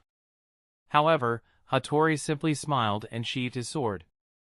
It would seem I have been defeated this time, he said as he nodded to Haku. Perhaps we will fight again soon, but for now, I simply do not have the time, he said as he slowly took multiple steps back before he disappeared, leaving Haku and Okuro alone. He really ran away, Rokuro said, not quite believing it. For now anyway, Haku said before he too decided to quickly retreat away, leaving Rokuro alone. Try not to die, Rokuro, he said before he left him alone. Gee, thanks, Haku, Rokuro said as he looked around at both of his dead teammates. What the hell do I do now? Chapter 94. Haku and Sino had retreated back to their base as they carried the flag. Somehow they had managed to push back Hatori and capture the flag from him. However, Haku was concerned that he had given up so easily. Alright, that makes one. What should we do next? Sino asked as she planted the flag into the ground next to their other one. Tomo also seemed happy that they had returned with a flag, but didn't say much at all. We should probably get ready to defend, as I'm sure there will be another squad that comes from us soon, Haku said. Sino nodded before her eyes opened wide. I sense a squad coming towards us from the east, she said as she turned her head to look in the direction. Haku also looked that way, thinking he just had to say it. Alright, prepare for a fight, he then said as the three of them got ready for battle. Meanwhile, Kimimaro and the others had managed to formulate some sort of plan, even with Isito butting in every 2 seconds. Kimimaro had decided that he and Isito would go off to look for a flag, while Yuri would stay and defend their own flag. It was a tough decision to make. If you only sent one to attack and kept 2 to defend, your attacking force was left weak and might not be able to capture a flag. However, on the flip side, the same could be said for your defense. If everyone went to attack, you would have no one to defend your flag at all. Keeping at least one person back made sense, and Yuri was happy to defend their flag, seeming much more controlled than Isito. You had better not slow me down, Isito said as he and Kimimaro jumped through the trees before coming to a large clearing that overlooked a grass meadow, getting a slightly annoyed look from Kimimaro. It would seem the next base is not too far from our own at all, Kimimaro said as he and Isito could see only one person guarding the flag from their vantage point. Alright, this should be a piece of cake, Isito said as HS stood to his full height getting ready to make a move. Wait, Kimimaro said as he got a good look at who it was. It was Chica Hozuki sitting there as she sipped on her water bottle. Not good, Kimimaro said, knowing his attacks would be useless against her Kekei Jinkai. What are you talking about? It's one girl, we can take her, Isito said, not knowing what the problem was. Unless you can use lightning style, we should move on and find somewhere else, Kimimaro said, knowing it would be more trouble than it was worth. No way, Isito said, flashing a mocking look at Kimimaro. I'm an Uchiha and we don't back down from anyone, he said as he jumped down from the ledge onto the grass and started running towards the enemy base like a one-man army. Kimimaro stood still from atop the cliff as he watched, knowing this was a mistake. Still, as squad leader, he couldn't just leave him, even if he was insubordinate. Chica sat calmly as she sipped on her water bottle, doing her best to stay hydrated as the sun was quite hot this day. She could already sense Isito on his approach towards her, and she knew she would have to fight even if she didn't want to. Isito didn't waste any time as he jumped right in with a fireball jutsu aimed right at her. Chica sighed as she slapped her hand onto the ground, letting a wall of water suddenly wash up from underneath to block the fire style, creating a burst of steam as the hot and cold mixed. Isito was surprised but continued to press the attack as he threw a handful of shuriken to distract her. However, Chica simply let the shuriken pass right through her as she took another sip of her water bottle, not seeming impressed. Here I was minding my own business and you just attack me like that, Chica shouted as she tossed her water bottle to the ground. Isito was surprised when his shuriken passed through her body, almost not believing his eyes. Jinjutsu? He said as he skidded to a stop, pulling more shuriken from his hip to test it. No. It's something else, he said as he threw the projectiles again, watching as they ripped through the air towards her. Chica was getting annoyed now and pulled out a kunai from her hip, blocking 3 of the 4 shurikens as she charged right toward him to counterattack. It's not a jinjutsu, the shuriken didn't affect her, Isito said as he braced himself for her attack. Chica slashed down with a feint, turning on her toes as she jumped back and threw a kick at his stomach. Isito saw the feint and leaned back, getting ready to grab her kick in a hook so he could sweep her leg. However, as he grabbed her ankle to twist her leg, it burst into water and his hand passed right through it. "What in the?" he shouted as Chica took advantage of this and was about to land a critical blow against him with her kunai. "Shit!" Aiseto said as he realized he was about to get cut open, not being able to move quickly enough to defend the attack. "Look out!" Kimimaro shouted as he suddenly slammed into Aiseto with his boot, knocking him flying across the ground and out of the way of the attack. Something he didn't mind doing at all. Chica clenched her sharp teeth as her kunai clashed with Kimimaro's arm that he had used to defend himself. "You!" Chica spat before she pulled away and jumped back a little to clear some space. Kimimaro did the same, keeping a close eye on her before he looked over to Aiseto. "What the hell, man? I so had that," he said, raising his fist at Kimimaro. "No, you didn't," Kimimaro thought as he sighed, looking back at Chica. "Take this!" Chica shouted as she jumped at him like an animal, attacking from all angles as she tried to take him out with taijutsu first. Kimimaro was engaged in a battle with Chica as she had attacked him, not liking that he had butted in at all. "I'm not going to take it easy on you, Kimimaro. You may have beaten Kajira, but you won't be able to defeat me the same way," she shouted, slashing and throwing advanced taijutsu at him. Kimimaro was much better at taijutsu than Chica was, and he was able to block and defend every attack she threw at him. The only problem was his counterattack methods. No matter what he did, he couldn't get through her body's ability to turn into water and negate physical attacks. No matter how many times he slashed or allowed his bones to be expelled and stab her, it did nothing at all, only splashing water onto the ground. "Your attacks are useless against me," Chica said as she started forming hand signs, knowing her own taijutsu was no match for his, not getting her anywhere at this rate. "Water style, water shock wave," she shouted as she suddenly allowed a large burst of water to expel from her mouth. Kimimaro was unable to do anything against the jutsu and was hit, getting pushed back by the jet stream. "No good. Haku is a much better match for this kind of the opponent," he thought as he flipped in the air and landed next to Aiseto. "It's no use, I can't do any damage to her with taijutsu," Kimimaro said as he looked to Aiseto. "I've got an idea," Aiseto said with a smile. Chica watched as the two of them talked, trying to formulate some kind of plan to fight her with. "It's useless, no matter what you do you can't beat me," Chica said as she pointed her hands at both of them, getting ready to use the Hozuki clan's signature jutsu. "Alright, that might work," Kimimaro said as he and Aiseto had finishing planning, with Kimimaro seeing what she was about to do. "Don't get hit by this next attack, otherwise it's over," he shouted as he quickly dashed out of the way of a water bullet blast. "You can't escape this jutsu," she said as she continued to fire volley after volley of water bullets at both of them in a machine gun fashion. Aiseto dashed from side to side, dodging all of the bullets with great skill before he jumped into the air. Kimimaro did the same thing, however, he changed course and made a beeline right at her, dashing head-on as he created a shield of bone to deflect the water bullets that could withstand her attacks. "No way!" Chica shouted as she panicked, not being able to see Aiseto due to the sun blinding her eyes and Kimimaro being able to deflect her water bullets that could shoot through concrete. Chica crossed her arms, knowing that the only thing she could do was wait to see where they tried to attack from so she could also counter their attack, knowing neither of them would be able to hurt her. "Now!"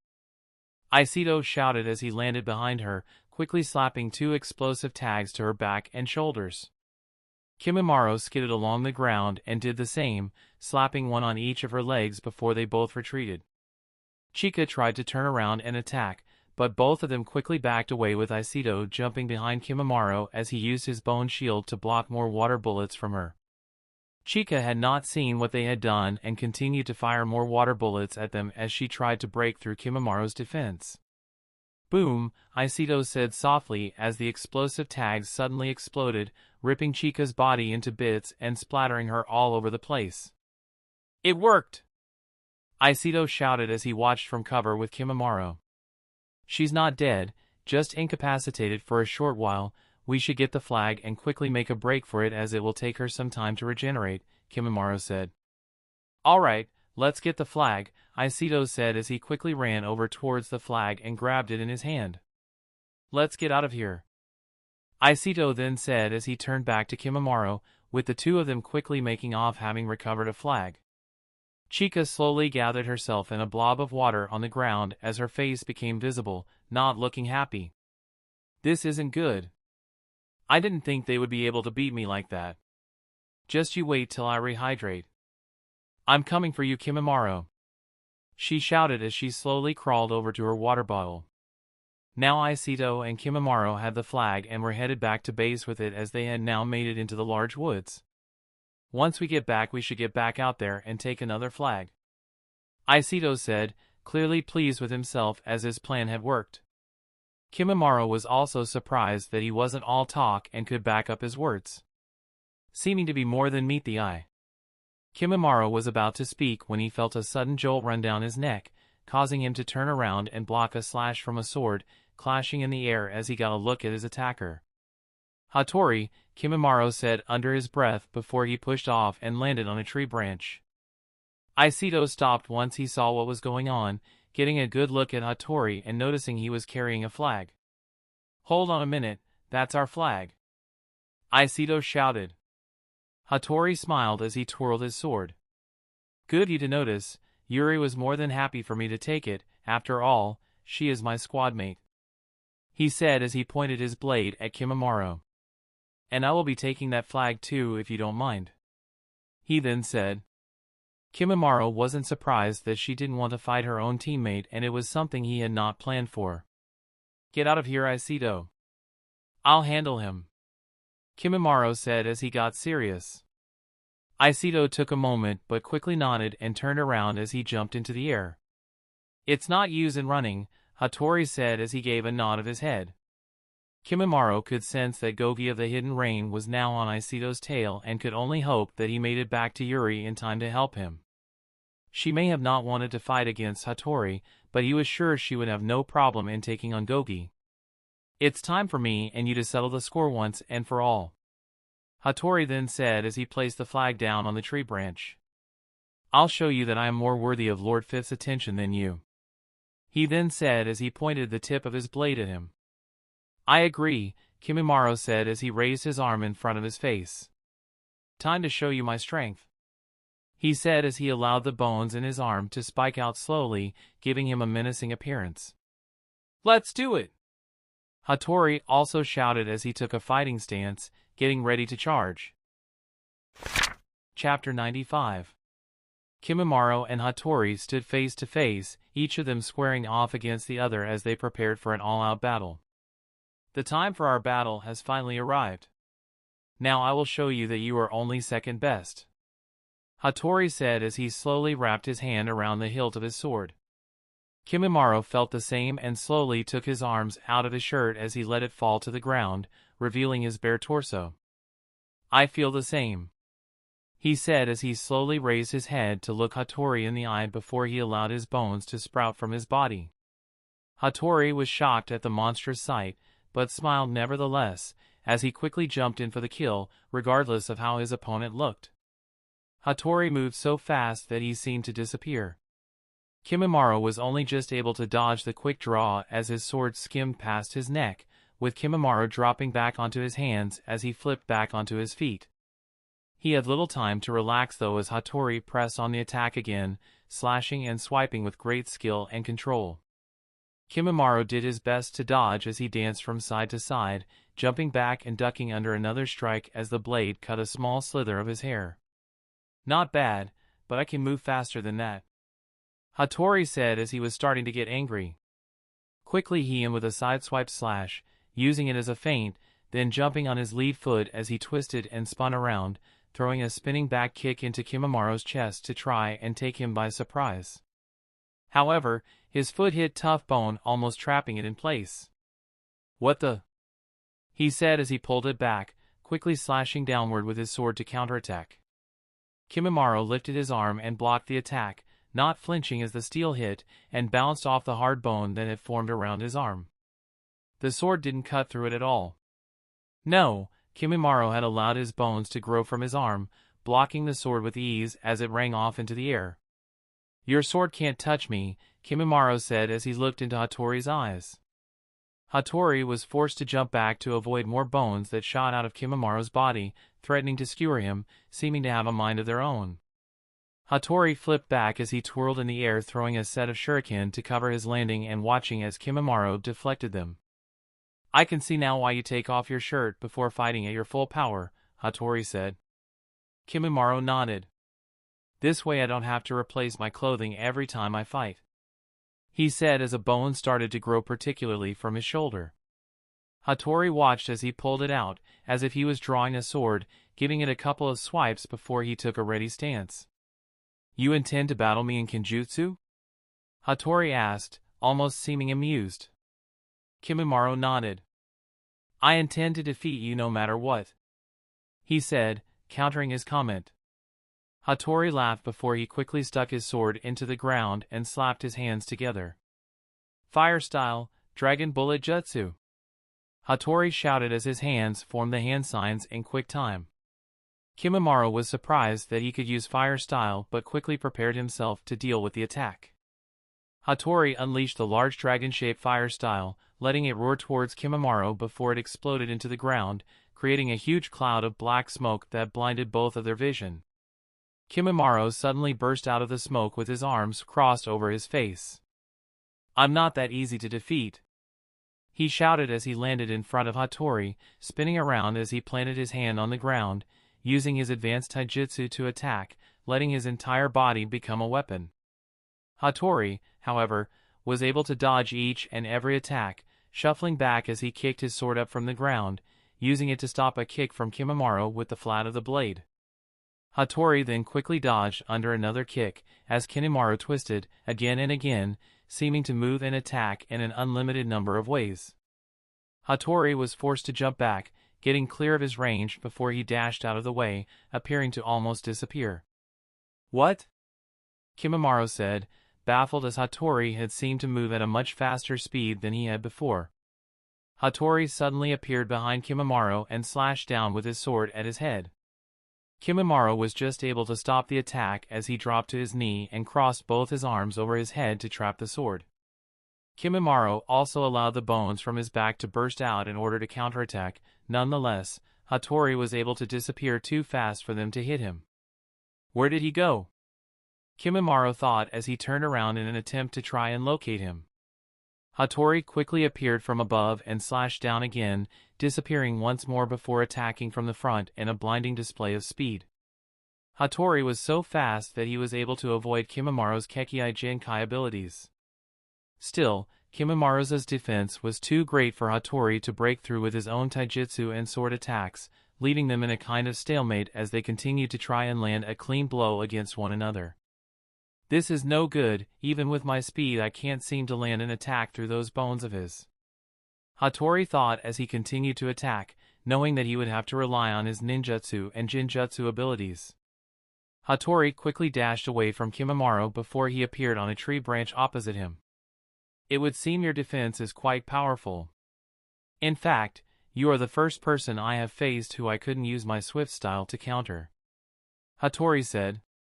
Kimimaro raised an eyebrow. "Swift style?" he asked, not having ever heard of it. "Not that I have to explain myself to you, but I guess it won't matter once I defeat you," he said as he crossed his arms. "I too have a Kekei Jinkai, called Swift Release. What it does is allow me to move at incredible speeds, moving almost too fast for the eye to see. It comes in very useful when facing powerful opponents in taijutsu, and is a huge buff to my kenjutsu," Hatori said as he pulled his sword from the ground with skill and placed it back in its sheath. Kimimaro was surprised that Hatori had a Kekei Jinkai too, more so that it was one he had never seen or heard of. However, that didn't matter at the moment as he took a lower stance, trying to figure out how he was going to drive him into a corner so he could land an attack. "If taijutsu won't work, then jinjutsu it is," Hatori said in his head as he suddenly disappeared using his swift release. Kimimaro remained in an alert position as he waited for Hatori to reappear. Knowing that was his only chance to attack, in the small moment, he reappeared to launch his own attack. "If I can just catch him where he appears," Kimimaro said as he turned around, waiting for his moment. Now! He said as he suddenly thrust his hand forwards in an attempt to predict Hatori's movements. Wrong side! Hatori shouted as he appeared on the other side of Kimimaro, taking him by complete surprise. Hatori suddenly placed his hands clapping his face together before he jumped back and threw a handful of kunai at Kimimaro. Kimimaro was surprised and easily deflected the kunai with his bone blade before. He fired his own bone bullets as a counter. Hatori watched as he deflected the kunai and smiled before he disappeared again, allowing the bone bullets to pass through an afterimage of himself before they pierced through a tree. Looks like he fell for it, Hatori said as he dropped down to the ground, looking up at Kimimaro who was now placed in a Jinjutsu unknowingly. Now that I have him in a Jinjutsu, it's time to finish this fight and capture the flag, Hatori said as he quickly moved back towards Kimimaro, coming face to face with him. It's over for you. Meanwhile, Aiseto Uchiha was currently rushing through the forest with the flag on his back. Hatori may have stolen theirs, but at least they had secured another to replace it, knowing that they were only allowed to carry one at a time. I wonder if that Kimimaro guy will be alright. I mean that Hatori, or whatever his name was, seemed strong. He said to himself as he jumped from branch to branch. Aiseto jumped off one branch and landed on another that was in his sight, getting ready to push off again so he could jump. However, as Aiseto pushed his weight from the branch, it snapped, seeming to give way to his strength. What? He said, surprised as he fell through the air along with the branch. He was even more surprised when he noticed the explosive tag on the bottom of the branch that was about to explode. Oh shit! He shouted as he quickly kicked the branch through the air, knocking it just far enough so that it exploded at a safe enough distance that he was only knocked back by the shockwave. Aiseto used the pressure of the shockwave to flip back in the air before he landed on the ground safely, looking up and around him to see what was going on. Who the hell did that? He shouted as he rolled out of the way of a barrage of shuriken that had been aimed at his head, pulling out a kunai as he got ready for a fight. I'm surprised an idiot like you didn't fall for my trap, a voice said before its owner slowly appeared from the ground. Aiseto recognized him from his match with Hana, seeing that it was Gogi of the Hidden Rain. Look pal, if you don't get out of my way I'm gonna have to take you down, Aiseto said as he pointed at Gogi with his kunai, seeming more than confident that he could take him. Gogi sighed before he placed his hands together to make a hand sign. You leaf ninja are so arrogant. I'm going to kill you and take that flag, Gogi said as he slowly sank into the ground. Aiseto was pissed now as he watched Gogi disappear, deciding to plant the flag into the ground before he took a fighting position. I'll show you just how tough us hidden leaf really are, he said as he waited for Gogi to make his move. I remember this trick when you were fighting Hana. I won't fall for it, Aiseto shouted as he grabbed the flag and jumped as high as he could onto a tree, using the chakra in his feet to stay standing on it before he started to run up and around the thick trunk. If I can get enough distance and make him chase me, he won't be able to use his poison gas, Aiseto thought as he made sure the flag was secured to his back before he jumped onto a branch. Going somewhere?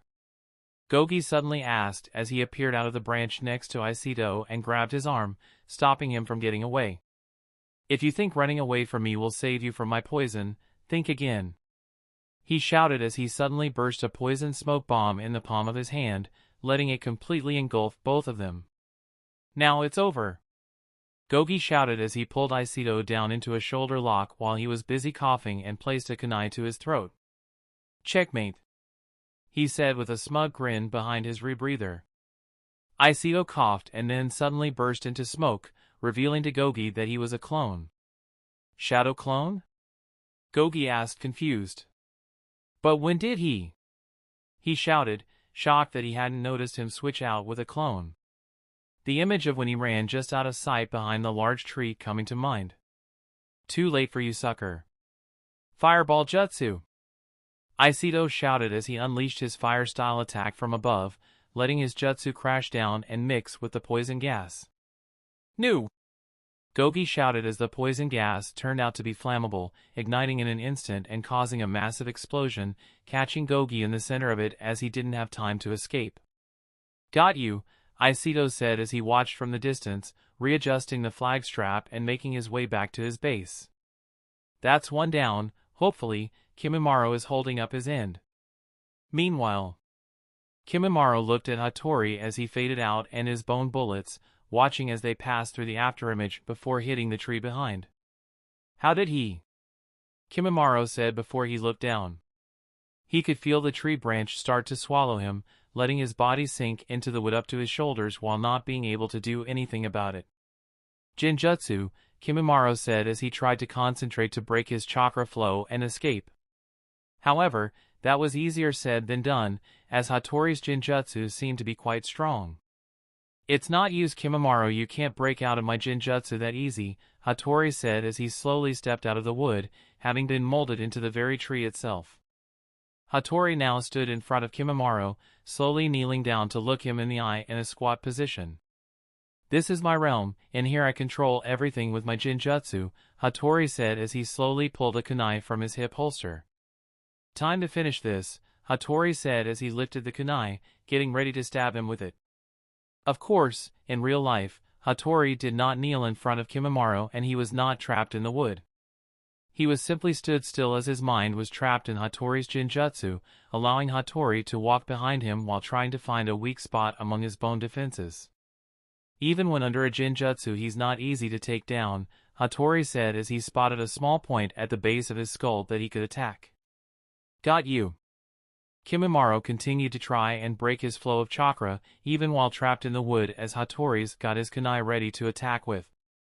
No! I can't let this happen. I have to get free. Kimimaro said as he even bit his lip, hoping that the would help break the jutsu. However, nothing seemed to work and Kimimaro was beginning to lose hope. Hatori was just about to thrust his kunai into the back of Kimimaro's skull, knowing that the attack would finish him for good when suddenly he felt a fierce pressure weigh down upon him, breaking him free of the Genjutsu. What is this? Hatori asked as he heard a demonic voice. Never will someone control me against my will again. It shouted as its very words held power. Kimimaro could feel the power of the three tails inside of him suddenly burst to life as the tailed beast spoke to him, breaking him free of the Genjutsu. With his sudden burst of chakra, Kimimaro had suddenly broken free and was able to turn around and stop Hatori's frantic strike, hoping that he could act before Kimimaro was able to react. Hatori had no choice other than to retreat and gain some space away from him, using his swift release to move back before Kimimaro skewered him. Just what the hell are you? Hatori said, knowing that there was something monstrous lurking within his body. My name is Kimimaro. And I am the son of the 5th Mizukage. Kimimaro declared as he let his chakra flare to life. Hatori could only watch as a red cloak of visible chakra started to surround Kimimaro, forming one tail behind his back. What is this chakra? It's visible! Hatori shouted as he was forced to cover his eyes from the pressure. Something he regretted all too soon as Kimimaro suddenly disappeared from his sight, only to reappear next to him before he slashed down with his bone blade. Hatori was in a state of shock and had not been able to move fast enough to keep up, taking a direct blow from Kimimaro's bone blade, with the blade cutting down from his shoulder to his lower chest. No! Hatori thought as he fell backwards, watching as Kimimaro loomed over him with red eyes. He's a monster. He said again, knowing that this fight was now over. No! I can't give up. I can't lose here. Hatori said as he caught himself on his back foot, somehow remaining standing. Kimimaro noticed this and quickly jumped into the air, having lost most of his sense other than for battle. He was no longer holding back and was now fully prepared to kill Hatori, coming at him with everything he had. Hatori had no other option than to raise his arm in an attempt to block Kimimaro's attack, knowing that he would most likely be sacrificing his arm. Kimimaro pulled his bone blade through the air, slashing down with all of the force he could muster before it made contact with Hatori's arm. The sound was unexpected as it gave off a metal clashing on metal vibration, and even more shocking was that Kimimaro's blade had bounced off Hatori's arm. Hatori watched wide-eyed as he couldn't believe it. Somehow at the last second, his arm had turned hard, looking as if it was made out of steel, not only allowing it to absorb Kimimaro's attack but to repel it. What is this ability? Hatori thought as he watched his arm turn back to normal. The force of him being pushed back was enough for Kimimaro to also come to his senses, as he was able to control the chakra that flowed through his body, letting his mind relax as he let it dispel, returning to normal. So you can control such a power? Hatori asked as he reached his good arm up to his wound, trying to stop the bleeding. Kimimaro could see the damage that had been done, and although it was not life-threatening, it was enough to take him out of the exam. I admit, you are stronger than me right now. And with my wound, I no longer stand a chance, he said, swallowing his pride.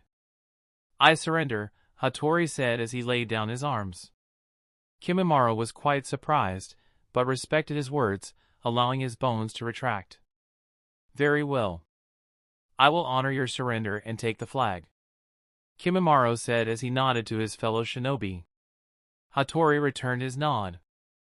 I look forwards to a rematch in the future, he then said, watching as Kimimaro took the flag and left him alone in the forest. Chapter 96. Now that Kimimaro had defeated Hatori, with each of them once and for all settling their rivalry, he headed back to his base, hoping that Aikido had been able to defeat Gogi and make it back with the flag they captured from Chica. Finally, he arrived back seeing Aikido, who seemed to be shouting at Yuri for simply gifting their flag to Hatori.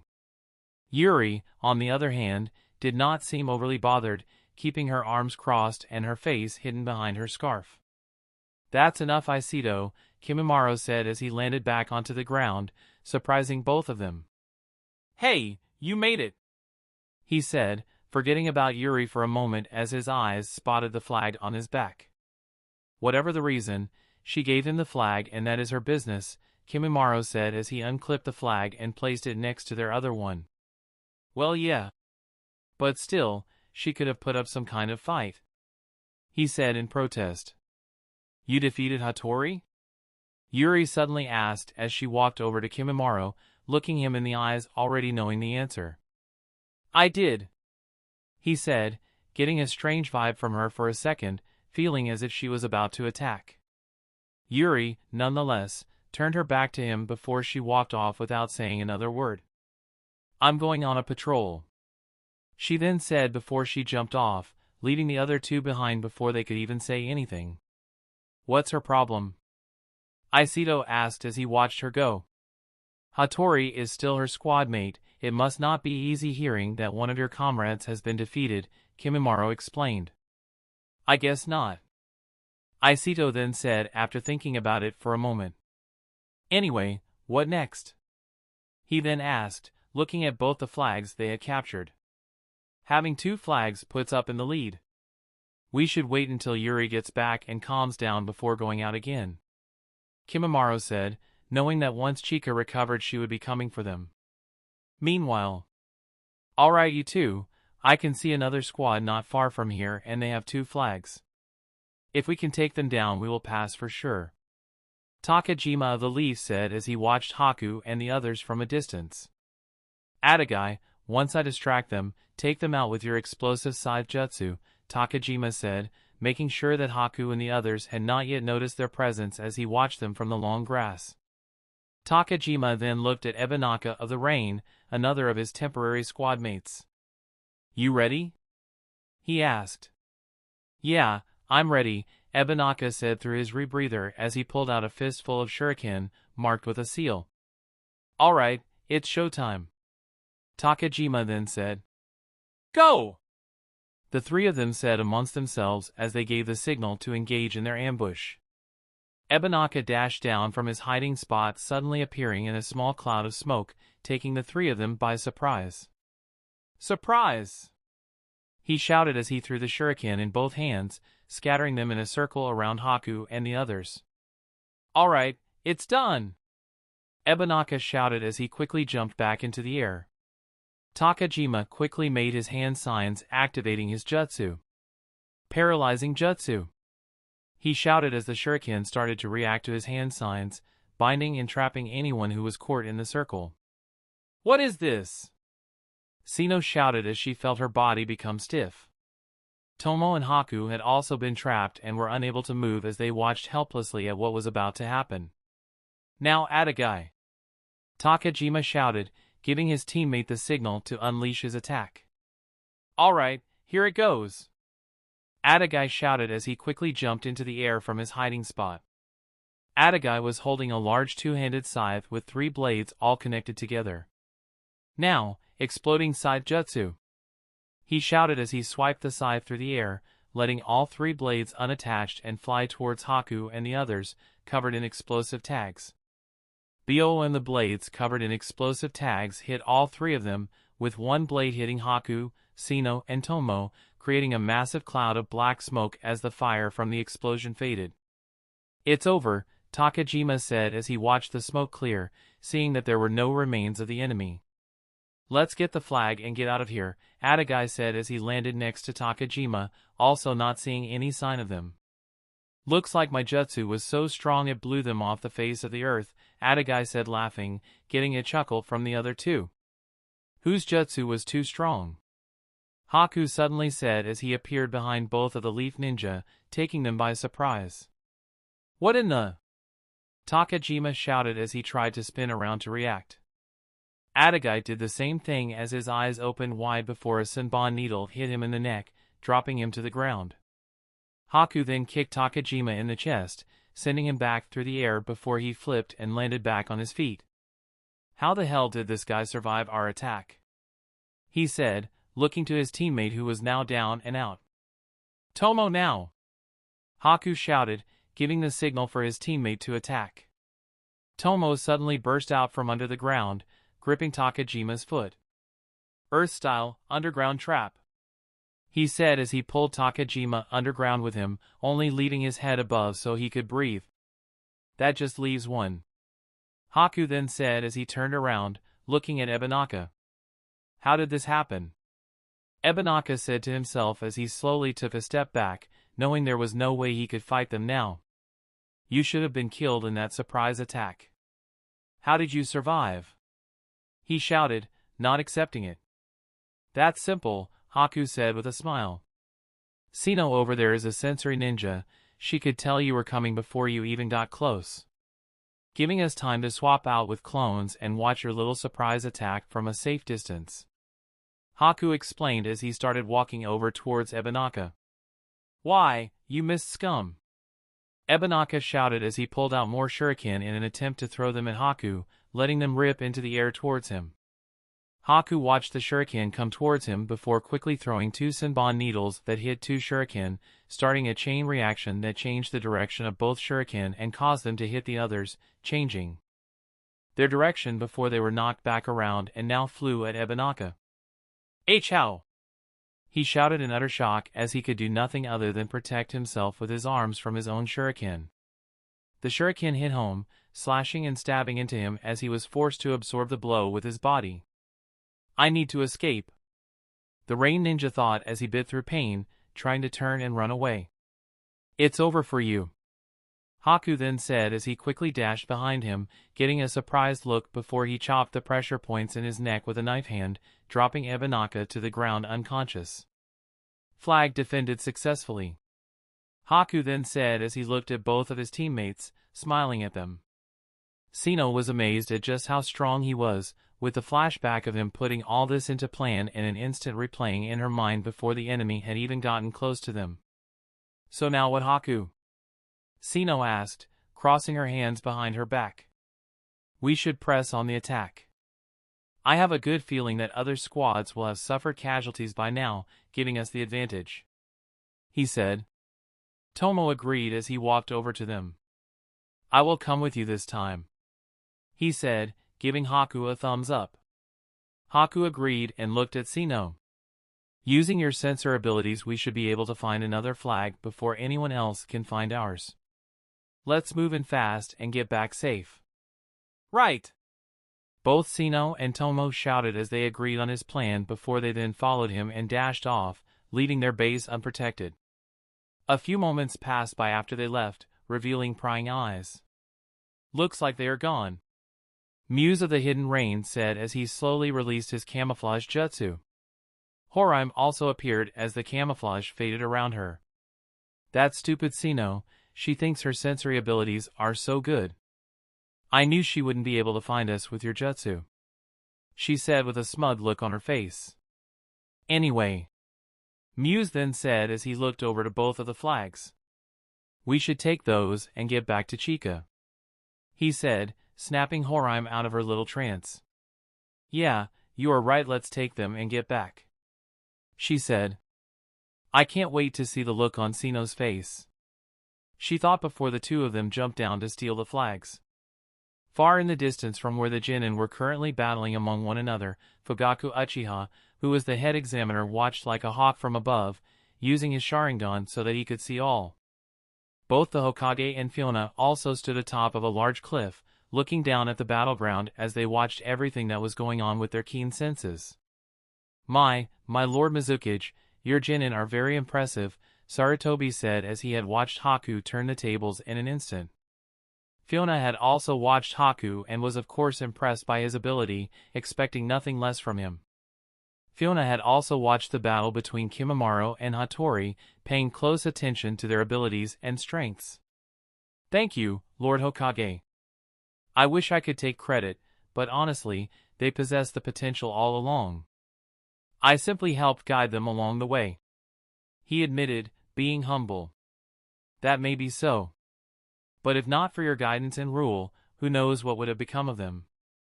Hiruzen said before taking a large puff on his pipe. Fuyona knew that was true. Both Kimimaro and Haku should have been living completely different lives right now. Haku should have been with Zabuza, undergoing his training, and Kimimaro should have been with Orochimaru, compelled to die in a few years due to his illness.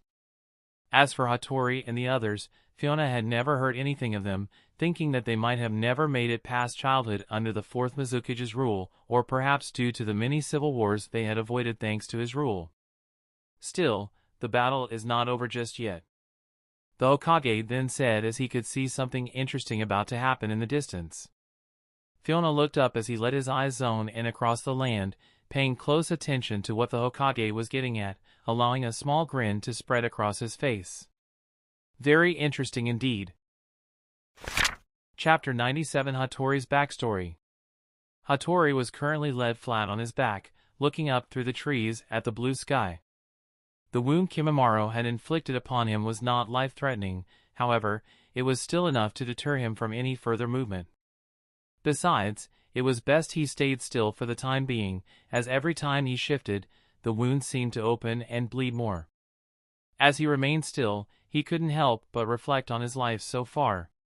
His past and memories, something he had tried to forget, slowly crept into his mind as the memory took him back to a time he had tried to forget. Flashback: it all started 8 years ago, while Yagura was still at the height of his reign as the fourth Mizukage. Hatori had been the second born of a noble family, living a comfortable life in the land of water on his family's estate. Hatori's father was a noble who was loyal to the daimyo, appearing to live a just and honest life as he strived for a better life for the people of the land. Hatori spent his days playing with his older sister, who was 5 years his elder. His memories of her were pleasant, remembering that she always made time for him no matter what. Their mother had unfortunately passed away while Hatori had been too young to remember, leaving his sister to fill part of the role in his mind. Life was good and they were happy with nothing that seemed to dampen their spirits. Until that fateful day. Hatori's father had been fighting for the rights of the people for years, little to Hatori and his sister's knowledge, coming under threat of assassination many times over. Soon enough a request from the Mizukage had come through that she be sent to the academy, requesting that even nobles were required to provide at least one child to bolster the ranks of the nation. Of course, Hatori's father fought this, refusing the Mizukage's request thanks to his noble rank, even taking it to the daimyo himself, as he pleaded for his daughter to have a normal life of his choosing. The daimyo, having his own daughter, accepted his plea and outruled the Mizukage, allowing Hatori's family to be exempt from the request. However, the show of power from the daimyo towards the Mizukage would not be attained kindly. Time had gone by slowly, with a dark cloud of fear seeming to consume his father. Word had spread of his rebellious behavior towards the Mizukage, and that was something that would not be tolerated by a tyrant such as Yagura. Hatori had not noticed it at first due to his young age. But now that he was older, there was no mistaking the fear in his eyes. Each day he and his sister would wake, they would be greeted by strangers. Hired bodyguards that his father had secured for their protection. Their father would remain locked away for days on end until it was time to travel to another safe location, or a country house as he would call it. During this time Hatori had noticed his sister's kindness towards him had diminished, only appearing every so often before she was taken away by strangers on a daily basis. Hatori had been kept in the dark that his father was having his sister trained by the best money could buy, forcing her to become a shinobi so that she could one day protect their family. He would watch her return home beaten and bruised each day as she was trained without mercy, and he noticed that each time she would grow colder and colder as the teaching of the ninja sank into her very existence. Soon 2 years had gone by and their life of moving around had come to an end, finally returning to their main home. Hatori had remembered being excited, yet his feelings were one-sided as both his father and sister remained consumed by fear, allowing the emotion to take over their being completely. Hatori had no choice but to watch as his sister continued to train to become stronger, while his father kept himself locked away. He couldn't remember the last time he sat with his father, or even shared a conversation with him, instead only ever communicating with the servants of the house. His life had become cold and isolated. The once warm and loving family he remembered had faded away, being replaced by nothing but darkness until that fateful night had finally arrived. The Mizukage was a cold and ruthless killer, respecting power over everything else. And he was not one to forget nor forgive those who dared speak out against him, casting a long and ominous shadow. It was a moonless night, one heavy with rain as a storm had blown in from across the sea. The wind howled and thunder roared from the sky, causing Hatori to remain awake as he hid under his sheets feeling scared. There had been a time when his sister would have comforted him, stroking his hair and telling him everything would be fine. However, those days had long passed, and Hatori had been made to endure his fears alone.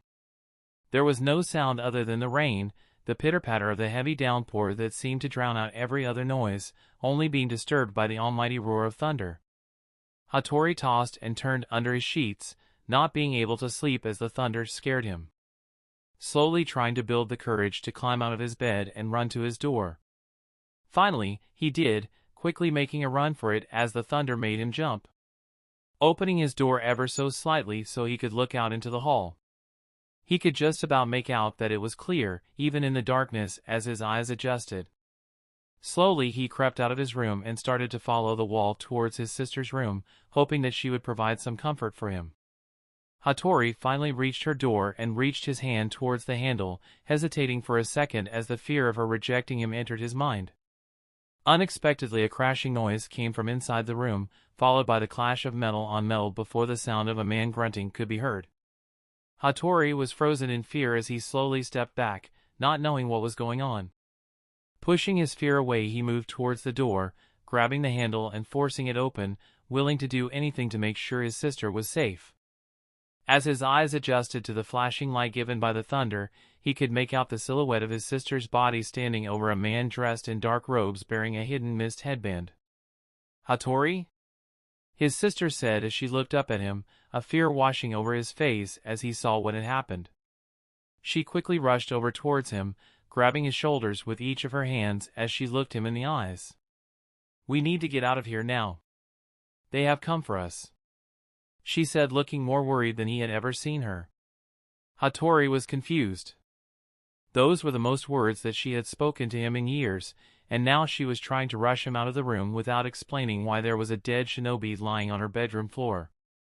"Quickly, Hatori, there is no time to explain," she shouted as she grabbed his hand, dragging him out of the room and into the hallway. Hatori struggled to make sense of what was happening as he was dragged along by his sister. "We need to find father and get out of here," she said as she tried to drag him even faster. "I can't!" Hatori tried to shout as he couldn't run any faster, pulling away from her before he fell to his hands and knees. His sister turned around with an angry expression on her face, trying to hurry him back to his feet before she suddenly pushed him back down again. "Hatori, stay down!" she shouted as she suddenly blocked two kunai that came from the shadows aimed at both of them. Hatori was scared for his life as he looked behind him, seeing another man dressed in dark robes running towards him with a sword. Time seemed to slow down for him as the man got slower and slower, only snapping back into full time as his sister suddenly appeared next to him and slit his throat. "Hatori, look out!" she shouted as she let the man's body fall to the ground, causing Hatori's attention to shift to another shinobi who appeared from the shadow of the wall next to him. Hatori didn't have time to react as a kunai was suddenly thrust towards his face, only stopping a centimeter from his eye as his sister had appeared, grabbing the ninja's wrist to stop his attack. The enemy pulled back as he tried to throw a kick at her, however, she moved so fast that she disappeared, leaving him confused as he took a defensive stance. Hatori watched as his sister suddenly appeared below him, slicing his ankle with her kunai, causing him to drop to his knees with a painful screech. She quickly grabbed his head, lifting it up as she slashed his throat at a downwards angle so the blood didn't spray all over the place and let his corpse fall to the ground. Hatori remained on his hands and knees in shock at what he had just witnessed, never having imagined his sister could be capable of such a massacre. "Listen to me now, Hatori," she said as she slowly knelt down in front of him, looking him in his eyes. "I don't have time to explain everything now. But we are special, we have abilities that others don't. And because of that, the Mizukage wants us dead," she said, not making any sense to him. "Look, we don't have time. We need to find father and get out of here," she then said as she grabbed his hand again, dragging him to his feet as she ran through the hallway and down another corridor towards their father's room. As they came around the corner, they could both see the dead bodies that lay on the wooden floor, indicating that there had already been a battle. "Oh no!" Hatori's sister said as she let go of his hand before she told him to stay put, quickly running over towards their father's room. Hatori could see the bodies that littered the floor as the thunder broke through the sky, providing just enough light to see that they were both mist shinobi and the hired guards his father had hired. "Father!" Hatori snapped out of his shock as he looked up, hearing his sister's scream come from inside his father's room. Hatori quickly ran towards the door, entering the room as he rushed to see what was going on. He could see his father on his knees surrounded by 5 shadows with more bodies that littered the large room. "Father!" his sister shouted again, getting the attention of all 5 of the shadows who stood around him. Hatori could see that his father was covered in blood and was badly injured, having fought off a lot of enemies from the look of it. With the last of his strength, he looked up at his children, knowing he could do nothing for them now. "Run! Run! Please, both of you! Run and save yourselves!" their father shouted as he looked dead into his daughter's eyes. Suddenly one of the men in dark mist robes slashed down with his sword, severing their father's head from his shoulders in one clean motion, silencing him forever. "And oh! Both Hatori and his sister screamed. "Kill them both!" the leader of the shinobi said to the others, giving them the green light to make a move. Hatori watched in horror as his sister suddenly burst forth in a fit of rage, moving so fast that she became nothing but a blur. "Look out, she has the same ability as her father," one of the shinobi said before he was cut down by her, forcing the others to watch as she vanished again. "Arg!" another screamed before he fell, revealing a large gash on the side of his neck as blood sprayed into the air. "Formation B!" one of the other men shouted, getting the others to change position as they formed a circle and pressed their backs to one another, giving them a better chance against her speed. "Hidden mist jutsu!" another of them then said as a thick layer of mist suddenly burst forth, encasing the entire room in fog. Hatori couldn't see anything now as he wiped his eyes trying to get them to focus. Nonetheless, it was no good as the mist was too thick. "Look out! Arg!" Sounds of metal clashing. "Where the hell is she?" another one of them shouted before he screamed, and the sound of more clashing blades and fighting echoed until more bodies hit the ground, causing everything to go silent. Now the only thing that Hatori could hear was the heavy pitter-patter of the rain as the room had fallen silent from the sounds of battle. Hatori slowly stood up from his hands and knees, feeling that his hands were wet. He looked at his hands as another flash came from the thunder, revealing the blood on his hands. "Arg!" he screamed as he fell back with tears in his eyes, feeling scared for his life. "Hatori?" His sister's voice sounded through the mist, snapping him out of his terror for a moment. "Sister?" he asked, trying to see her through the thick mist. "I'm over here, Hatori," she said. "Follow my voice." Hatori slowly started to walk in the direction his sister was calling him from, doing his best not to trip over the dead bodies as the mist slowly started to clear up. "Where are you, sister?" Hatori shouted again, not being able to find her as he panicked. "Over here, Hatori, you're almost here," she said again, weakly. Hatori turned around and quickly ran over towards the sound of her voice, feeling that she was close now. "Sister!" he shouted as he reached her, seeing her shadow come into the darkness. "I'm here, Hatori. It's okay now," she said with a small smile on her face. Hatori could see that she was sitting on the ground with her back propped up against a wall. "You're hurt," he said as he noticed the blood coming from her stomach, causing more tears to start falling from his eyes again. "It's okay, Hatori. It's okay now," she said as she raised her hand. "Come closer, I need to tell you something," she said as she flicked her fingers, signaling him to come closer to her. Hatori nodded as he knelt down and leaned in closer to his sister so he could hear what she had to say. "I need you to do something for me, Hatori," his sister said softly. Hatori leaned in closer as he looked his sister in the eye. "Anything, what is it, sister?" he said through teary eyes. "I need you to die," his sister suddenly shouted as she thrust a kunai towards him, revealing its sharp tip that resulted in his life flashing before it. Hatori screamed and fell back, watching in horror as his own sister was about to impale him with a kunai, not being able to do anything about it. Suddenly another kunai flew across the room and hit the kunai in his sister's hand, knocking it out of her hand and into the air where it landed on the floor with a dull thud. "What the?" his sister shouted as she quickly stood to her feet. However, a sudden barrage of shurikens slammed into her chest and face, knocking her to the ground with a thud and causing her body to burst with white smoke. Hatori watched in anguish as the smoke vanished, revealing one of the mist ninjas who had transformed into his sister and tried to kill him. "Hatori!" his sister's voice suddenly shouted again, this time followed by his sister as she slowly limped out of the shadows. Hatori didn't know what was going on and fell back in fear, scared that she might not be real again. "It's okay, Hatori, it's me. He was using a transformation jutsu to look like me," she said before she suddenly dropped to her knees. Hatori could see that she was hurt, having a large gash across her stomach and her leg. "Sister!" he shouted as he quickly scrambled to his feet and dived towards her, hugging her tightly as he sobbed into her neck. "I'm scared, sister. Please, I don't like this," he cried, holding her tightly with his small arms. "It's okay, Hatori. Everything is all right now," she said as she returned his embrace, holding him tight in her arms for as long as she could. "Listen, Hatori, I don't have much time," she said as she let go, coughing up a large amount of blood.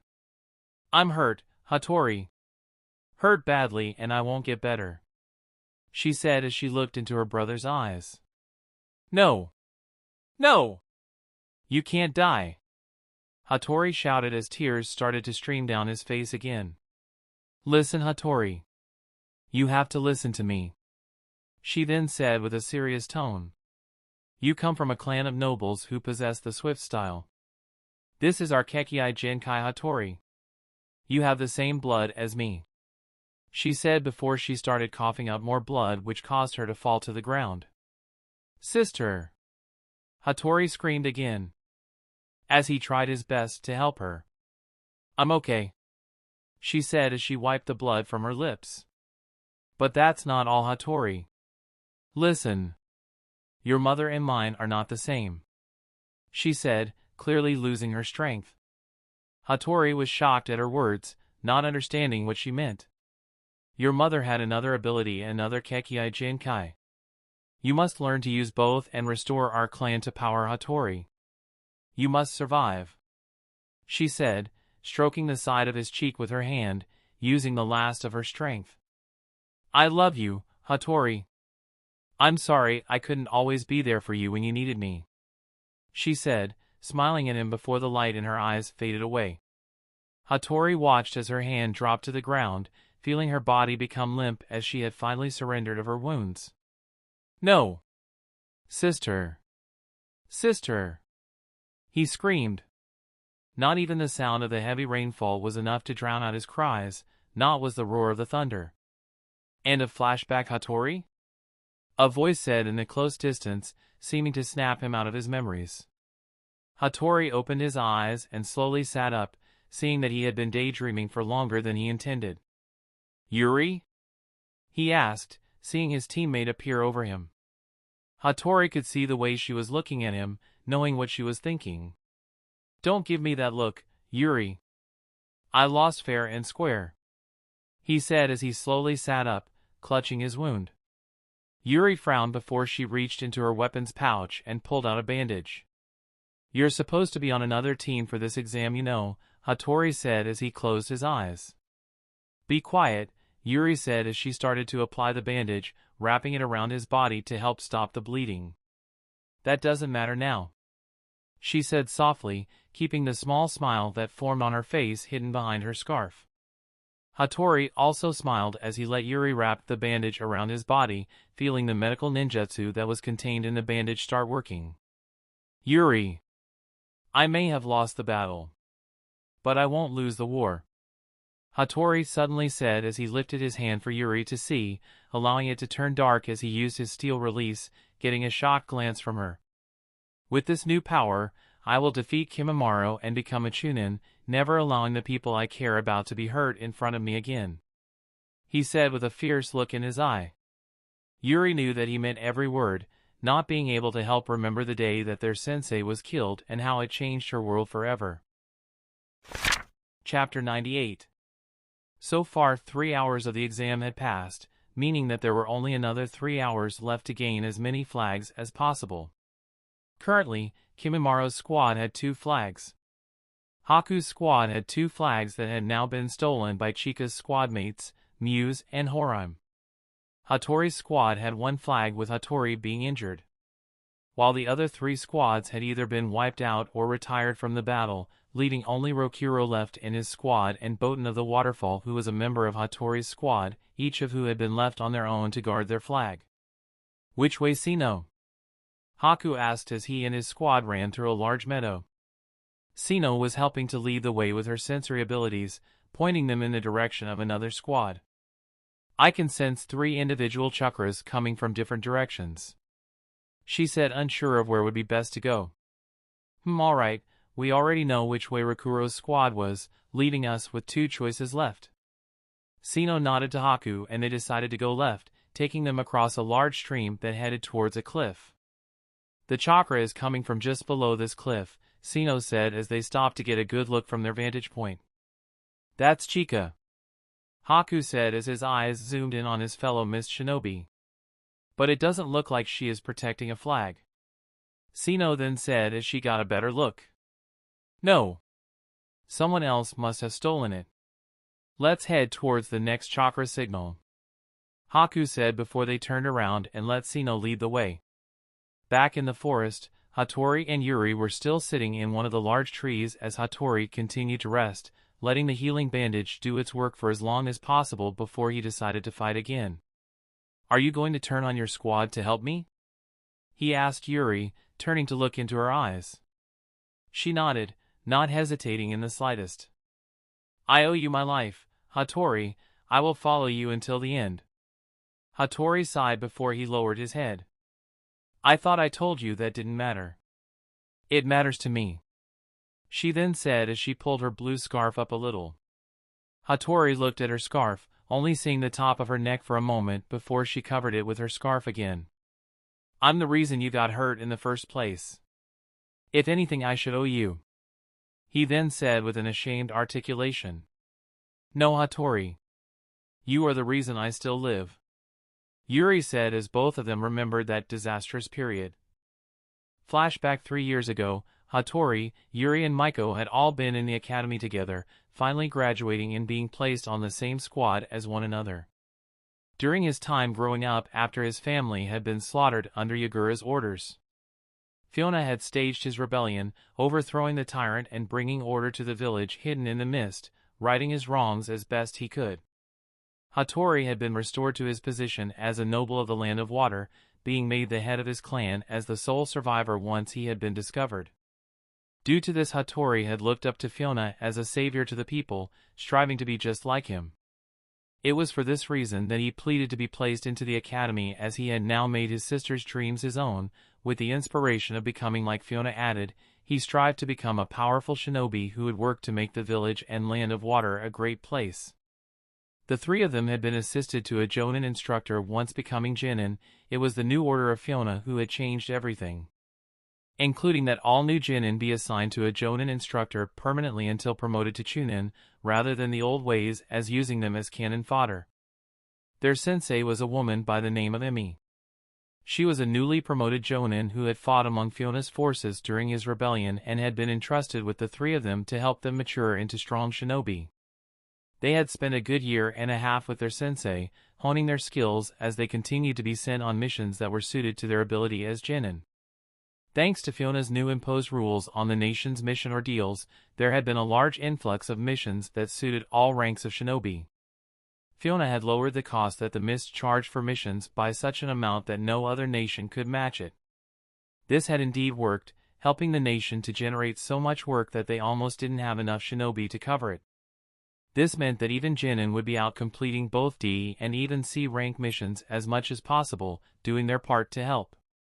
Hatori and his squad had been busy. In fact, they had been so busy that they had missed the opportunity to attend the first Chunin exam that had been held in the Hidden Mist by Fuyona. Although they were disappointed, their sensei had reassured them that it would do them good to have more time to train and improve their skill. Having completed missions from simple escorts, animal capture, and bandit clearing, they had now been tasked with guard detail duty, classed as a C-rank mission. A noble had asked for a low-level escort as he traveled from his home to a country house in the Land of Fire. The Council of the Hidden Mist had determined that due to their established success rate on their previous missions, they would be a perfect fit for a low-level C rank that expected no trouble. Both Yuri and Miyako were both excited by the chance of proving themselves on a C rank mission, as was Hatori, who also relished at the chance to prove himself. Emi, on the other hand, was a little apprehensive of the mission details, wondering why a noble would only want a low-level escort, rather than the adequate security for this kind of trip. Still, she couldn't ignore her Genin's excitement at the chance to excel, and she was sure with their abilities all would be well. With that, Team Emi accepted the mission and reported to the appointed location so they could report for duty. They had arrived and greeted the noble, who had in turn greeted them, as well as thanked them for their efforts. The trip had gone off without a hitch, getting clear of the Land of Water with no hardship at all. Soon they had crossed the sea to the Land of Fire, all in all, the journey taking around 2 weeks. Miyako had complained the whole way, saying how she had expected some action by now, while Yuri had constantly told her to be quiet, saying that she shouldn't wish for that, and that they should hope for a quiet trip. Hatori had remained quiet, trying not to complain due to his boredom. He did, however, remain alert in case something occurred. But nothing did, causing his attention to dissipate throughout the trip. It was the middle of the day now, and the sun was coming to its highest point. Everyone could feel the heat getting to them, causing them to become sluggish and let their guard down, continuing to move in their caravan as the servants and staff hauled all of the nobles belonging through the road. Even Emi-sensei had let her guard drop a fraction due to the heat, lifting her arm to her head to wipe the sweat from it. Suddenly a masked man with long black hair appeared before the caravan, seeming to appear from the very ground itself, causing the caravan to come to a halt at his manifestation.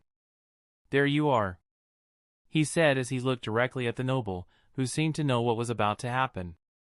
"G guards!" he yelled as he started to panic, even trying to scramble out of his seat. The masked man was a Beto, little to everyone else's knowledge.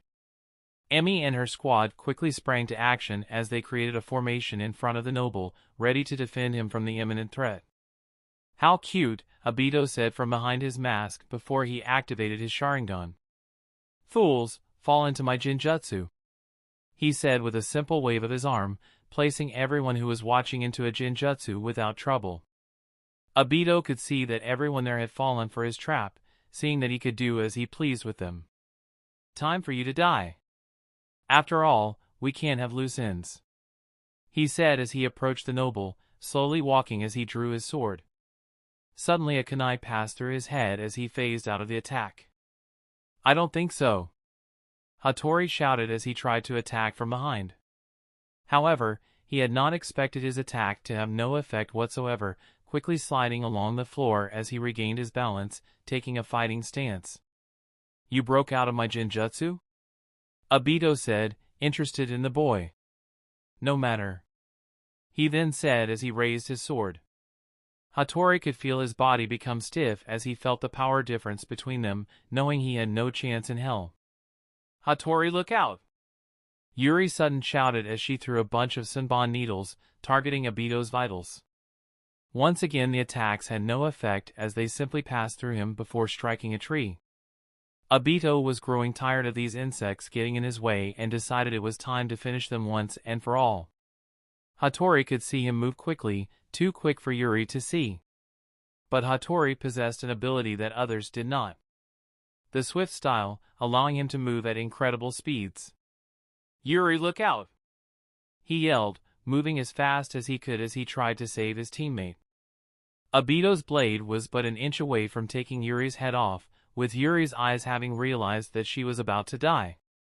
Even at Hatori's max speed, he was not sure if he would make it in time. Moving across the ground as he reached his hand out, desperate to push her out of the way. "Yuri!" he yelled as he hit her, pushing her shoulder just enough to knock her out of the way of his blade. However, the tip was longer than he had judged it to be, cutting clean across the front of Yuri's throat before she dropped to the ground choking on her own blood. Obito looked surprised as he had sworn that he aimed to take her head off. Did the boy really cover that much distance to push her out of the way? He asked as he turned to face him again. Hatori was in shock as he watched Yuri clutch at her throat as she tried not to choke. "Why, Yuri?" he shouted as he ran over to her, trying to help put pressure on her neck. "It's going to be all right, Yuri. I won't let you die," he said as tears started to form in his eyes. "Foolish children," Obito said as he watched from the side, deciding to leave them to it as he turned his attention back to the noble. "I don't think so," Emi-sensei said as she had also broken out of the Jinjutsu, quickly dashing in as she formed a water-style whip in both of her hands, using them to attack Obito and bind him. "That should hold you," she shouted as she watched her water whips wrap around his arms and legs, binding him in place.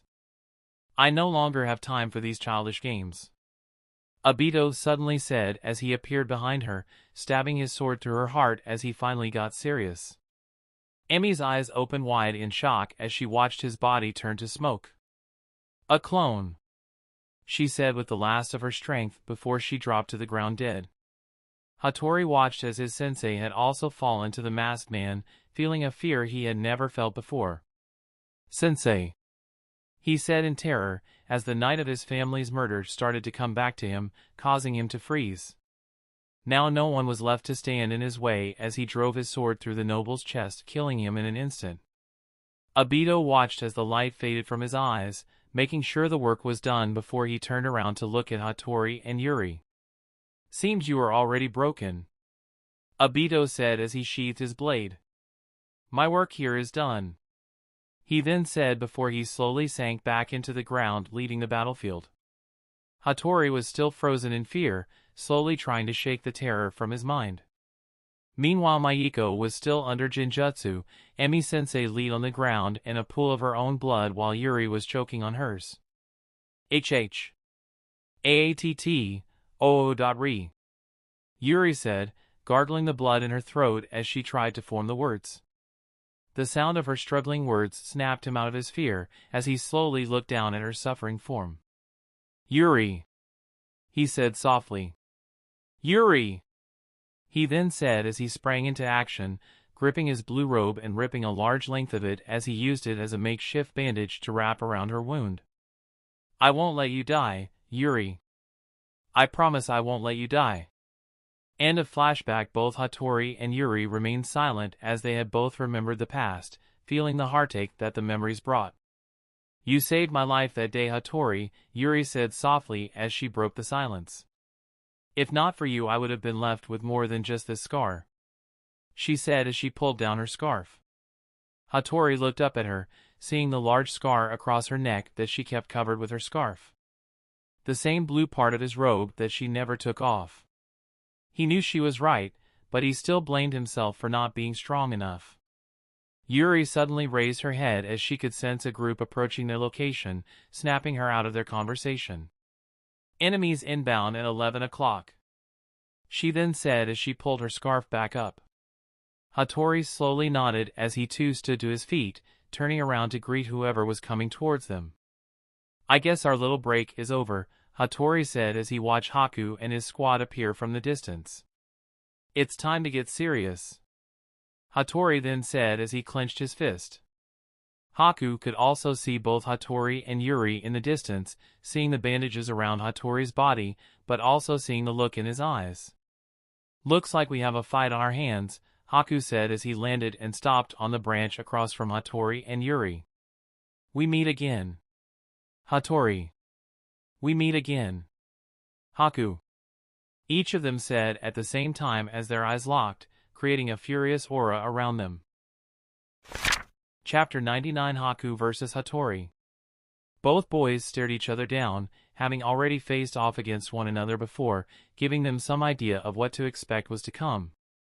Haku couldn't help but notice that Yuri was with him, knowing for a fact that she was placed with Kimimaro for this exam. They don't have a flag, Sino said softly as she remembered how strong Hatori was from his match, and fighting the other squad. I can see that. Also looks like Yuri has left her squad to help you, Haku said, looking at the bandages wrapped around Hatori's body. I take it you had a run-in with Kimimaro, Haku then said, knowing they must have finally clashed. Hatori smiled. Perspective as always, I see. Haku nodded. Yes, well, since you don't have a flag there is no need for a fight, he said, not wanting to battle if he didn't have to. No, Hatori said, knowing that with a 3 versus 2 in his condition, things would not be easy. It would seem that'd be best, Hatori then said, looking down as he ran his hand through his hair. But when else will we ever be given a chance to battle and see which of us is stronger? Haku had a feeling something like this was coming, knowing he wouldn't be able to simply walk away once he had come face to face with Hatori a second time. I would prefer not to have to fight you in this condition, Haku said, trying to be kind. However, his eyes opened wide as Hatori suddenly disappeared. Only the slight feeling of the wind changing was enough for Haku to have any warning that an attack was incoming. Haku quickly dropped to the ground, hitting his hands and knees on the deck as Hatori appeared above him, throwing a kick where his head had been. How did he move so fast? Haku thought as he rolled back, avoiding a stomp from Hatori, only being able to pull himself to his feet at the last second to counter a kunai that was aimed for his face. This time I won't hold back against you, Hatori shouted, clearly in the mood to fight. Both Sino and Tomo had been too slow to even see what had happened at first, only Haku had been able to react to Hatori's speed. Haku, look out! Sino shouted as she rushed to help him. However, her path was blocked by a barrage of Senbon needles that hit around her feet. You, she said as she looked up to Yuri, who was standing across from her on another branch. Stay out of this fight, otherwise, you will have to fight me, she said as she readied another first full of Senbon. Tomo knew that Yuri was strong, knowing that Sino didn't stand a chance against her and not sure if he did either. Haku and Hatori both struggled in their clash as their weapons ground against one another, until Haku pushed Hatori back, noticing his increased strength from the last time they exchanged blows. Looks like he really isn't holding back this time, Haku thought as he watched Hatori closely. Both of you go, try to capture another flag without me, Haku then said to his teammates. Sino looked over at him, shocked he was willing to sacrifice himself so they could get away. "I'll be alright, just go," he said as he took a defensive stance against Hatori. "Smart move," Hatori countered, knowing it was the right choice. "I'm only bothered about fighting 2 people in this exam. Kimimaro and you," Hatori said as he slowly raised his hand. "Once I defeat you, I'll go and return the favor to him."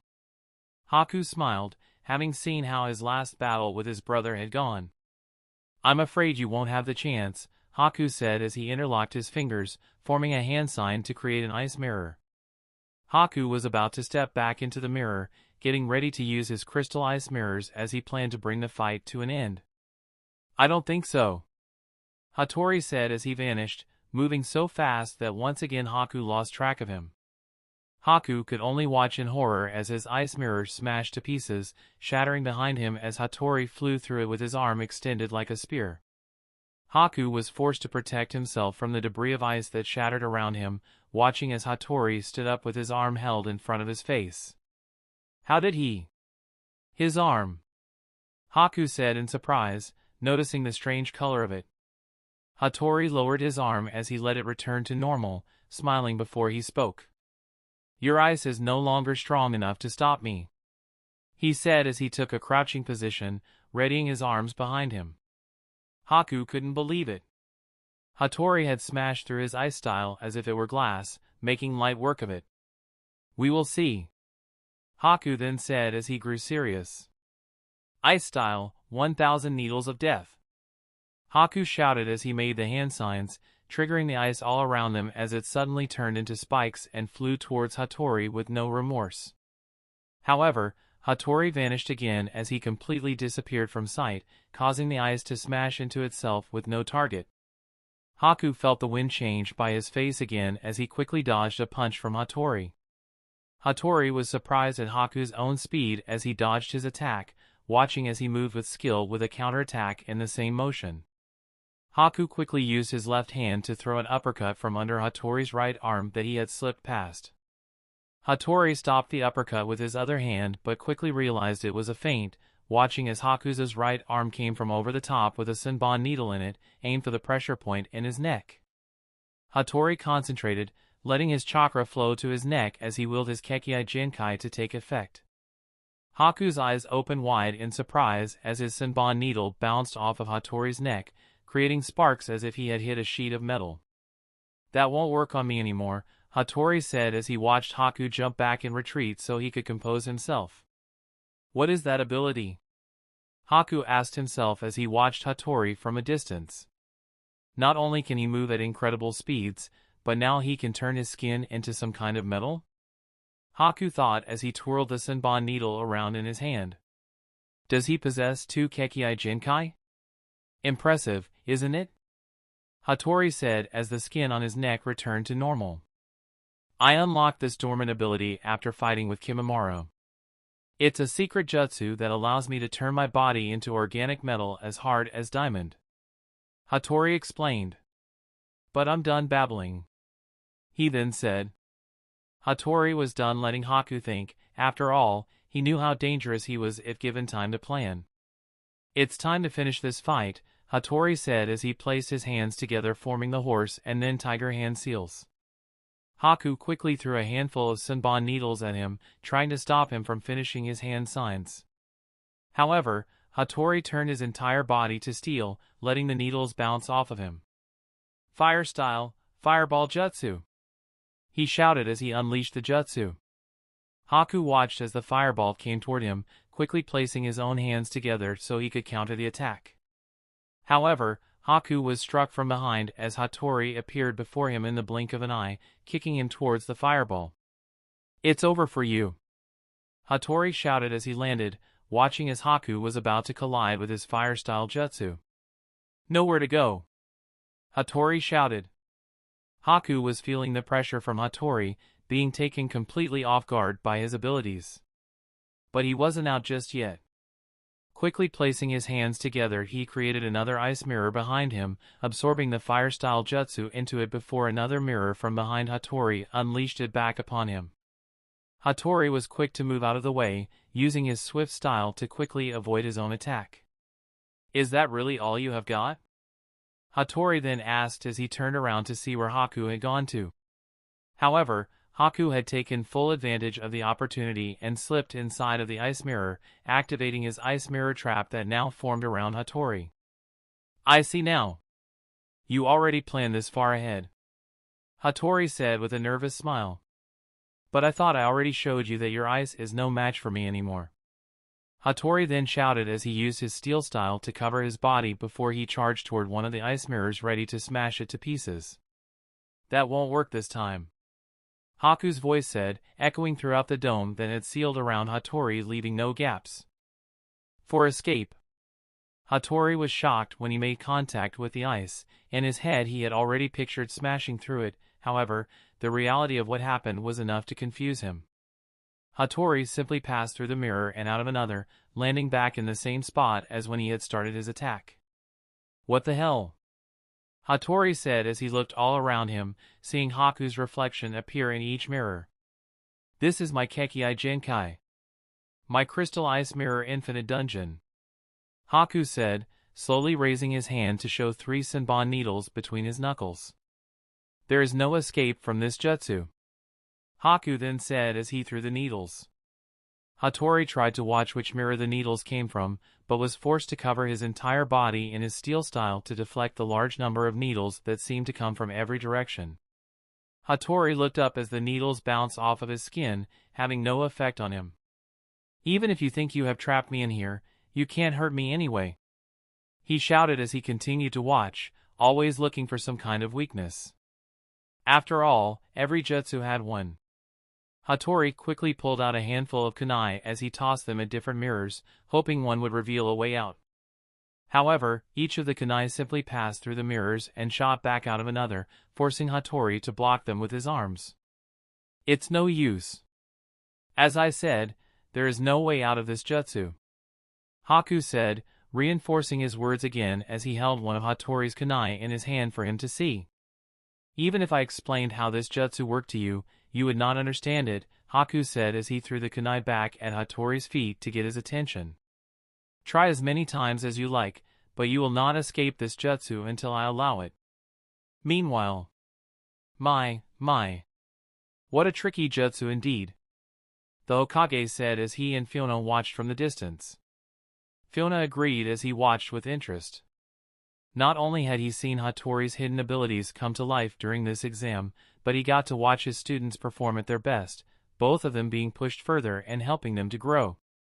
Still, for him to resort to that jutsu I taught him, he must really have acknowledged Hatori as a worthy opponent, Fuyona thought as he continued to watch. Hatori currently held his ground as he waited for Haku to make a move. He knew that his steel style gave him an almost invincible-like armor around his skin, making anything that Haku could throw at him useless. However, he also knew that there was a time limit to how long he could make it last, knowing that his chakra would run out with its continued use. "You are thinking that if you can somehow outlast me I might run out of chakra and you could escape, am I right?" Haku suddenly said, seeming to take the words from Hatori's own thoughts. "I'll tell you now that will not work," Haku said.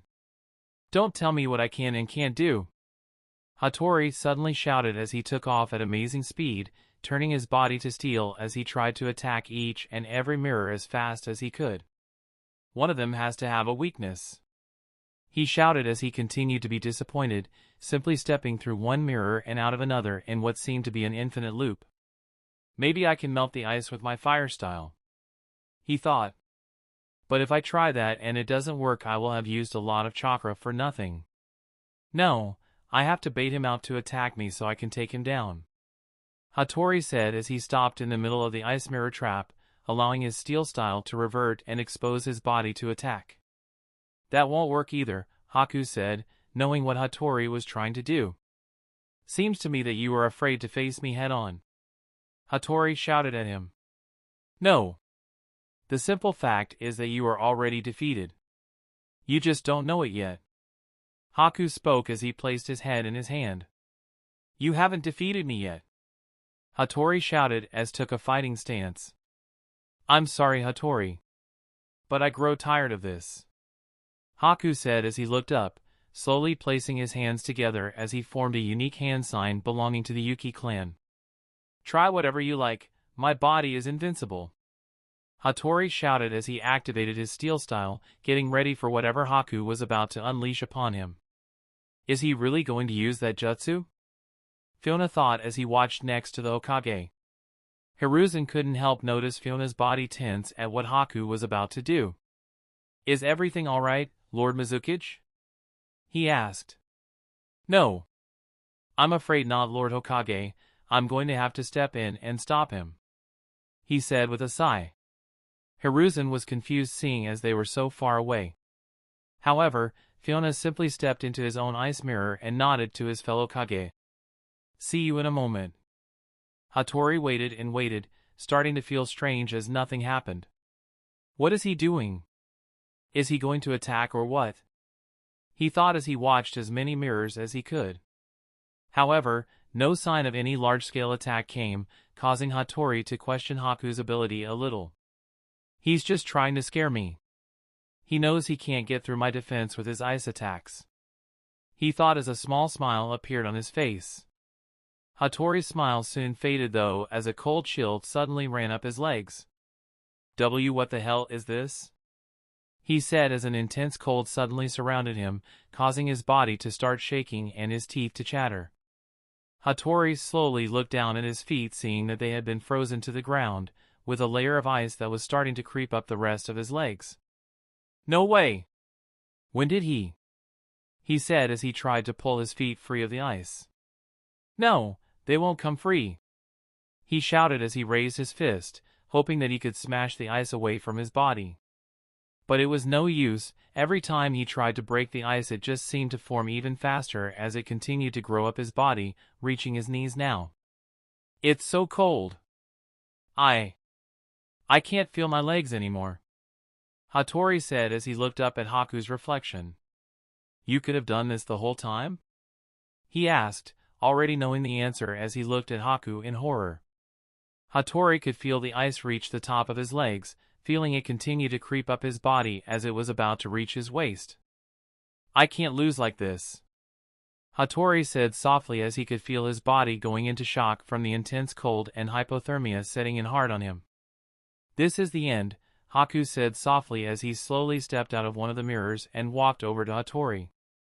Haku reached his hand towards Hatori's head, opening the palm of his hand as he was about to finish him. However, at the last second, as Haku was about to deliver the final blow to Hatori, his hand stopped, seeming to be blocked by something. That's enough, Haku. A familiar voice said as Hatori tried to retain his focus. Haku saw the hand around his wrist and turned to look, already knowing who it belonged to. Father? Haku asked, surprised that he would stop him from finishing the fight. Haku. That technique is not something to be used on another member of our village, Fuyona said as he watched the boy carefully. Haku nodded and relaxed his arm in an instant. I'm sorry, father, I just got carried away, Haku said as he backed down without a fight. Fuyona let go of his hand before he turned to Hatori so he could assess the damage, happy with Haku's response. It's bad, but he will survive, he said as he placed his hand onto the ice and started to reverse the effects of Haku's jutsu. Haku watched from the sidelines as he released his own jutsu, letting the ice mirrors melt and fade away. Hatori!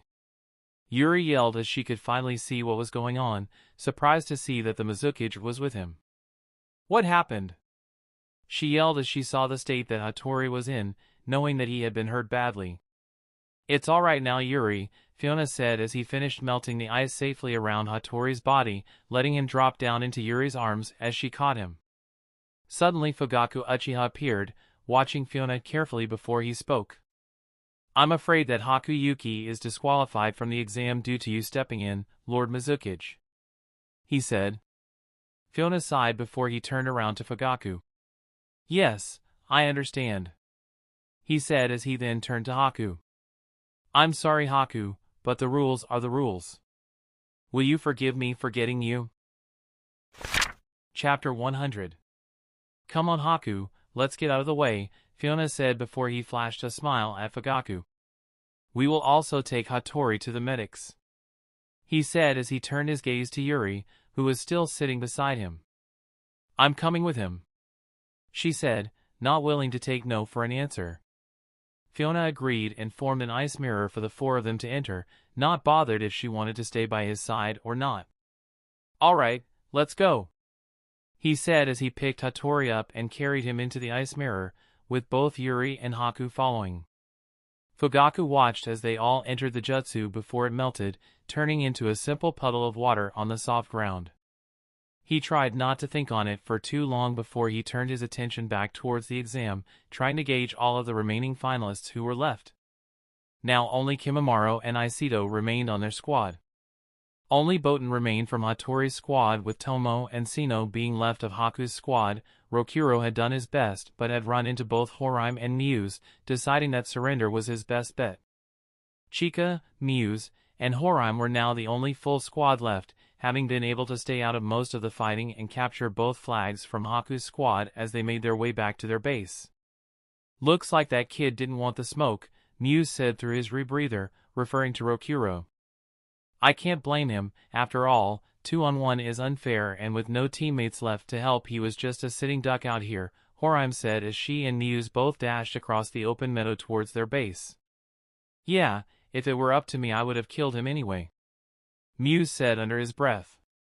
Horime heard what he said, but pretended she didn't and paid no notice to him. Soon both of them made it to the cliffside and jumped out disqualified? He asked. Haku simply smiled. Of course, father, he said, not seeming to care all too much.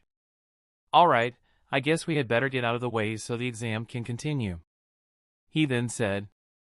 Fugaku had been watching the fight the entire time, and was impressed that Fuyona had been able to cover so much distance in so short a time, clearly knowing he would have to be careful if they ever fought.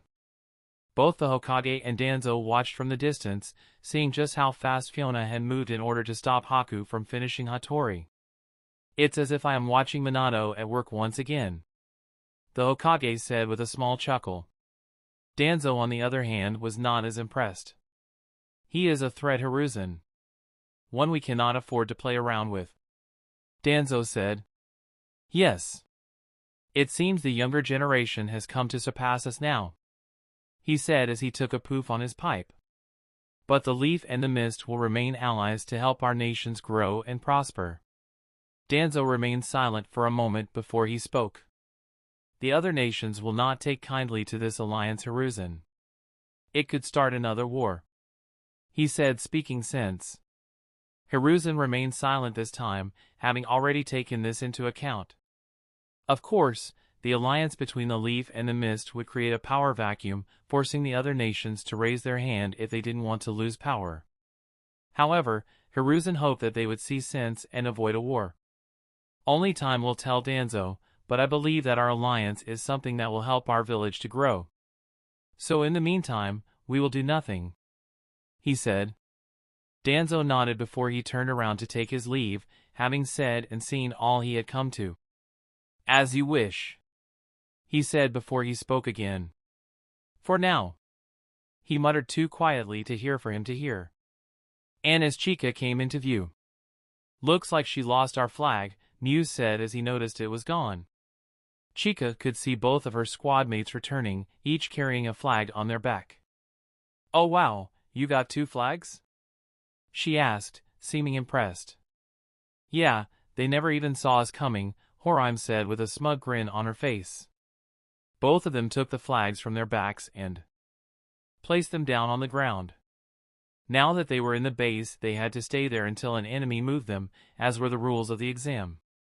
What happened to our flag? Muse asked, knowing that with Chica's abilities she should have been able to fight off most attackers. Don't worry, I'm going to get it back, she said as she downed the rest of her water bottle, giving a loud sigh before she darted off at good speed. Muse watched as she ran off, getting a good feel for where she was going. I'd better go with her, he said, not looking at Horime. Hold on a moment. Am I supposed to just stay here by myself? Horime shouted, clearly not happy about it. Just hold down the fort, as long as we can hold onto both flags we can't lose, he said before he ran after Chica, leaving Horim alone. Muse did his best to keep up with Chica, who seemed to be running as if she was on a warpath. Slow down, Muse shouted. But Chica didn't listen. Hurry up. I'm going to get my revenge on those two for making a fool of me, she shouted as she dashed up the cliffside, moving with skill. Muse wasn't sure what had happened, but he could piece together that she had been defeated and the flag stolen, and know she was going to get revenge on whoever had done it. I'm glad I'm not on her bad side, he said as he jumped to the top of the cliff and entered the forest that followed, unknowingly heading towards Kimimaro's base. Meanwhile, Boten of the Hidden Waterfall had done as instructed by Hatori and Gogi, staying with their flag while they went on the offensive. However, they had now been gone for a long time now, meaning that something must have happened to them. I know I already have a flag, but I can't just sit around and do nothing for the entire exam, he said as he kicked a small rock on the ground. Screw this, I'm going, he then said after a moment. I want a chance to prove myself after all, he said to himself before he took off, heading out across the rive before jumping onto the bank and running across the grassland. Boten followed the river downstream for a while until he came to a small shore of rocks and pebbles, seeing that there had been a battle not long ago taking place. Looks like there was a fight, he said as he examined some of the kunai and scorch marks on the ground. Whoever it was, there is no sight of them anymore, and their flag is gone, he said as he stood back to his full height. Guess I'll keep looking, he then said as he took off again, leaving what was Haku's base behind. Sino and Tomo had escaped from the battle between Haku and Hatori, with Yuri Simple letting them go, not bothered so long as they didn't try to interfere with the fight. Sino was still a little worried about Haku, not being able to help feel some emotion towards him as he gave them a chance to escape. Sino looked over at Tomo a little nervously. After all, they may have been on the same team for this exam, but they were still from different villages. I'm sure he is fine, Tomo of the Hidden Grass spoke, as if he had read her mind. We must do our best to honor his sacrifice by capturing another flag and passing this exam, he said as the two of them continued to run through the forest. Sino nodded as she agreed with him, regaining her focus before she looked up ahead. However, her eyes opened wide as she turned around, getting a sense of an extremely powerful chakra coming from where Haku was. What is that chakra? She muttered as she even stopped running so she could try and focus. What is it, Sino? Tomo asked as he noticed her distress. It's so big. Whoever that chakra belongs to. There is so much of it, she said as her knees started to shake. Tomo couldn't feel anything, but he could tell by Sino's distress that whatever it wasn't good. Wait! It's gone, she then said, confused as to what had just happened. Tomo was also confused but decided they should press on, knowing that no good would come of waiting around. All right, Sino said as she turned her attention back to their mission, running further into the forest with Tomo. Currently, both Kimimaro and Aiseto waited back at their base, having seen no sign of Yuri coming back from her patrol. What the hell is she playing at, going off like that? Aiseto shouted as he paced up and down. Kimimaro simply sat with his legs crossed as he waited. I don't think she is coming back, he said, looking to Aiseto. Aiseto turned around to look at Kimimaro, and then back to the two flags they had captured. She didn't even help capture the flags, and now she runs away from us? He said, getting even more pissed off. Well, whatever, we don't need her. With mine and your strength, there is no one who can beat us, Aiseto said as he flicked his hair from his face before giving Kimimaro a thumbs up. Kimimaro smiled before he stood to his feet. There is not long left now. If we can defend our flags, then we will stand a good chance of passing the exam, he said. Aiseto agreed with him, knowing that having two flags was a good advantage, even if he did want to capture more. Suddenly Kimimaro looked up, being able to sense that someone was approaching. Get ready, Aiseto, someone is coming, he said, giving his teammate a warning. "I found you!" A voice shouted from the distance before its owner pounced down from the trees, shooting a barrage of water bullets from the tip of her fingers. "Look out!" Kimimaro shouted as he quickly dashed out of the way and behind cover. Aiseto did the same as he quickly ran and vaulted over a tree stump on the ground, taking cover behind it.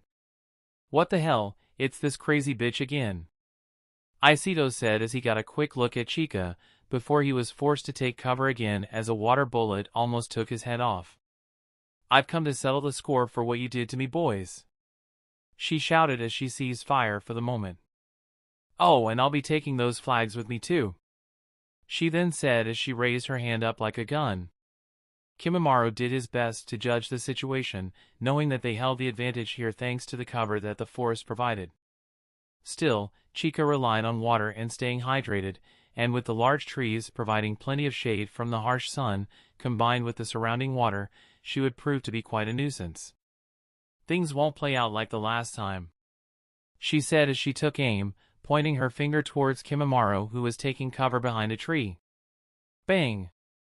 she said as she fired a concentrated water bullet, watching as it ripped through the thick wood before hitting Kimimaro in the side of the head. "Gotcha!" Kimimaro's body hit the floor with a thump, causing Chica to form a smug grin on her face.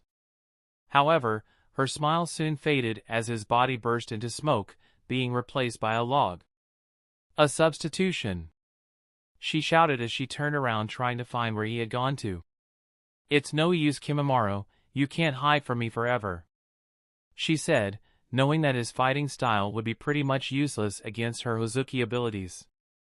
Aiseto also watched as Kimimaro was replaced by a substitution jutsu, smiling a little as he turned to keep an eye on Chica. Suddenly Chica noticed a storm of projectile bone bullets rain down from the top of the trees. They seemed to come from many different directions and she had little choice other than to let them hit her, feeling them pass through her liquid body harmlessly. "Is that really the best you can do?" she said, laughing as his attack had no effect. Kimimaro knew that her abilities would make this another challenging fight, and this time she wouldn't fall for the paper bomb trick. "I can't just sit back and watch," Aiseto said as he started to form hand signs before he jumped over the stump he was taking cover behind. "Fire style, fireball jutsu," he said as he unleashed a large blast of fire toward Chica who was currently focused on Kimimaro's distraction. Chica turned around at the sight of the fireball coming towards her and quickly formed her own hand signs as she erected a water wall for protection. Both the fire and water clashed, forming an intense burst of hot steam that covered the area, taking Chica from both of their sights. "Hidden miss jutsu," she said as she used the steam to her advantage, creating a cover of thick mist that she would use as cover to attack from.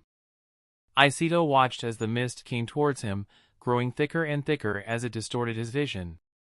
"What the hell is this?" he asked, never having seen the technique before. All shinobi in the hidden mist were taught the technique in the academy, being forced to learn the technique that their homeland was named after. After all, being able to use and fight in the mist was very important for them coming from a place called the village hidden in the mist. Chica knew that Kimimaro wouldn't have much problem finding his way through her mist. However, Aiseto on the other hand would have no idea what to expect and would make for an easy target. Kimimaro watched from the tree line, knowing that Aiseto would be a sitting duck in the mist jutsu. "I can't sit back anymore," he said as he took a crouching position, trying to think of a way to defeat Chica's Hozuki water style. Aiseto couldn't see a thing now as the mist grew so thick that he even started to lose his sense of direction. "Shit," he said, pulling a kunai from his weapons pouch as he got ready to defend himself. "I can't see a thing," he said, taking a small step back as he looked for the stump he knew should be behind him somewhere. "If I can get my bearings, I might be able to launch a counterattack," he thought. "Going somewhere?" Chica's voice suddenly whispered in his ear, causing his eyes to open wide in surprise. "Arg!" Aiseto shouted as he turned around, swinging his kunai in an attempt to hit her with it. However, his attack burst through Chica's body as it turned to water on impact, causing him to be sucked into her body. "Water style, water prison jutsu," she said as she used her body to encase him in a large sphere of water. "Oh no!"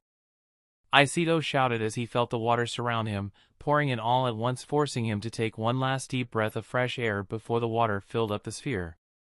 Chica simply stepped out of the water as only her hand remained connected to the jutsu so she could control it. "I got you," she said with a wicked smile. Aikido tried his best to break free from the water prison, however, it was too tough to break, and he only resulted in wasting energy from his movements. "It's no use.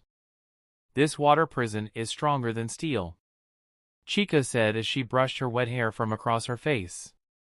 "I told you that our fight was not over," she then said, showing him her sharp teeth through a grin.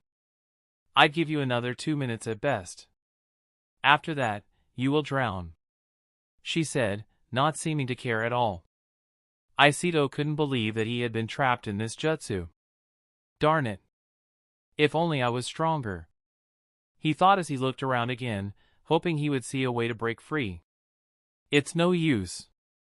Only a lightning-style attack would be enough to break free from this jutsu.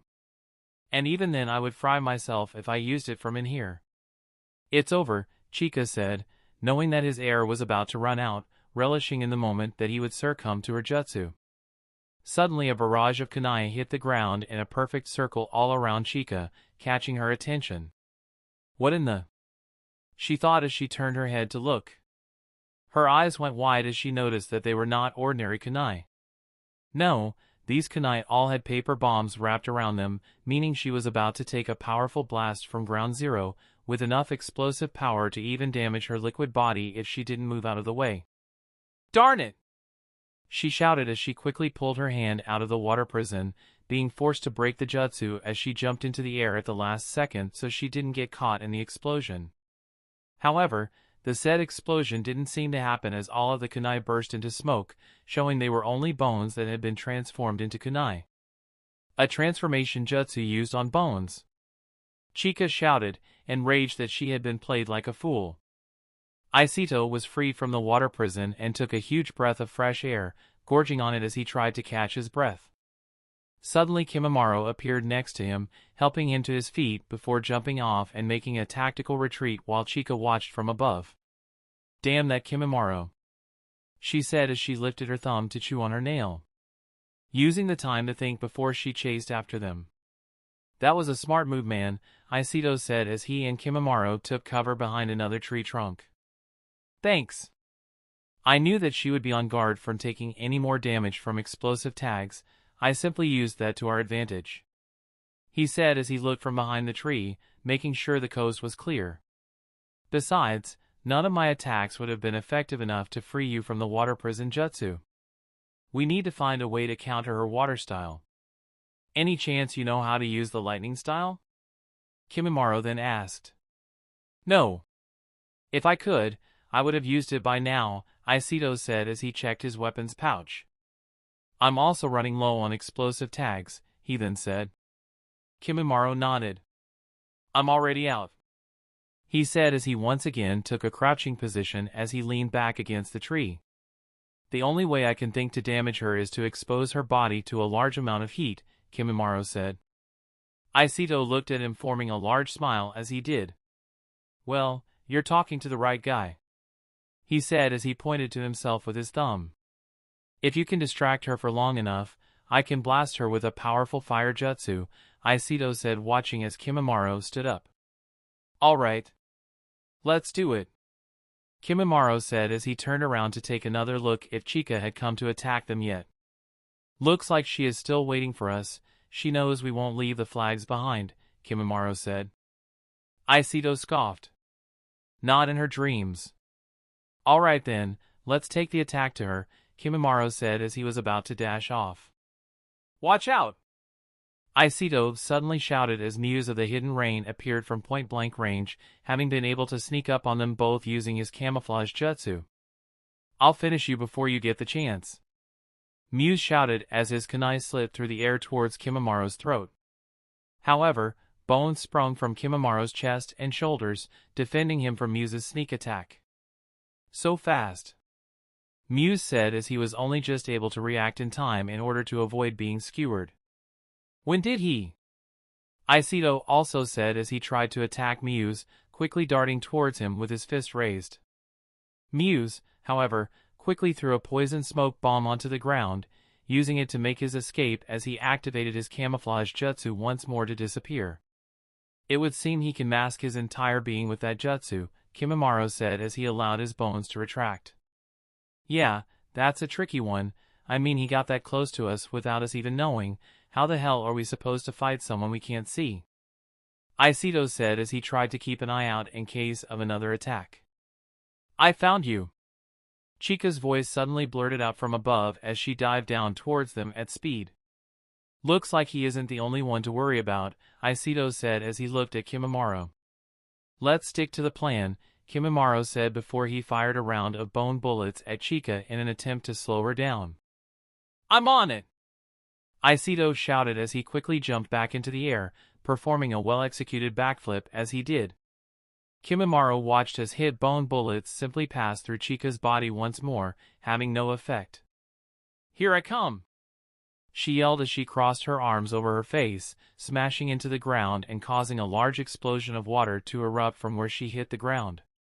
Kimimaro quickly jumped out of the way, watching as Chica's body reformed itself before she flew towards him, ready to attack with everything she had. You may be a taijutsu whiz, but you don't stand a chance against me, she shouted. Kimimaro smiled as he allowed his bones to spring from his body, suddenly twisting around as fast as he could. His attack slashed at Chica over and over again, ripping her body to shreds as it turned to water to allow the attacks to have no effect. Chica may have been invulnerable to physical attacks, but her body still needed time to pull back together before she could form an attack herself. Kimimaro quickly pressed on the attack, pushing even harder as he planted his hand onto the floor in order to spin his legs around, quickly switching hands so he could continue his attacks in an almost unlimited fashion. It almost looked as if he was breakdancing from the way he was moving. However, this was a form of taijutsu that Fuyona had taught to him, one which allowed him to utilize his entire body as a weapon by mastering the art of continuous movement. Of course, it was only so effective due to his Kekei Jinkai, allowing him to grow bones pretty much anywhere on his body to attack with whenever he wanted. Chica was overwhelmed by the sudden barrage of attacks, not being able to form into her solid form to launch a counterattack. He's so fast. How can he attack me like that? She thought as his bones continued to chip away at her body. There was a reason all Hozuki clan members carried around a large water bottle most of the time. They had to stay as hydrated as possible in order to maintain their body's ability to turn to liquid. It may have provided immunity to physical attack, but each time it was hit, some of the water in a Hozuki's body would be lost, in fact, dehydrating them over time the more they came under attack. Usually, this was so little that they never had to worry about it, always being able to counter or finish the fight due to their opponent not being able to react fast enough. Kimimaro, however, was the exception to that. Never before had she seen a taijutsu form like it, being pressed on the defensive and even being forced to retreat away so she could counter his attacks. This guy really is a monster, she thought as his body acted as the perfect weapon. No! If he keeps this up, I won't be able to liquefy anymore, she thought to herself as she pulled back, doing her best to avoid his never-ending attacks. Muse was forced to watch from the shadows, using his camouflage jutsu to try and wait for the perfect chance to strike. That kid really is a monster. With a body like that, I won't even be able to get close, he thought as he looked around, seeing Aikido hiding above the tree line. You, however, I will be more than enough to take out. Meanwhile, Boden had continued across the landscape, having come across traps and more battle sites. So far he had failed to find anyone from another squad, never mind another flag that he might be able to capture. Still, he did his best to not let it dampen his spirit, continuing to plod on as he searched for the objective of the exam. Soon enough Boden came across a large meadow leading to what looked like a large cliff when he finally spotted what he was looking for. Alright, I finally found an enemy base and they have not one but 2 flags, he said to himself as he kept a lower position, doing his best to remain hidden. Boden slowly made his way closer and closer to the enemy base, making sure to keep an eye out for traps, until he got close enough to see Horime. Horime was currently pacing around with her arms folded over her chest, muttering something about being left behind to guard the flags. Something that Bowden knew about all too well. So she's here by herself. Bowden thought as he assessed the situation, knowing that if he could take her by surprise then he would be able to steal both flags, as long as her squad mates didn't return. Bowden slowly pulled out a kunai from his weapons pouch, tying a line of wire around it with his free hand. "Alright, here goes nothing," he said as he took his position, getting ready to make his move. "Now," he said in his head, quickly tossing the kunai towards Horime, who had no idea of the incoming attack. Horime turned around still in her own little world as the kunai whizzed right past her, causing her to stiffen as her body went into alarm mode. However, it was too late. Bowden tugged on the wire, causing the kunai to pull right and wrap around her body multiple times until the wire wrapped tightly around her arms and body. "Got you," Bowden said as he pulled the wire, forcing Horime to the ground before he jumped out and placed a kunai to her neck. "Surrender, and I will let you live," he said. Horime suddenly started screaming, kicking her legs around as she failed to hear his words. "How dare you! Let me go! Somebody help me!" she cried, paying no attention to Bowden's threats whatsoever. "Hey! I said be quiet!" Bowden shouted as this time he placed the kunai against her neck so she could feel the blade press against her skin. This shut her up, getting the reaction that Bowden was looking for. "That's better. Now, no hard feelings, but I will be taking your flags," he then said as he pulled out more wire to wrap around her legs, making sure she would be bound tightly, along with gagging her so she couldn't scream. "Alright, time to steal these flags." Meanwhile, Aiseto watched as Kimimaro danced around with amazing speed and skill, not even letting Chica take a breath as he cut and slashed at her with a never-ending flurry of blows. "Wow! I didn't know he could fight like that," he thought, continuing to watch as he waited for his chance. "Just a little more and she won't be able to avoid my attack, just gotta wait for the right moment." Aiseto suddenly felt a strange tingle down his spine telling him to duck. Not a second later a cold blade passed over his head, cutting a strand of his hair as he did, signaling that he would have been done for if not for the strange tingle. "You!" Aiseto said as Muse's camouflage faded. "How did you dodge that attack?" Muse shouted in surprise, quickly reaching into his weapons pouch for a poison smoke bomb. "Not so fast," Aiseto said as he threw a handful of shuriken, causing Muse to deflect the oncoming projectiles. "Too easy," he said through his respirator, quickly reaching his hand for the poison smoke bomb again. "Your tricks won't work on me again," Aiseto said as he pulled both of his arms towards him, revealing the hidden thread that he had attached to the shuriken. "What the?" Muse shouted in protest as the wire wrapped around his arms and legs tightly, binding him in place as he stood helplessly.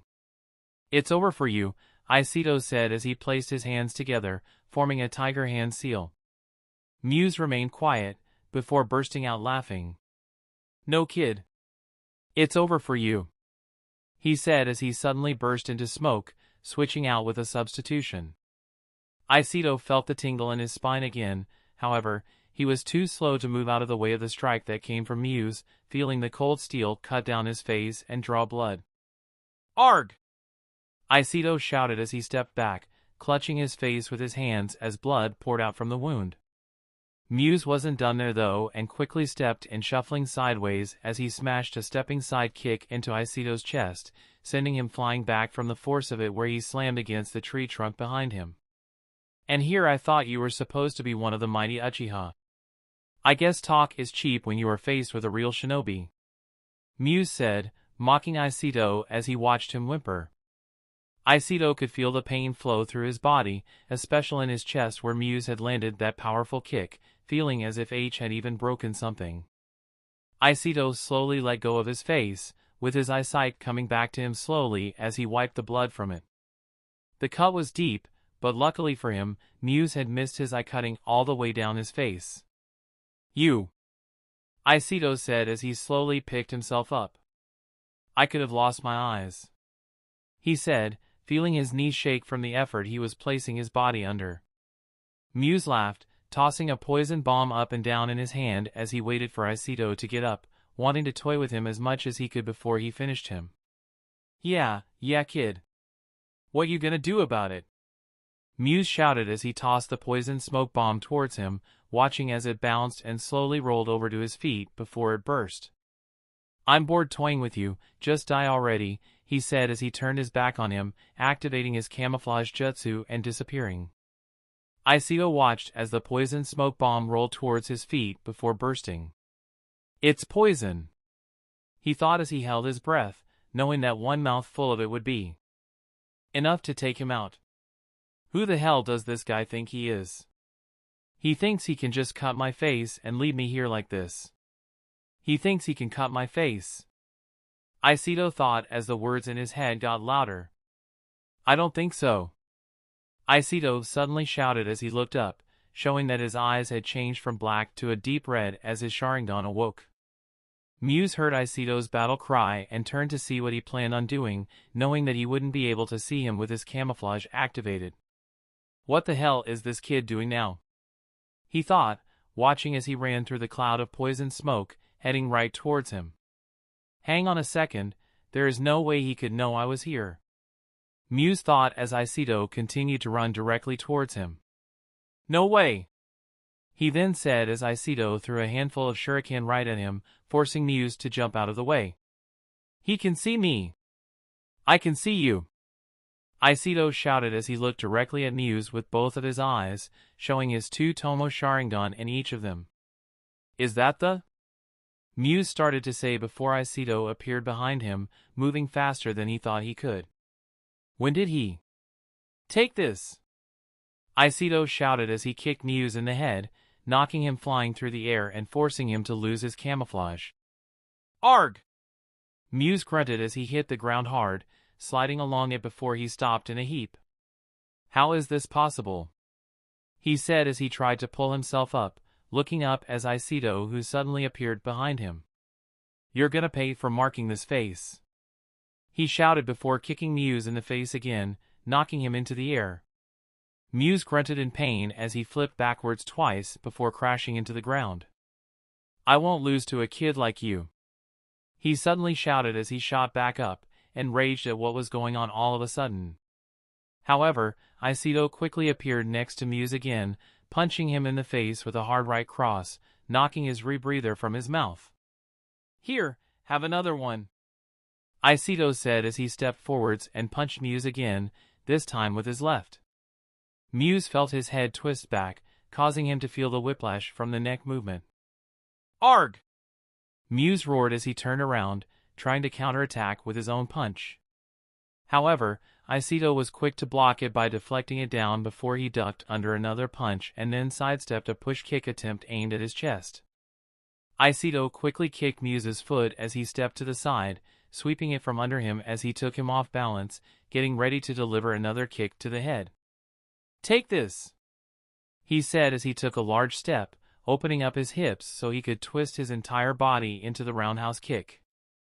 Muse's face collided with Aikido's foot and shin, feeling his jaw and eye socket break from the impact before he was sent flying back as he rolled across the ground like a rag doll. Aikido whipped the blood from his face again as it continued to leak out, watching as Muse struggled to his hands and knees in an attempt to get back up. TT, that's it. I'm going to finish this once and for all. Muse shouted as he picked himself up, having to twist his jaw back into pace before he placed his hands together. Secret Black Rain Jutsu, he said as he made the hand signs. Aikido watched with his Sharingan, instantly being able to see all of the hand signs, watching and waiting to see what would happen. As the name of the jutsu implied, black rain started to fall from the gaps in the trees, covering everything it touched in a thick black substance. Aikido wiped some of the black rain off of his clothes, giving it a sniff before looking back to Muse. What the hell is this stuff? Aikido thought before he looked up at Muse, seeing that it had turned into a downpour, covering the both of them in the black ooze. I'm done with you. I'm done with all of this. If I'm going to lose here, then I'm taking you with me. he said as he suddenly pulled out a demon shuriken, letting it open to reveal that it was covered in paper bombs. Wow! That's one serious bit of artillery, Aiseto said as he braced himself, taking a defensive stance. It's over for you now. It doesn't matter what this thing touches, once it explodes everything here will be destroyed in an instant. Now die! Muse screamed as he threw the demon shuriken, aiming it right at Aiseto. Aiseto watched with his Sharingan, waiting until the last moment, only moving at the very last second as he needed the large shuriken to be as close as it could be to him. With amazing timing he quickly tossed a kunai through the circle handhold of the shuriken, ducking under it as he did. It doesn't matter if you dodge it, you're still gonna get blown to hell. In fact, we will both die together. Muse shouted as he waited for the shuriken to hit the first thing it came into contact with, knowing that once it exploded, it would trigger a huge explosion, setting his black rain on fire that was in fact some kind of flammable oil, causing a chain reaction that would incinerate everything that had been touched by his black rain. Now! Aiseto shouted as he caught the kunai he had thrown through the hoop of the shuriken, pulling tight on it, letting the wire that he had passed through it pull the shuriken away from the tree it was about to hit. In that case, you can have it back. Aiseto shouted as he pulled with all of his might, spinning around and unleashing the demon shuriken back towards its owner with even more force. What the? No! You can't! Muse shouted as he shook his hands in a plea for Aiseto to stop. However, it was too late and the last thing that Muse saw was his own shuriken cut through him, triggering the paper bombs to explode and create a blinding white light. Fire engulfed the area, causing a chain reaction with the black rain that set anything that it had covered on fire in an instant, causing a huge shock wave to erupt that leveled the entire area due to the intense heat. Shit! Aiseto said as he watched the fire from the explosion come his way in slow time thanks to his Sharingan, traveling towards him with a fury he had never seen before. Aiseto did the only thing he could do as he covered his head with his arms, knowing that there was nothing else he could do before the shockwave consumed him. Meanwhile, Kimimaro was still fighting with Chica, keeping her on the defense as he pressed his never-ending assault. What the hell is Aiseto doing? He needs to use his fire-style attack now before she figures out a way to counter me. Kimimaro thought as he flipped in the air, performing a perfect butterfly kick that he chained into more flipping and acrobatic movements. Chica couldn't even move as each and every time she tried to counter or get away, Kimimaro seemed to attack her, slashing and cutting her with his bones. She could already tell that the effect of it was draining her body of too much fluid, knowing that if he kept this up she would no longer be able to maintain her liquid form. I only have one option, Chica thought as she watched Kimimaro twirl his arms and feet, attacking with a large amount of bone that was sticking out of his back. Chica suddenly pressed forwards, allowing her body to become a full mass of water, drawing on every last drop of it in her body so that she could fully engulf Kimimaro. Hozuki style, full water body prison. She shouted, activating her jutsu as her very body became a water prison that captured Kimimaro. Kimimaro did his best to fight it, cutting and slashing at every angle he could, allowing his entire body to sprout bones in an attempt to stop her. However, it was no use and his effects had been in vain as they passed through the water. I've got you now, Chica said as her face swirled around the water prison, smiling at Kimimaro who simply remained still holding his breath. Looks like she got me, Kimimaro said as he slowly allowed his bone to retract, knowing it would do no use in using more chakra than he needed to. There is only one way I can escape this jutsu. But I didn't want to use it here, he said to himself, knowing he would have to use the power of the three tails if he wanted to escape. It's over, Kimimaro. I win, Chica said as she allowed her body to take solid form outside of the water prison, keeping only her hand inside the water. I'm sorry, Father, but I have no choice, Kimimaro said to himself as he closed his eyes, preparing to call upon the power of the three tails inside of him best he could. Chica felt so confident now that she had captured him, she failed to notice the black rain that had started falling around her, until a small drop of it fell on her arm, distracting her from her enjoyment of Kimimaro's struggle. What is that? She said as she looked at the strange black substance. Suddenly more of it started to fall in a small downpour, causing it to mix into the water prison and cover her body. Kimimaro opened his eyes as he felt the water prison start to weaken, watching as the strange black rain mixed with the water, seeming to make it thicker. Is this oil? Chica said in shock, knowing that if so it would affect not only her jutsu but her ability to liquefy, making her body too heavy to change properly. No! She shouted as Kimimaro took his chance, summoning all of the bones around his bone to burst out all at once. He had been right in his assessment, also coming to the conclusion that the oil mixing with the water would change its structure and allow him to escape the jutsu. Arg! Chica shouted as he burst free with one of his bones hitting her arm and turning it to a soggy light blue water. Oh no! I can't hold my form, she said, watching as her arm was unable to return to its solid state due to the black rain mixing with her body. It would seem you are done for, Kimimaro said, knowing that this was now his win. No! It's not over, she yelled as she was about to charge in for one last-ditch attempt at beating him. I wouldn't do that if I were you. Kimimaro countered though as he pointed a bone blade at her throat, knowing that it wouldn't take much to turn her into a pile of ooze right about now. I think you should give up, he said, giving her the chance to surrender before finishing her off. After all, they were both shinobi of the hidden mist. Chica slowly lowered her head, feeling the extra weight in her neck as the oil had ruined her body's liquid mixture. All right. You win. I surrender, she said, lowering her head all the way. Kimimaro nodded in satisfaction, slowly lowering his bone blade as he knew that the battle was his. Well, that takes care of that, Kimimaro said as he turned to look for Aikido.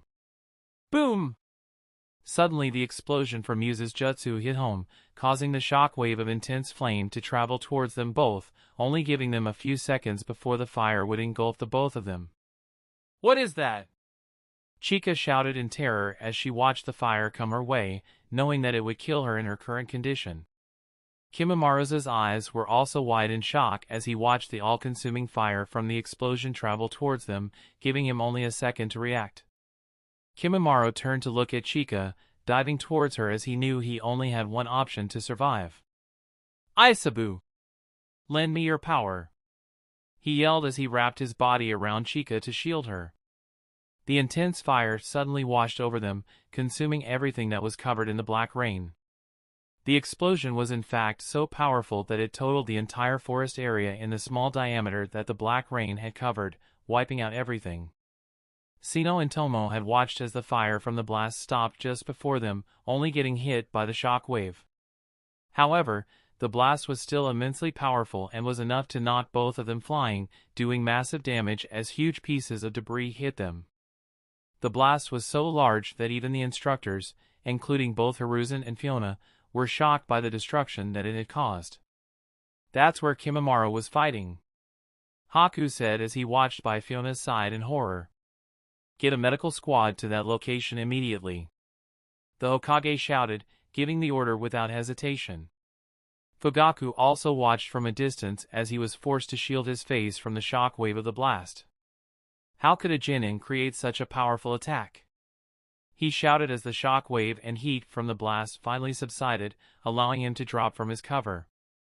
All Chunin report to that blast zone.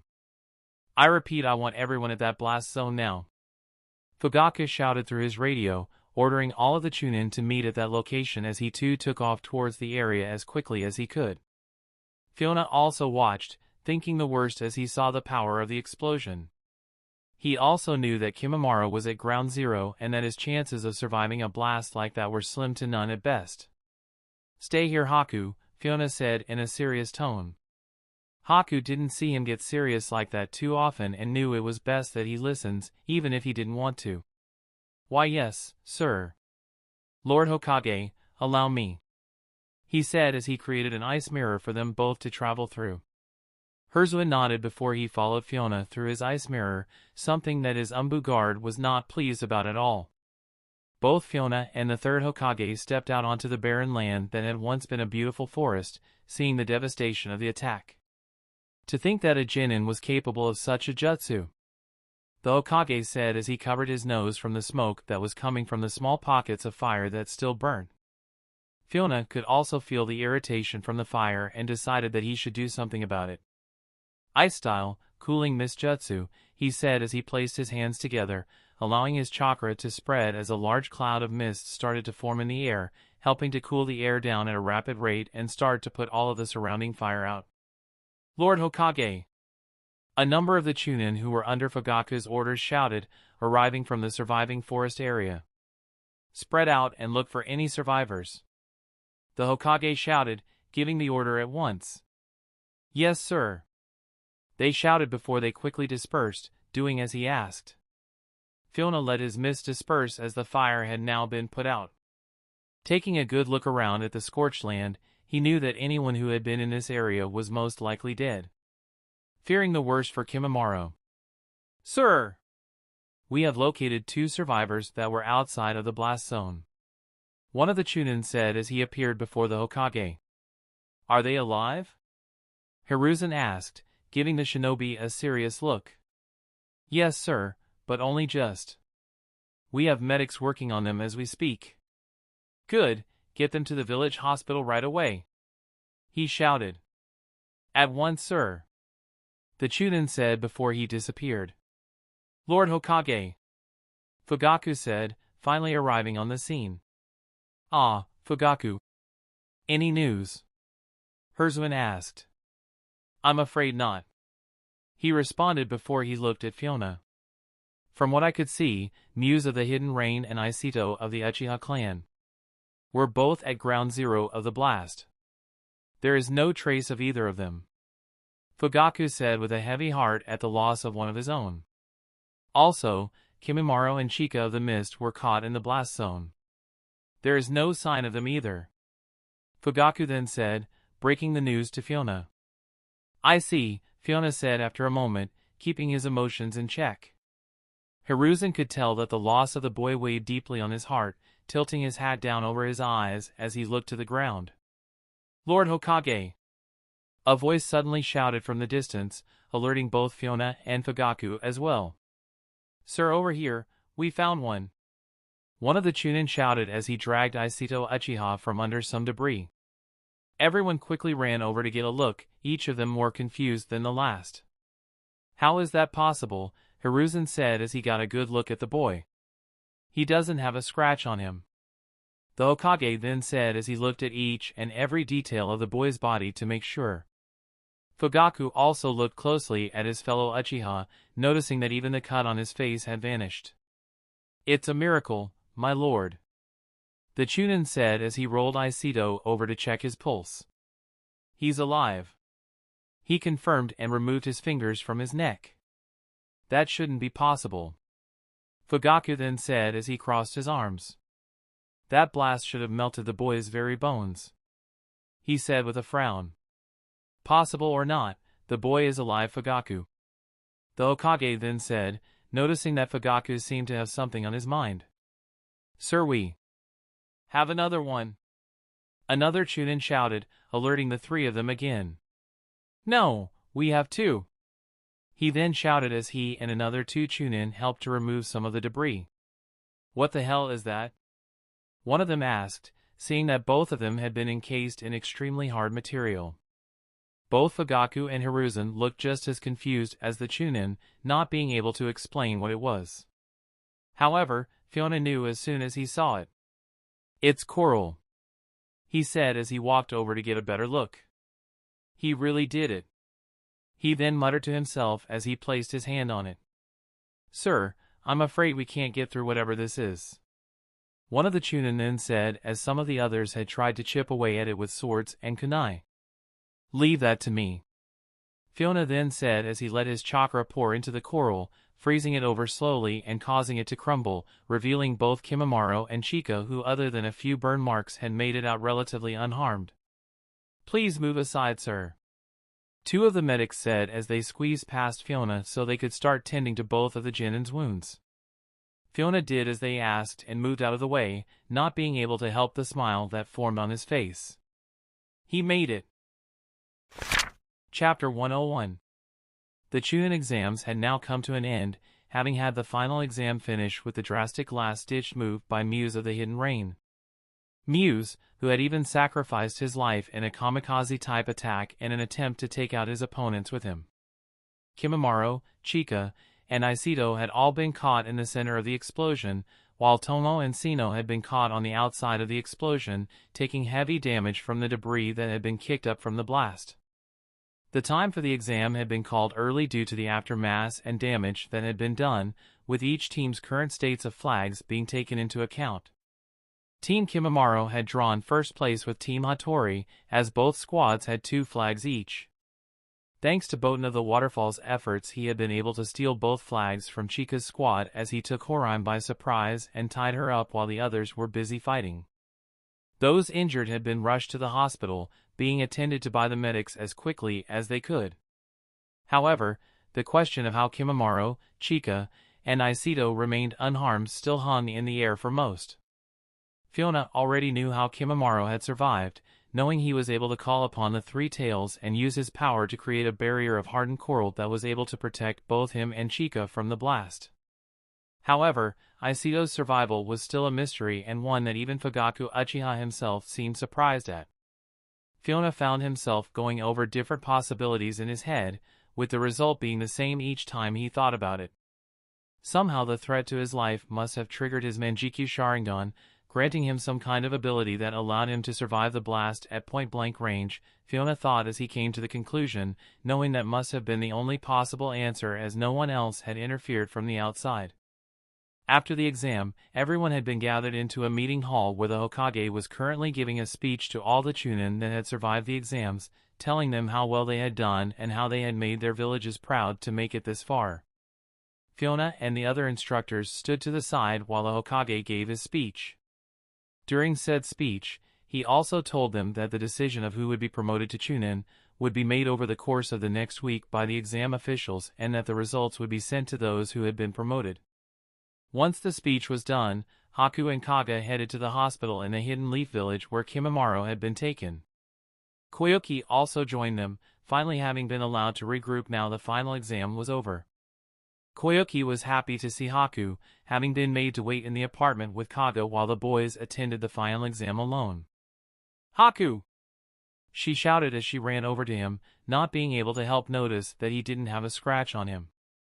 "So how did you do?" she then said as she punched him in the arm, getting only a small smile from him. "I got disqualified, I'm afraid," he said.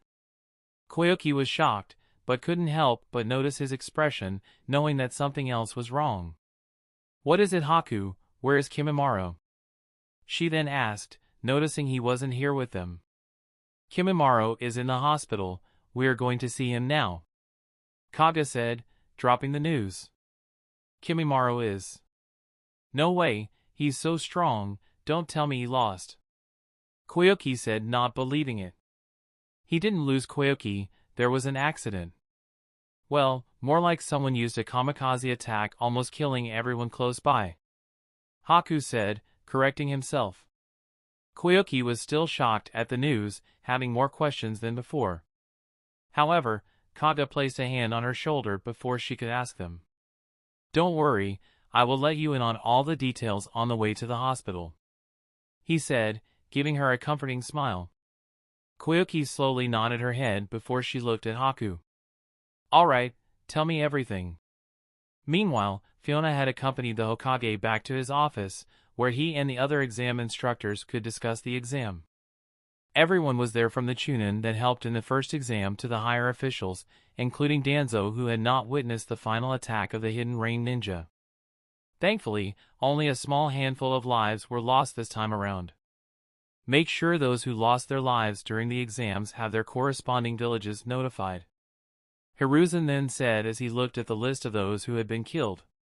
"Yes, sir," said the Umbu who took the paperwork from him before he left the office. "That's a very small number considering it was the Chunin exams. Last time more than double that were killed." Danzo suddenly spoke from across the other side of the room. Some of the others seemed to agree, yet some chose to remain quiet. However, no one responded and simply waited for the Hokage to speak. Anyway, on to the matter at hand. he said, choosing to also ignore Danzo's words rather than answer them. I would like each of you to submit a report on those who took the exam. I want to see who should be recommended to become Chunin from each of you. Leave no details as to why out either. The Hokage said, keeping a close eye on everyone in the office. Everyone nodded in understanding as the Hokage then dismissed them, allowing everyone who would be leading to stand and vacate the office, leaving only Hiruzen, Fuyona, Danzo, and Fugaku. You wish to see me, Lord Hokage? Fugaku asked once everyone else had left the room. Yes, Fugaku. How is Iseo doing? The Hokage asked. Fugaku didn't give anything away in his expression as he simply folded his arms. He is still asleep. However, his body shows no sign of injury, which is still causing everyone to ask the question of how. But the doctors are happy for him to leave once he wakes up, it's just a matter of when. That's very good news, Hiruzen said as he interlocked his fingers. Fugaku could tell that they wanted to know how he had survived the blast at point-blank range without so much as a scratch, but in all honesty, he had no idea himself. Is there anything else you need? He then said, having nothing else to tell them as he decided to cut their meeting short. No, you may go, Fugaku, thank you. The Hokage then said, offering him a smile. Fugaku gave a slight bow of his head before he left the office, leaving just the three of them now. Do you not find it strange how the boy was able to survive such a jutsu at point-blank range, Hiruzen? Danzo asked, not wasting any time. Hiruzen sighed as he placed his hand into his pocket looking for his pipe. It's nothing sort of a miracle if I do say so myself. The Hokage said as he started to place some tobacco into the pipe. They are getting stronger. Danzo said, not liking the whole thing one bit. Now is not the time, Danzo. Hiruzen said, knowing where Danzo was going with this. Danzo knew that he had already said too much as he let his worry for the village get the better of him. Fuyona knew exactly what Danzo was thinking. And he knew exactly what he had planned for the Uchiha, as well as both Itachi and Shisui with their up-and-coming assassination mission of the former Umbu captain that would set everything in motion. Very well, I shall excuse myself, if you don't mind, Fuyona said, deciding it best that he vacate the room, leaving the two of them to their little meeting. Of course. The Hokage said, knowing that it was best he leave, but not wishing to say it as to seem rude. Danzo didn't say anything, still not seeming to trust Fuyona, or anything to do with the alliance between their villages at all. With that, Fuyona walked out of the office, closed the door behind him, and entered the hall. On either side of him were two Umbu guards belonging to the Hokage, one of them being Kakashi and another someone Fuyona had never seen. Fuyona smiled at Kakashi, giving him a slight nod before he turned and walked away, leaving Kakashi surprised as he watched him go. Now that the Chunin exams were over, Fuyona had no real reason to stay in the Hidden Leaf Village. All of the paperwork had been done, and the arrangements were completed on both sides for things such as trade, open travel between villages, and other things that an alliance between villages offered. The only thing left to do now was to go and see Kimimaro in the hospital and make sure he was healing all right before they returned to the Hidden Mist. Other than that, the next big event in the Naruto world would be the massacre of the Uchiha clan. Something that weighed heavy on Fiona's mind and something which he still wasn't sure of how he should handle yet. If he decided to interfere with Itachi's mission, the result could be something catastrophic. However, if he decided to leave things to take their natural course, would it really work out how things were supposed to? Fuyona had even asked himself the question, did he even want things to take their natural course? Or should he put a stop to all it before any of it happens? Either way, each choice had the potential to cause huge changes in the world. On one hand, if the Uchiha were killed by the hands of Itachi, he would leave the village and become a member of the Akatsuki, playing the role of a double agent and allowing the timeline to go on as planned, kind of. On the other hand, if the Uchiha were left to live, they could revolt against the Leaf Village, take control of the Nine Tails, which would result in Naruto's death, and even potentially kick-start the next war 10 years early, giving the other villages an opportunity to attack while they started a civil war within the Land of Fire, making them a target for all. The Uchiha were a powerful clan indeed, having the potential to cause a large power vacuum in the world wherever they decided to go. Now either way he had a very important decision to make on what he wanted to do in this world, and if it was the right thing to do. Fuyona had become lost in thought and found himself walking through the streets of the Hidden Leaf, having dressed in a small disguise so that no one would recognize him. He found it nice to take a stroll every now and again, helping to see how people went about their daily business without the pressure of a kage looming over them. After all, it tended to make them act a little bit differently from how they would normally act, especially in the hidden mist. Thankfully, his identity to normal people was a secret. Only high-level ninja really knew the true identity of kage in this day and age. It was not really something that ordinary people knew about all too much, other than the kage of their own village, of course. Fuyona watched as the villagers of the Hidden Leaf made their way through their life, some having no care in the world other than what they were currently doing. Children ran through the streets as they played with one another, causing the odd bit of mischief as they did. The sun was shining brightly and the atmosphere in the village hidden in the leaves was peaceful. Fuyona headed over a bridge that crossed the river flowing through the village, taking him to a small park where many children played. Suddenly all of the children started to yell, seeming to direct their cries at a single person before they all ran off. Fuyona couldn't help but take a look at what was going on, seeing the target of their bullying. He could see a small child with blonde hair, blue eyes, and strange whisker-like marking on his cheeks, which of course, Fuyona recognized instantly. "Naruto," he said with a small smile coming to his face. All this time in the Naruto verse and he had yet to meet the main character himself, only now after all these years had he finally crossed paths with him. Fuyona couldn't help but notice the look on his face as the other children ran away from him as if he was a monster. Fuyona understood his pain, having experienced something similar himself when he was younger. He watched as Naruto sat on a swing alone, trying to cheer himself up as he kicked off the ground ever so slight, looking down at the ground. Fuyona couldn't help himself, heading over towards him as he felt a need to make the kid feel better. "Hey kid, do you need a push?" Fuyona asked. Naruto looked in shock, not having noticed him standing right in front of him. "Me?" he said after a moment as he took a good look at the man before him. "Well, do you see anyone else here?" Fuyona said, flashing him a smile to help put him at ease. The shocked expression on Naruto's face quickly faded, turning into a large smile on his face. "Of course, mister," he then said. Fuyona nodded and walked behind him, giving him a slight push so that his swing picked up a little more speed.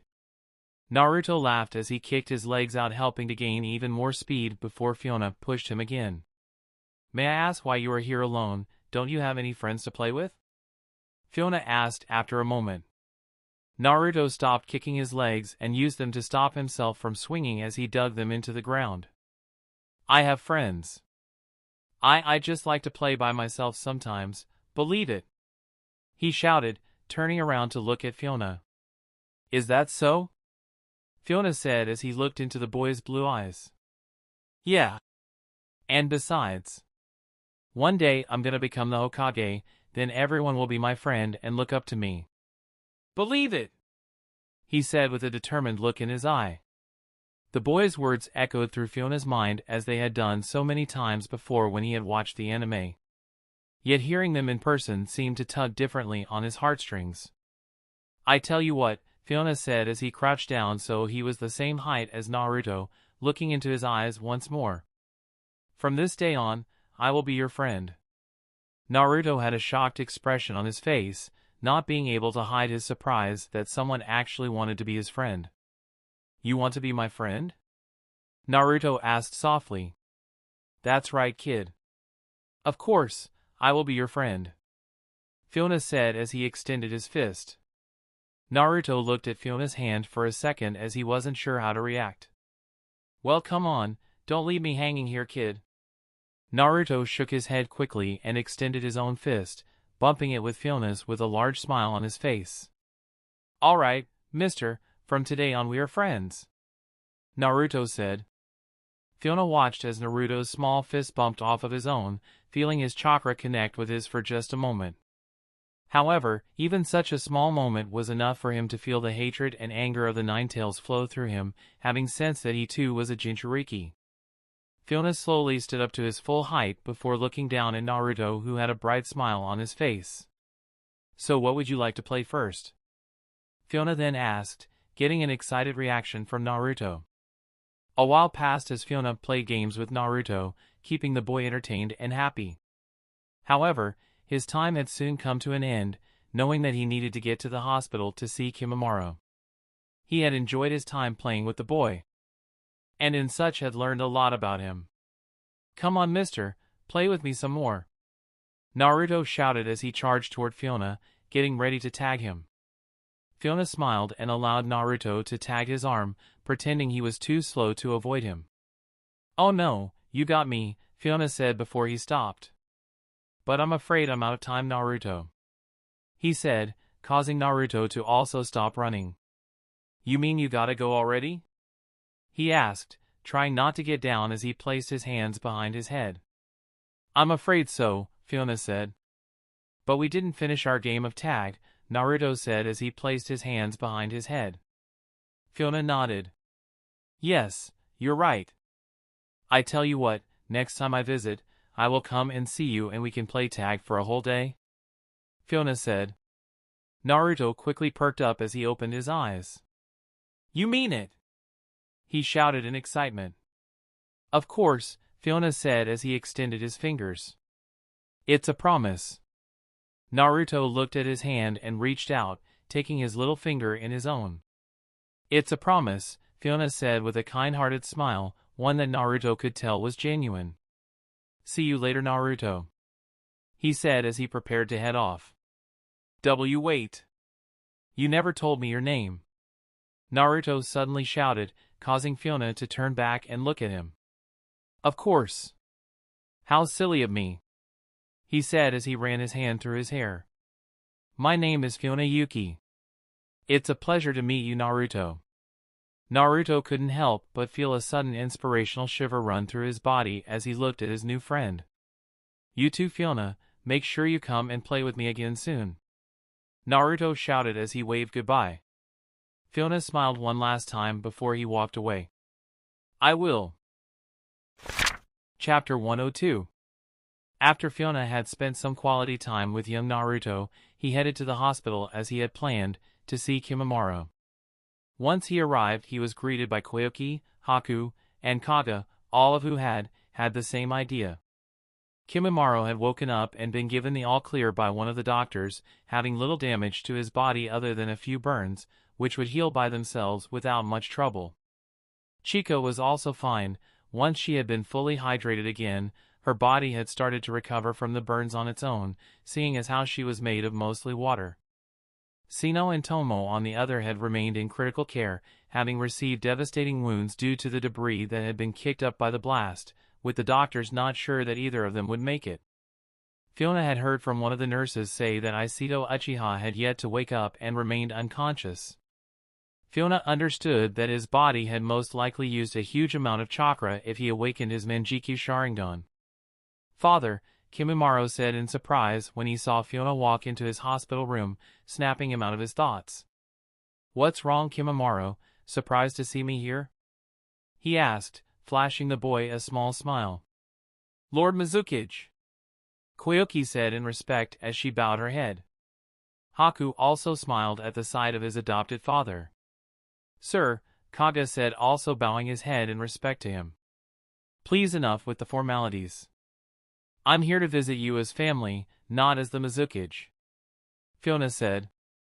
The others all smiled and relaxed, going back to the conversation they had been talking about. "We were just talking about the last exam," Kage said as he crossed his arms. "Yes, it certainly was a surprise when Muse launched his final attack. Even I didn't see that one coming," Fuyona said with a goofy expression. Kimimaro seemed to wear a guilty expression, something Fuyona and Kage noticed all too well. "It's not your fault, Kimimaro. There was nothing you could have done to stop that jutsu," Kage said, knowing he was blaming himself. "Besides, you saved Chica's life," Koyuki said, jumping in. Kimimaro smiled ever so slightly at the news. But what about Isido? He then asked. He survived too, Fuyona said. Kimimaro was shocked to hear that, but then felt a wave of relief wash over him. He is? He asked. He's completely fine, Kimimaro. In fact, he has fewer injuries than you. Fuyona then said. Kimimaro was amazed to hear that, having felt a bond form between the two during their battles in the exam. Anyway, the doctor said you are all good to be discharged, but that you should be on bed rest for at least a week. Fuyona said, giving him the good news. Kimimaro nodded before he leaned back into his bed, feeling as if he could finally relax at the news. Guess that means no missions for the rest of us either, Koyuki said as she shot her hands into the air celebrating. I wouldn't say that, Kage said, giving her a serious look. You may have finished your time in the exams, but you still have a long way to go. Koyuki frowned as she lowers her arms. Ah, man. Haku also smiled. Don't worry, Koyuki, we can both pick up the extra work while Kimimaro gets some rest, he said with a gentle expression. Fuyona watched the four of them smile and joke around with each other, happy to see that they felt so relaxed and could enjoy themselves. It was easy to forget how young they were when watching them in action, acting well beyond their years in combat. The three of them were still 10 years old, going on 11. It was still crazy that they had been ready for the Chunin exams at all, considering that Naruto and his classmates wouldn't even become Genin until they were 12. Of course, they were not the only squad he intended to at a visit today. He had already sent clones out to see the other two squads, feeling it was the duty of the Mizukage to congratulate all of them on their efforts in person, rather than by expression. Alright, you three, make sure you pack your things. It's a long trip back to the Mist Village, Fuyona said as he crossed his arms while leaning on one of the walls. The three of them nodded in response, realizing that the Chunin exams were now over and that they would be returning to their own village once and for all. All right, I leave them in your care, Kage, Fuyona said as he stood back upright, pushing off the wall. Kage nodded, knowing that he must have some business to attend to if he was leaving now. Leave it to me, he said. I will see you all when you return to the village, Fuyona said as he smiled at the three of them. And remember, Kimimaro, make sure you rest. Kimimaro smiled at Fuyona, nodding his head as he did. I will, father. With that, Fuyona turned and opened the door to the hospital room, exiting the room and shutting the door behind him before he started walking down the hall. Currently, Hatori was led to one of the others' hospital rooms, having had his injuries treated by one of the doctors and left to rest. Yuri sat with him, keeping him company with only the two of them were there. Yuri sat quietly as Hatori rested while thinking back on his fight with Haku. Knock, knock. Came the sound on the door before it opened. Both Yuri and Hatori sat up in surprise seeing who it was as Fuyona walked through. I hope I'm not disturbing you, Hatori, he said, flashing him a reassuring smile. Lord Mizukage, Hatori said, blurting it out in surprise as he tried to sit upright to greet him. Please, don't strain yourself, Hatori, Fuyona said as he walked over to the bed and put his hand on the boy's shoulder to help him relax. Why yes, sir, Hatori said in surprise. Fuyona smiled as he felt the boy relax, letting go of him before he looked up to Yuri. How are you feeling, Yuri? He then asked. I am fine, sir, she said quietly. Good, Fuyona said as he turned back to Hatori. I wanted to visit you personally in order to congratulate you both on your efforts during the exam, Fuyona then said. You both displayed great skill and ability in every aspect of the exams, and made your village proud, Fuyona said, letting them know their efforts had been noticed. Hatori stayed quiet for a moment as Fiona's words sank in. Thank you, sir, he suddenly blurted out after a moment of silence. Fuyona smiled, knowing that he was still a little down about his fight with Haku, but he was glad that he had been able to cheer him up a little. Just remember, this is only the start of your journey to becoming a shinobi. You must never rest until you achieve your dreams. Hatori listened to Fiona's words, taking them to heart as he looked at his role model. Yes, sir, I will train even harder than I ever have. I promise I won't lose ever again. He shouted as he clutched the hospital bed sheets tight in his hands. Fuyona simply smiled, knowing that he had reignited the flame in his belly, knowing that he would prove a great rival for both Kimimaro and Haku. That's what I like to hear. Fuyona then said as he gave them both a thumbs up. Yuri also noticed the glint in Hatori's eye return, giving a small smile from behind her scarf. Well, make sure you have a safe trip back to the village. I shall leave you in the hands of Noda-sensei, Fuyona said before he walked over to the door. Both Yuri and Hatori nodded as they watched him take his leave, feeling honored that the Mizukage had taken the time to come and see them. Fuyona carried on his journey through the hospital, heading even further down the hall before he came to the last door on his list. What the hell, Chica? Don't steal my food! Kujira's voice shouted even through the door. Now you two, let's try and keep calm until Ryo-sensei gets back, Rokuro said, trying to keep the peace. Fuyona couldn't help but smile as he heard the three of them continue to argue and shouted, knowing that it was all in playfulness. Fuyona slowly lifted his hand up and knocked on the door before clearing his throat. Hello, is it safe to come in? He said, cracking the small joke as he opened the door. To his surprise, Kujira and Chica were holding each other in a headlock as they had been fighting over some food, each of them quickly freezing on the spot in shock as they saw Fuyona standing there. Am I interrupting something? Fuyona said as he rubbed the back of his head. Both of them quickly let go of one another before they sat upright. No sir, sorry sir. They both said, shocked that the Mizukage was standing before them. Now you three, you can relax, Fuyona said as he started laughing. Chica was the first to listen and quickly snatched the food that she and Kujira had been fighting over. Arg! Chica! Kujira shouted as he watched her quickly gobble it down without a second thought. You snooze you lose, fat boy. She shouted as she swallowed it. Kujira frowned as crossed his arms. How many times do I have to tell you? I'm not fat. Fuyona laughed to himself as he watched their interaction. He could tell that the three of them were very close as a squad. I can see that your injuries are almost healed, Chica, Fuyona said, getting her attention. Why yes, sir.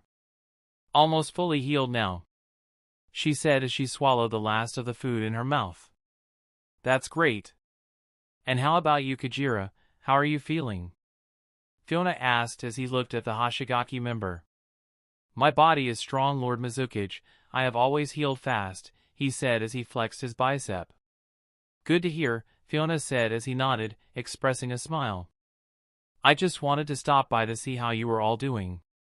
You all did excellent in the exam, and I thought you deserved a visit so I could congratulate you, Fuyona said.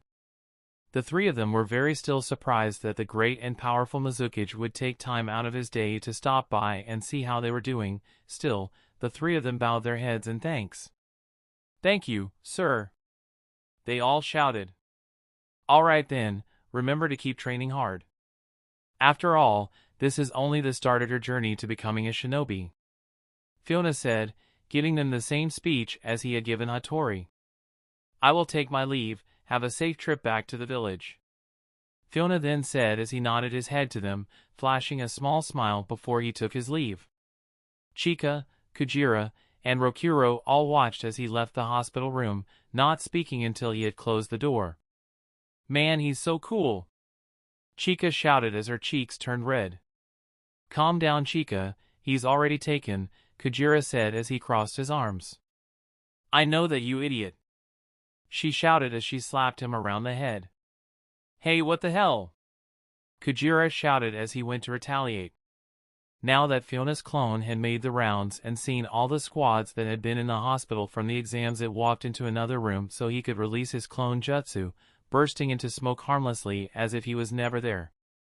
Meanwhile, the real Fuyona had left Kimimaro's room some time ago and headed into the village in disguise, keeping to the busier areas and shadows so he could blend in, knowing that the Leaf Umbu had lots of surveillance and would notice any kind of strange activity.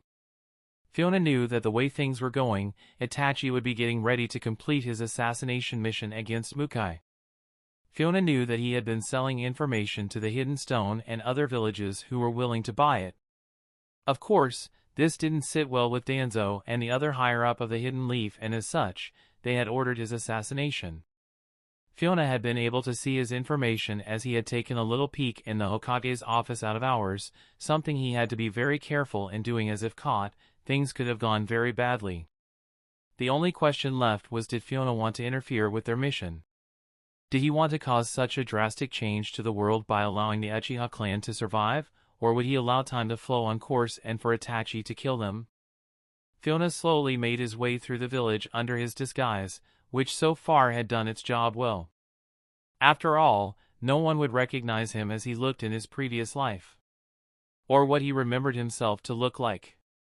He kept to the busy areas, pretending to shop and even interact with other villages as he asked basic questions and made small talk. He was slowly heading towards the outer limits of the village, knowing that would be his best bet to locate Itachi before he set off for his mission. That would be his best chance to follow him, knowing that if he missed that opportunity he wouldn't get another one without using his sage mode to try and locate him. Fuyona could see that he was now the old one left on the path at this late hour, knowing that if seen he would look suspicious. Luckily a bench was nearby and he decided to go and take a seat, pulling out a book for a cover story. The bench was located just off the path on a small grass verge that overlooked a large lake with a jetty going out towards the water. Fuyona recognized it as the place where Sasuke had first learned his fire-style jutsu, remembering the scene in his head all too well. A moment passed as Fuyona continued to read his book, while occasionally looking up as the sun was close to setting, leaving a beautiful orange tint in the sky. "But big brother, I can walk just fine, I promise it doesn't hurt," a small voice said, catching Fiona's attention. Now Sasuke, we are almost home," another voice, one who needed no introduction, said. Fuyona slowly looked up at the pair, only looking at them for a moment before he looked back down at his book with a smile. He really is sharp, Fuyona thought, knowing that Itachi had already clocked him. Itachi was quick to notice Fuyona, only clocking him for a moment before he acted as if he had seen nothing. Fuyona couldn't tell if Itachi knew it was him, or if he had simply clocked that he was out of place. After all, none of the other villagers would come this far out of the village and hang around the outskirts of the Uchiha clan's space. Still, Itachi walked right past him with little Sasuke on his back, not batting another eyelid at him. Fuyona posed no threat and simply smiled at the bothers to put them at ease. "Beautiful sunset, isn't it?" he said, catching Sasuke's attention. "It is," Itachi said, almost a little too quickly in response.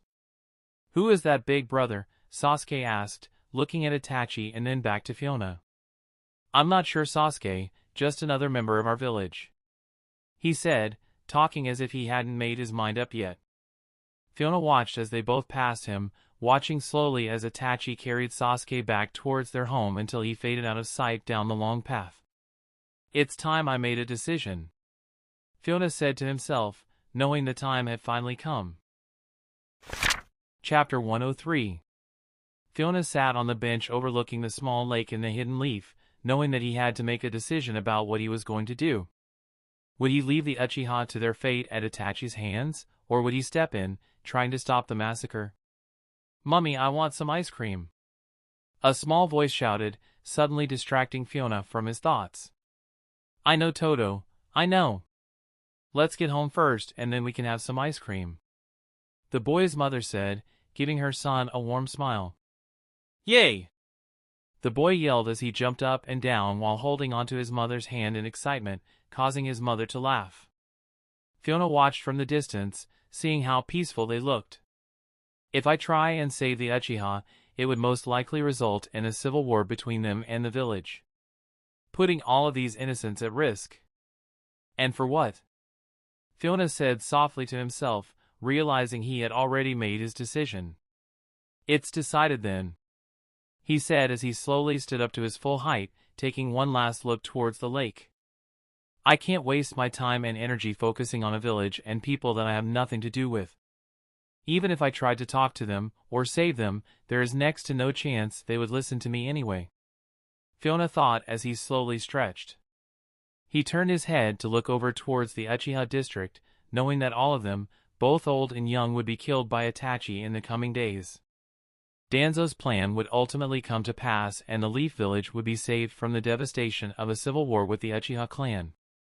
Still, Fuyona could feel a lump in his throat, feeling as if he was powerless to do anything to stop it. All he had left was his final plan, something that he had been saving as his ace in the hole.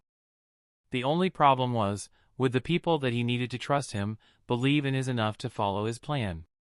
Fuyona was so lost in his thoughts about the whole ordeal that he failed to notice a boy walking up the path behind him, only realizing he was there once he spoke. "Can I help you with something?" the voice said, coming from behind Fuyona. Fuyona didn't have to turn around to know who it belonged to. Instead, smiling a little before he slowly turned to face the legend himself. "Itachi Uchiha," Fuyona said, taking the boy by surprise as he said his name. Itachi studied him carefully, looking Fuyona up and down with his keen eyes. "Who are you?" Itachi asked, knowing that the man he saw before him was not real. Fuyona slowly placed his hands into his pockets before looking Itachi in the eye. "Follow me," he said, turning on his heel as he started to walk away from the Uchiha district. Itachi could feel a powerful aura coming from this person, but he didn't feel any form of hostility coming from him and so decided to follow him. The two of them walked at a steady pace towards the tree line of a small woods located on the outskirts of the village. Fuyona knew that here they would be safe from any prying eyes, not that he could sense any. Still, it was better to be safe than sorry. After all, the Leaf had many different ways they could spy on people, and it was something they were very good at. Once they were in the clear and out of sight, Fuyona stopped and turned around to face Itachi, who also stopped and waited for Fuyona to make the first move. Fuyona was impressed that Itachi didn't even flinch as he raised his hand to form a hand sign, allowing him to release the transformation jutsu and reveal his true identity. Fuyona burst into smoke as his jutsu came undone, standing there to reveal his true presence to Itachi. "Lord Mizukage," Itachi said, confused. "What are you doing here?" Itachi asked, not sure why one of the 5 kage, especially one who had just formed an alliance with the Leaf Village, was spying on the Uchiha clan. "I know about your mission, Itachi. And I know what you are planning to do," Fuyona said, putting his cards on the table. This time Itachi did flinch, but only by the tiniest bit, remaining calm as he tried not to give anything away. "What are you talking about?" Itachi shot back, playing the blank card. "Look, Itachi. I know what you have been ordered to do. I know that you don't agree with the Uchiha planning to rebel against the village. And I know that you are prepared to kill every single one of them if it means protecting your village," Fuyona said, this time hitting a nerve. "How do you know this?" Itachi asked. "There are only 2 possible ways that you could know this information," Itachi said, feeling his body tense as he looked Fuyona up and down. "Either Lord Hokage or Lord Danzo told you about this mission, or you have been spying on our village, breaking your treaty with us," he said. Fuyona smiled, knowing that Itachi would be prepared to attack him if need be. "You can calm down. I am not your enemy here, and I am not the one who has been spying," Fuyona said. "I came here today to make a decision on whether or not to stop you." "Did you know that?" Fuyona said as he sighed. "You see, I just couldn't help but wonder what would happen if I did," he said as he started waffling, not even looking at Itachi as he spoke. "Stop me?" Itachi asked. "I know how it sounds. I just wasn't sure which direction to take, honestly. You know? I was like, should I talk to him? Should I just kill him? Should I save the Uchiha clan?" Fuyona said as he cocked an eyebrow towards Itachi, feeling the tension that was coming from him. "Are you saying that you plan on killing me and my clan?" Itachi asked, getting serious. Fuyona looked Itachi in the eye, seeing that his Sharingan had activated, knowing that he had put him on guard. "No. I'm not planning on doing anything to you or your clan, actually," Fuyona then said as he let the tension in the air fade as if he had only been joking this whole time. "Itachi," he then said, getting serious again. "Do whatever you think is right," Fuyona said, taking Itachi off guard as he smiled at him. Itachi was confused. First, he discovered that the Mizukage was spying on him, then he tells him he was planning on killing him and his clan, and now he says he was only joking and has told him to do what he thinks is right. He had to say he was very confused indeed. "What is it that you are saying exactly?" Itachi asked after having a moment to think. Fuyona smiled and started walking over towards Itachi, getting closer and closer with each step, causing Itachi to grow tense, not knowing whether or not he was planning to attack him. "I will leave you with one simple bit of advice," Fuyona said as he placed his hand onto Itachi's shoulder. "Those who turn their hands against their comrades are sure to die a terrible death.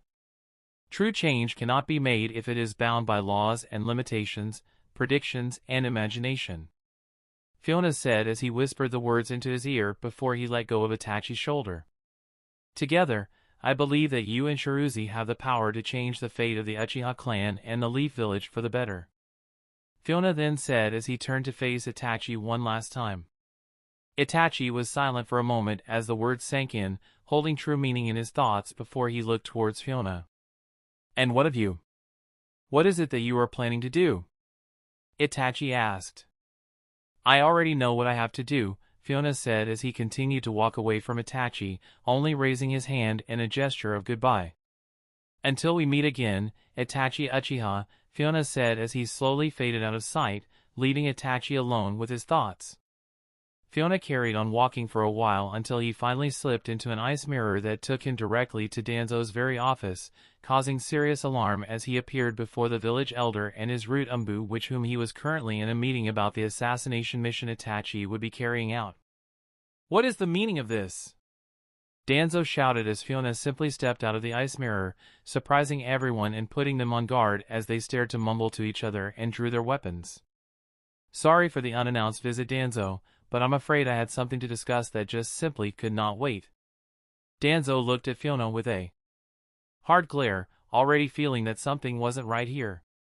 "And what would that be?" Danzo asked.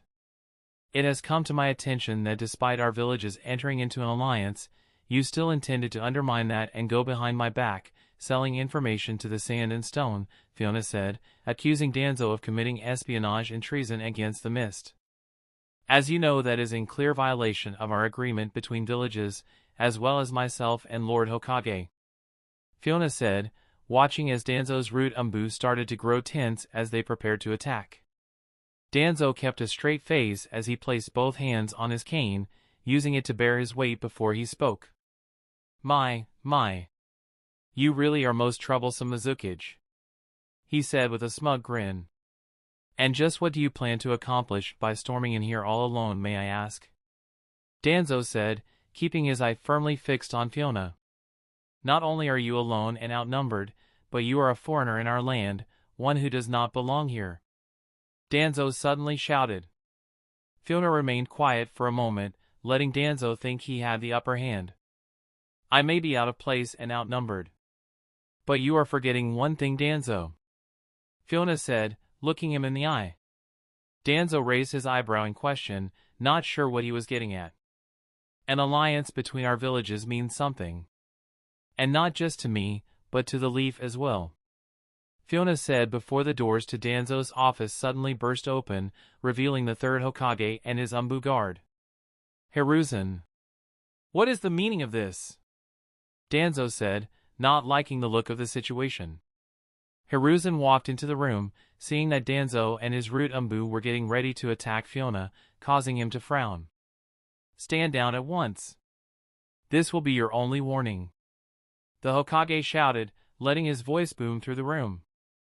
Fuyona could also see that his Umbu was ready to attack, seeing that Kakashi was one of them, readying his sword at the orders of the Hokage. Danzo could see that his odds of coming out of this situation were dropping by the second, knowing that he didn't stand a chance against both Hiruzen and Fuyona. "Are you really going to side with him? Over your own kin, Hiruzen?" Danzo shouted, getting very defensive. "Lord Mizukage has informed me of everything you have been doing. Do you really think you would get away with it? Going behind my back and undermining my authority for the last time?" Hiruzen shouted, clearly very angry with his childhood friend. I did what needed to be done. Something you didn't have the will to do.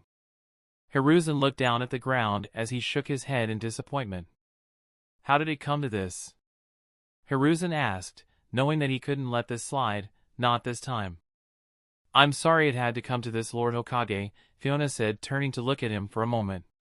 It's treason then, Danzo said, holding his cane with both hands, causing everyone to tense, knowing that he wouldn't go down without a fight.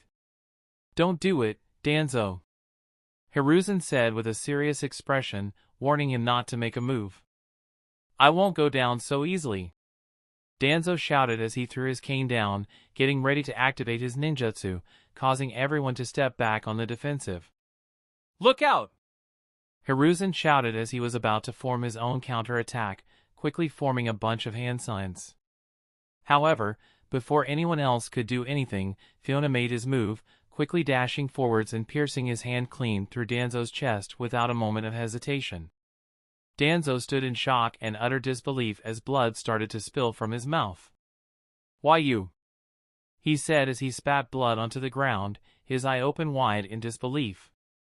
Everyone else was shocked at what had just happened, including Hiruzen, who deep down had not wanted Danzo dead. Lord Danzo! His root umbu shouted in horror as they tried to jump to his aid and attack Fuyona. However, ice shot up from the ground, fully trapping each of them in an unbreakable pillar, freezing them in an instant, which left him and Danzo alone. Did you really think I would let you get away with this? Fuyona said, looking Danzo in the eye, even with his hand thrust through his chest. Danzo coughed, spitting out more blood onto the ground. You are a fool, Danzo said as he raised his good arm, using it to rip his robe open and reveal the black sealing markings on his body. Hiruzen's eyes shot open as he realized what the jutsu was, knowing that it would take out everyone within range, sealing them inside of his very corpse. I will take you all down with me, Danzo shouted in a final fit of rage, knowing that at this range, everyone would be sealed with his jutsu. Get back! It's a reverse 4-symbol sealing jutsu. Get out of range! Hiruzen shouted as he quickly started to form hand signs, determined to do his best to save as many of his men as he could, even if it cost him his own life. Lord Hokage! No, you can't! Kakashi shouted, knowing that if he was caught in that sealing jutsu, not even he would be able to survive. Danzo coughed out more blood with an evil smile, knowing there was no escape for them. I will have my revenge after all, he shouted with the last of his strength. No, Danzo. You won't, Fuyona said abruptly, already having prepared for this jutsu. Suddenly Danzo's body started to freeze from the point in his chest where Fiona's hand had pierced.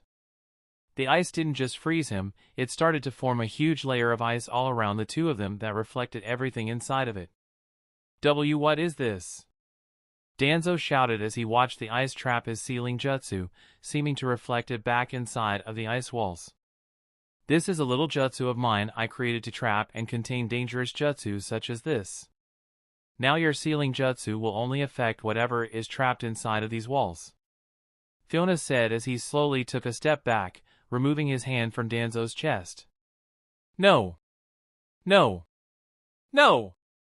Danzo shouted, seeing that his final efforts had been for nothing. Meanwhile, Hiruzen and the others could only watch in surprise as the ice-style trap formed around both Danzo and Fuyona, seeming to protect everyone else from the sealing jutsu Danzo had intended to take everyone down with. Lord Hokage! Kakashi shouted as he ran to his side. I'm alright, Kakashi, he said, looking at the ice as he tried to study it. Did he really seal a sealing jutsu with such ease? Kakashi asked as he tried to study it himself with his Sharingan. Hiruzen nodded slowly as he stood to his full height. All we can do is wait and see what happens next, he said. Fuyona was currently inside the ice trap with Danzo as the sealing jutsu started to consume the both of them. You may have trapped us inside this jutsu of yours, but at least you will go down with me, Danzo shouted with the last of his breath as the ice reached his neck. However, Fuyona chuckled before looking into Danzo's eyes. I'm afraid not, Fuyona said as he stopped laughing. You will die alone with your jutsu achieving nothing. All of your plans and horrors that you would inflict upon the people of this village and the rest of the world will never happen. Fuyona said, knowing with Danzo's death coming this early, the world would change drastically. Everything I ever did was for the good of this village. No matter what you say, you will never take that away from me. Danzo said with the last of his breath. Danzo watched with the last of his strength as his sealing jutsu took full hold of Fuyona's body, trapping him where he stood, only to feel a huge wave of horror as Fiona's body started to crumble into ice, revealing he had been a clone the whole time. "See, curse you, Ice Devil." Those were Danzo's last words as his sealing jutsu exploded, being contained by the ice trap that suddenly imploded in on itself, turning into a small ice jar that reflected everything inside of it. "What is that jutsu?" Kakashi asked, having never seen anything like it before. "Sir, we are unsure if Lord Mizukage survived." One of the other Umbus spoke as he stood by Hiruzen's other side. "Don't worry about me," Fuyona said from behind them, taking all of them by surprise. Hiruzen turned around to see Fuyona standing there, unharmed, feeling a little overwhelmed at his display of jutsu if he was being honest. "What of Danzo?" he asked, getting straight to the point. "I'm afraid he was killed by his own jutsu," Fuyona said, even if it was only half the truth. Hiruzen lowered his head, feeling the heavy loss of his childhood friend. "It is done then. Danzo has paid for his crimes against us with his life," the Hokage said after a moment. "Yes. I understand you are good friends, Lord Hokage, and that in your choice of our alliance over him was a huge step in the direction of peace between our two villages," Fuyona said in thanks. "Yes," Hiruzen said as he tried to compose himself. "Sir, are you all right?" Kakashi asked, never having seen him like this before. "I am Kakashi. I will be fine," he said as he folded his arms behind his back. "Come then. It would seem we have many things to discuss, Lord Mizukage," he finally said as he looked over to Fuyona. Fuyona understood that would be the case, and he knew that Hiruzen would take Danzo's death hard. But he also knew this was the best course of action he could take to achieve everything he had been planning. All that was left was to reassure Hiruzen of their alliance and move forwards together as they had intended. "Of course, Lord Hokage. Let us retire for the day and discuss our future together as allies." That's the end of this tale for now. We've caught up to the story, so the next upload will be when enough chapters are out. Thank you for watching, and I'll see you in part 5. Peace.